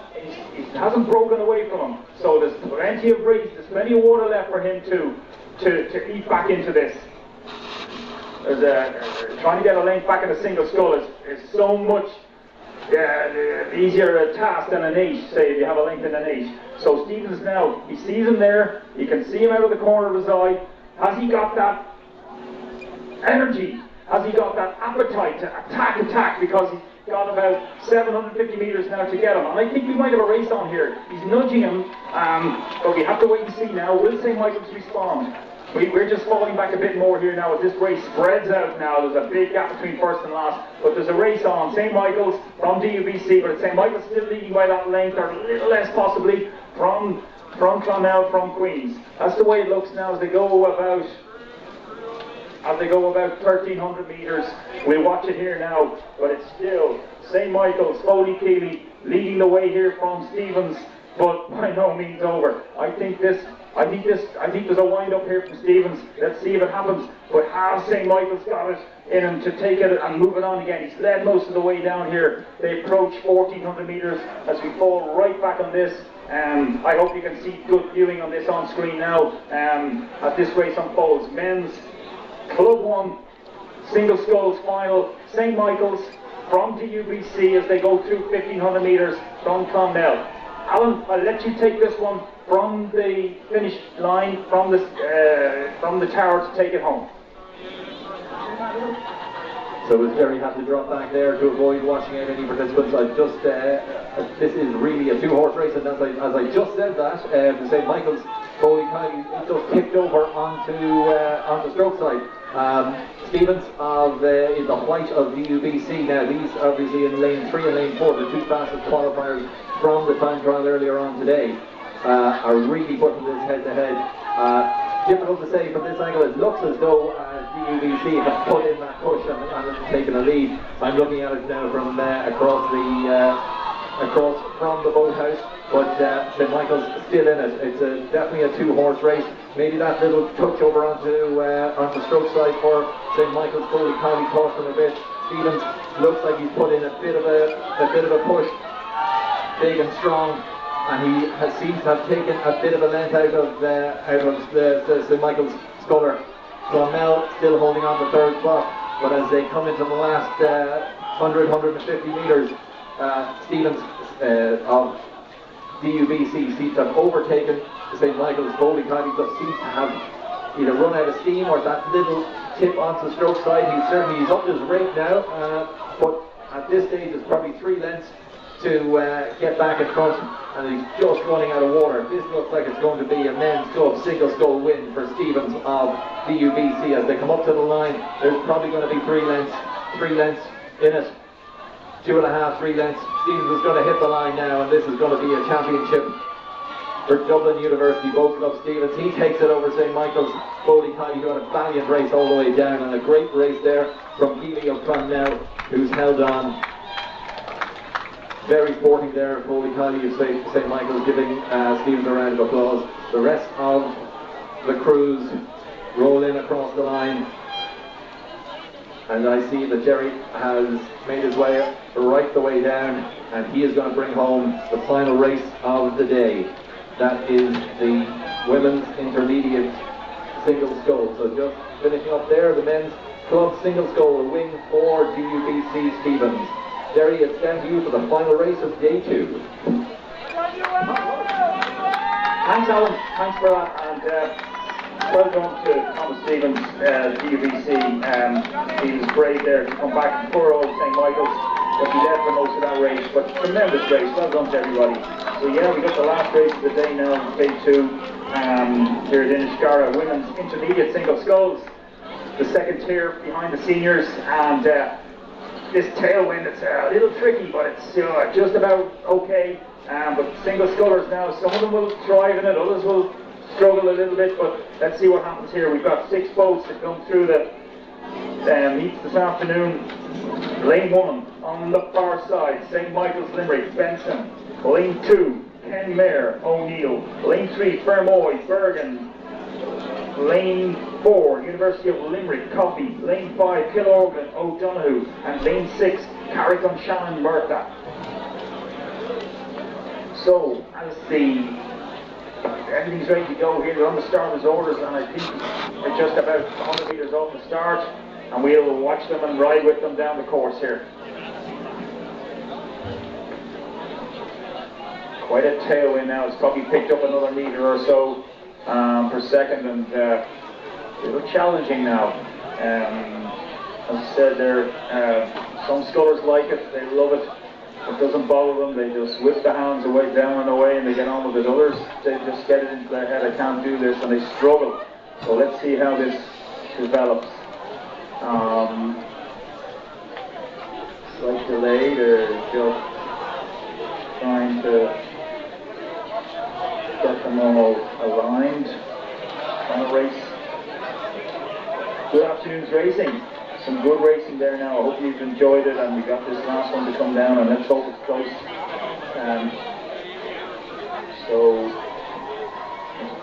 Okay, roll call. We'll be off here in 15 seconds.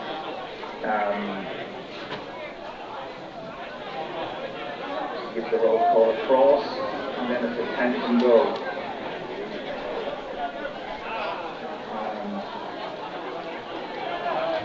We have a race, they're away. All 6 scullers straight as an arrow in their lanes. This is intermediate, so there'll be a lot of experienced girls in here, plenty of years under their belts. Next step is senior rowing, and trying to break through into the big league. So as they come up towards us, some scullers jump out into leads very quickly, and looking at it here, it's lane 4, University of Limerick Coffey, who's got a half a lane down on the cruising side of the from Fermoy Bergen. It's just such early days, and then it's another canvas back to lane 2, Kenmare O'Neill, who's level with the crew, Kilorgan O'Donoghue, and then lane 1 on the far side, St. Michael's Benson, who's level with her. And then the only sculler going adrift at this stage is the sculler Carrick Shannon Murtha. Over in the near, and on the near side of the enclosure, Carrick Shannon. So close enough now for a sculling race, and you know, you can see the odd sculler getting caught slightly, which upsets the rhythm, and they just have to try and avoid them as much as possible. But moving out into a lane lead now is the sculler in lane 4. That's University of Limerick Coffey. She's got a little bit of clear water now, which is great for her as she comes through 400 metres. She'd be quite pleased with that start now as she settles down into her middle of the course race. And then behind her about a half a length, or a little less than a length anyway, of clear water behind her is the sculler in lane 3, Fermoy Bergen, and then Kilorgan O'Donoghue. So that's the 1, 2, 3. Through the 500 metre mark, it's University of Limerick Coffey leading by a length of clear water from Fermoy Bergen, who's got a half a length then on Kilorgan O'Donoghue, who's got just under a length on the crew on the far side, St. Michael's Benson. And then she's got a length of the next 2 scullers just to the 500 metre now, lane 2, Kenmare O'Neill, and Carrick Shannon Murtha.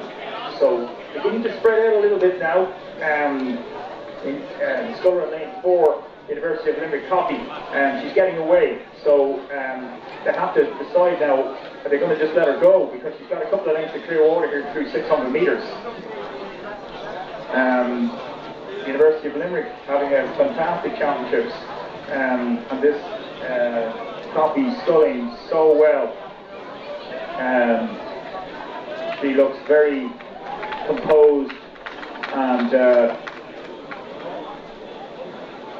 she's moving away, even in about 4 lengths now from Kilorgan O'Donoghue in second position. She's got a half a length down on Fermoy Bergen in third position. There's the top 3, and then a little bit of clear water back to St. Michael's Benson over on the far side of lane 1, and then lane 2, which is Kenmare O'Neill and Carrick Shannon Murtha, and lane 6 are level then in 5th and 6th, a lane further adrift. But there's no doubt about it, as we come through in this final race of Saturday's afternoon entertainment here at the Rowing Championships in Inniscarra, the women's intermediate single sculls final. University of Limerick, Coffey leading the way here. She's got 3 lengths, at least, on Killogan O'Donoghue, who's now moved into 2nd position. And she's got a half a length down on Fermoy. Bergen, she's got a half a length in St. Michael's in lane 1 on the far side, Benson. And then a couple of lengths back to Kenmare and Carton Shannon. So she's well in control of this race through the level. Whoops, yeah, a little bit of a mishap, but she's okay. So this is what happens, you know, and you gotta just, anything can happen here, and you just gotta get down there, that's number 1. And get the oars into the water and then push them too hard. Just it's what you do out of the water is the dangerous bit. Just keep the hands spinning, you know, that's a different way to do this in a tailwind like this. Some people love it and they really do well at it. Anyway, University of Limerick Coffey continues to lead now as they come further and further down the course. Women's intermediate single sculls. I think we should watch out for this girl. She's looking quite good. She might be something we can look forward to in the future at a higher level. But she's just dropping that oar in and just standing on the stretcher. Lovely rowing from her.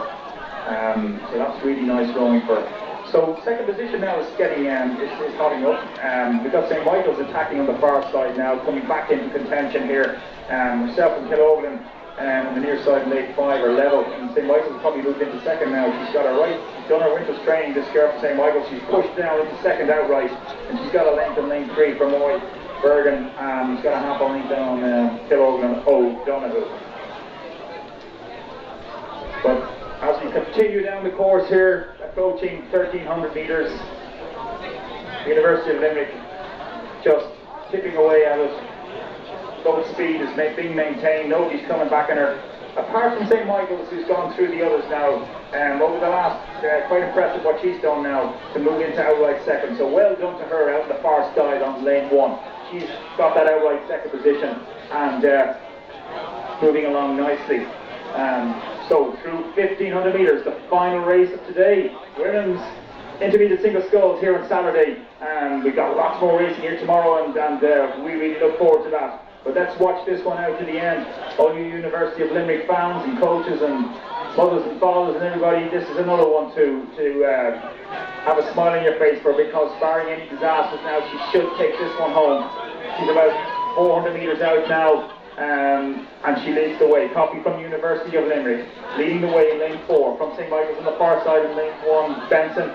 And then it's Fermoy in lane 3, Bergen in 3rd position, a lane further back, and then a lane back to Killogan O'Donoghue. On for the last time this afternoon, takes this women's intermediate single sculls home to the line.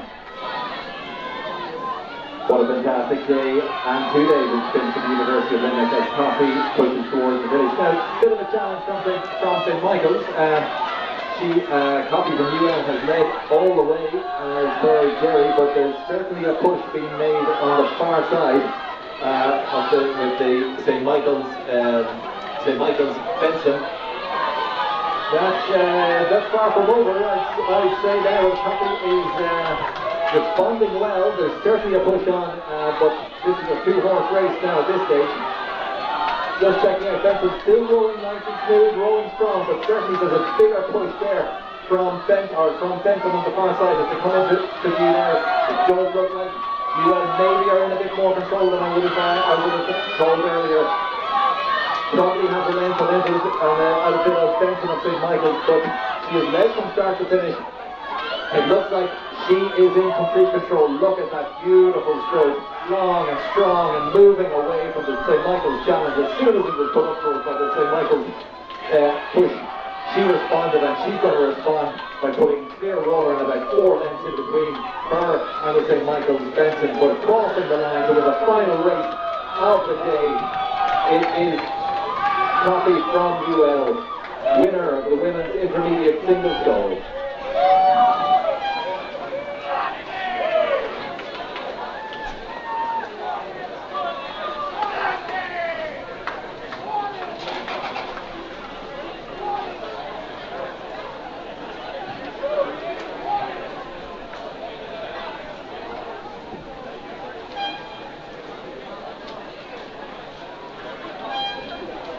we finish up now for the day. That's the final race of day 2. 45 races down. We kick off again tomorrow. Day 3 starting at 9 a.m. with the women's senior single solo. Just falls to me to say thank you to everyone who joined us online, all the crews and coaches, the winners, but more importantly, the rest of the participants. Everybody out there gave it their all. Special thanks.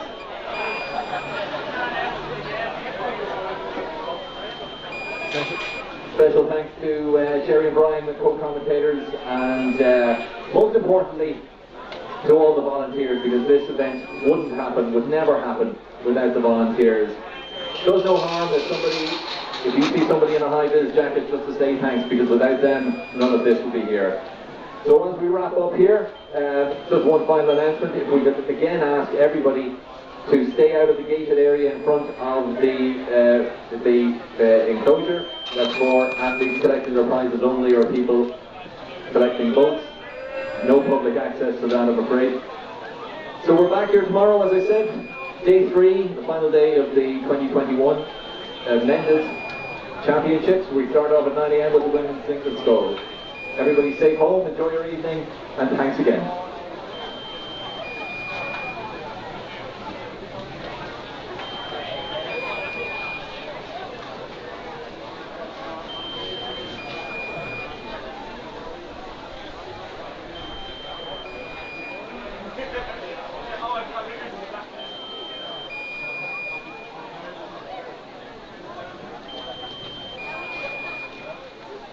Haven't lost it anyway.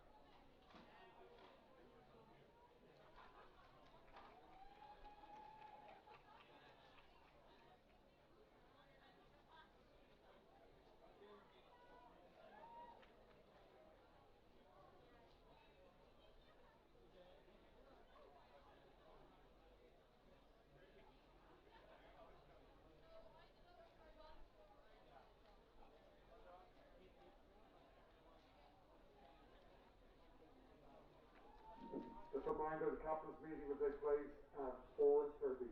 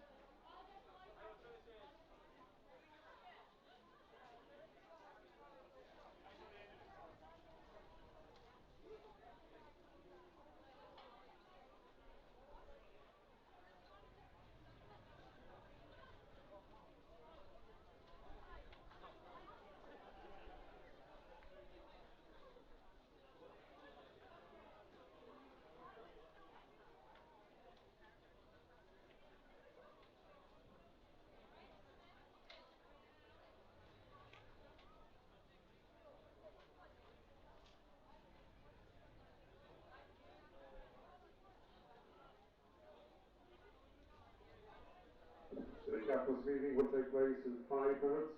Captain's meeting in 5 minutes.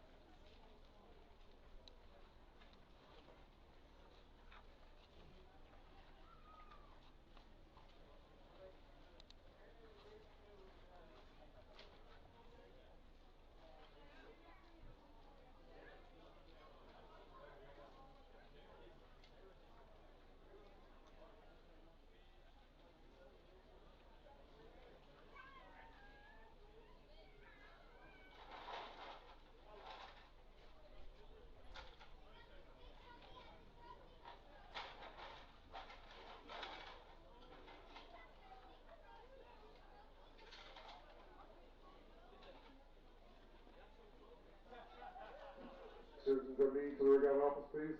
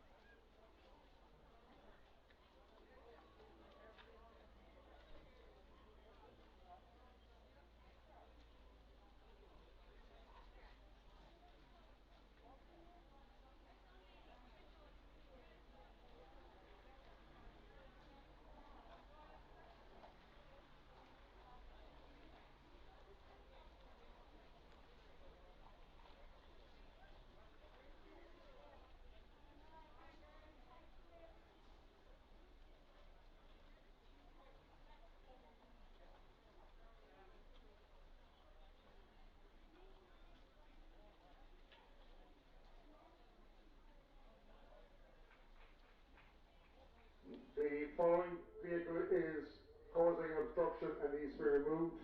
142C5772. That's 142C5772. If this is your vehicle, please move it immediately.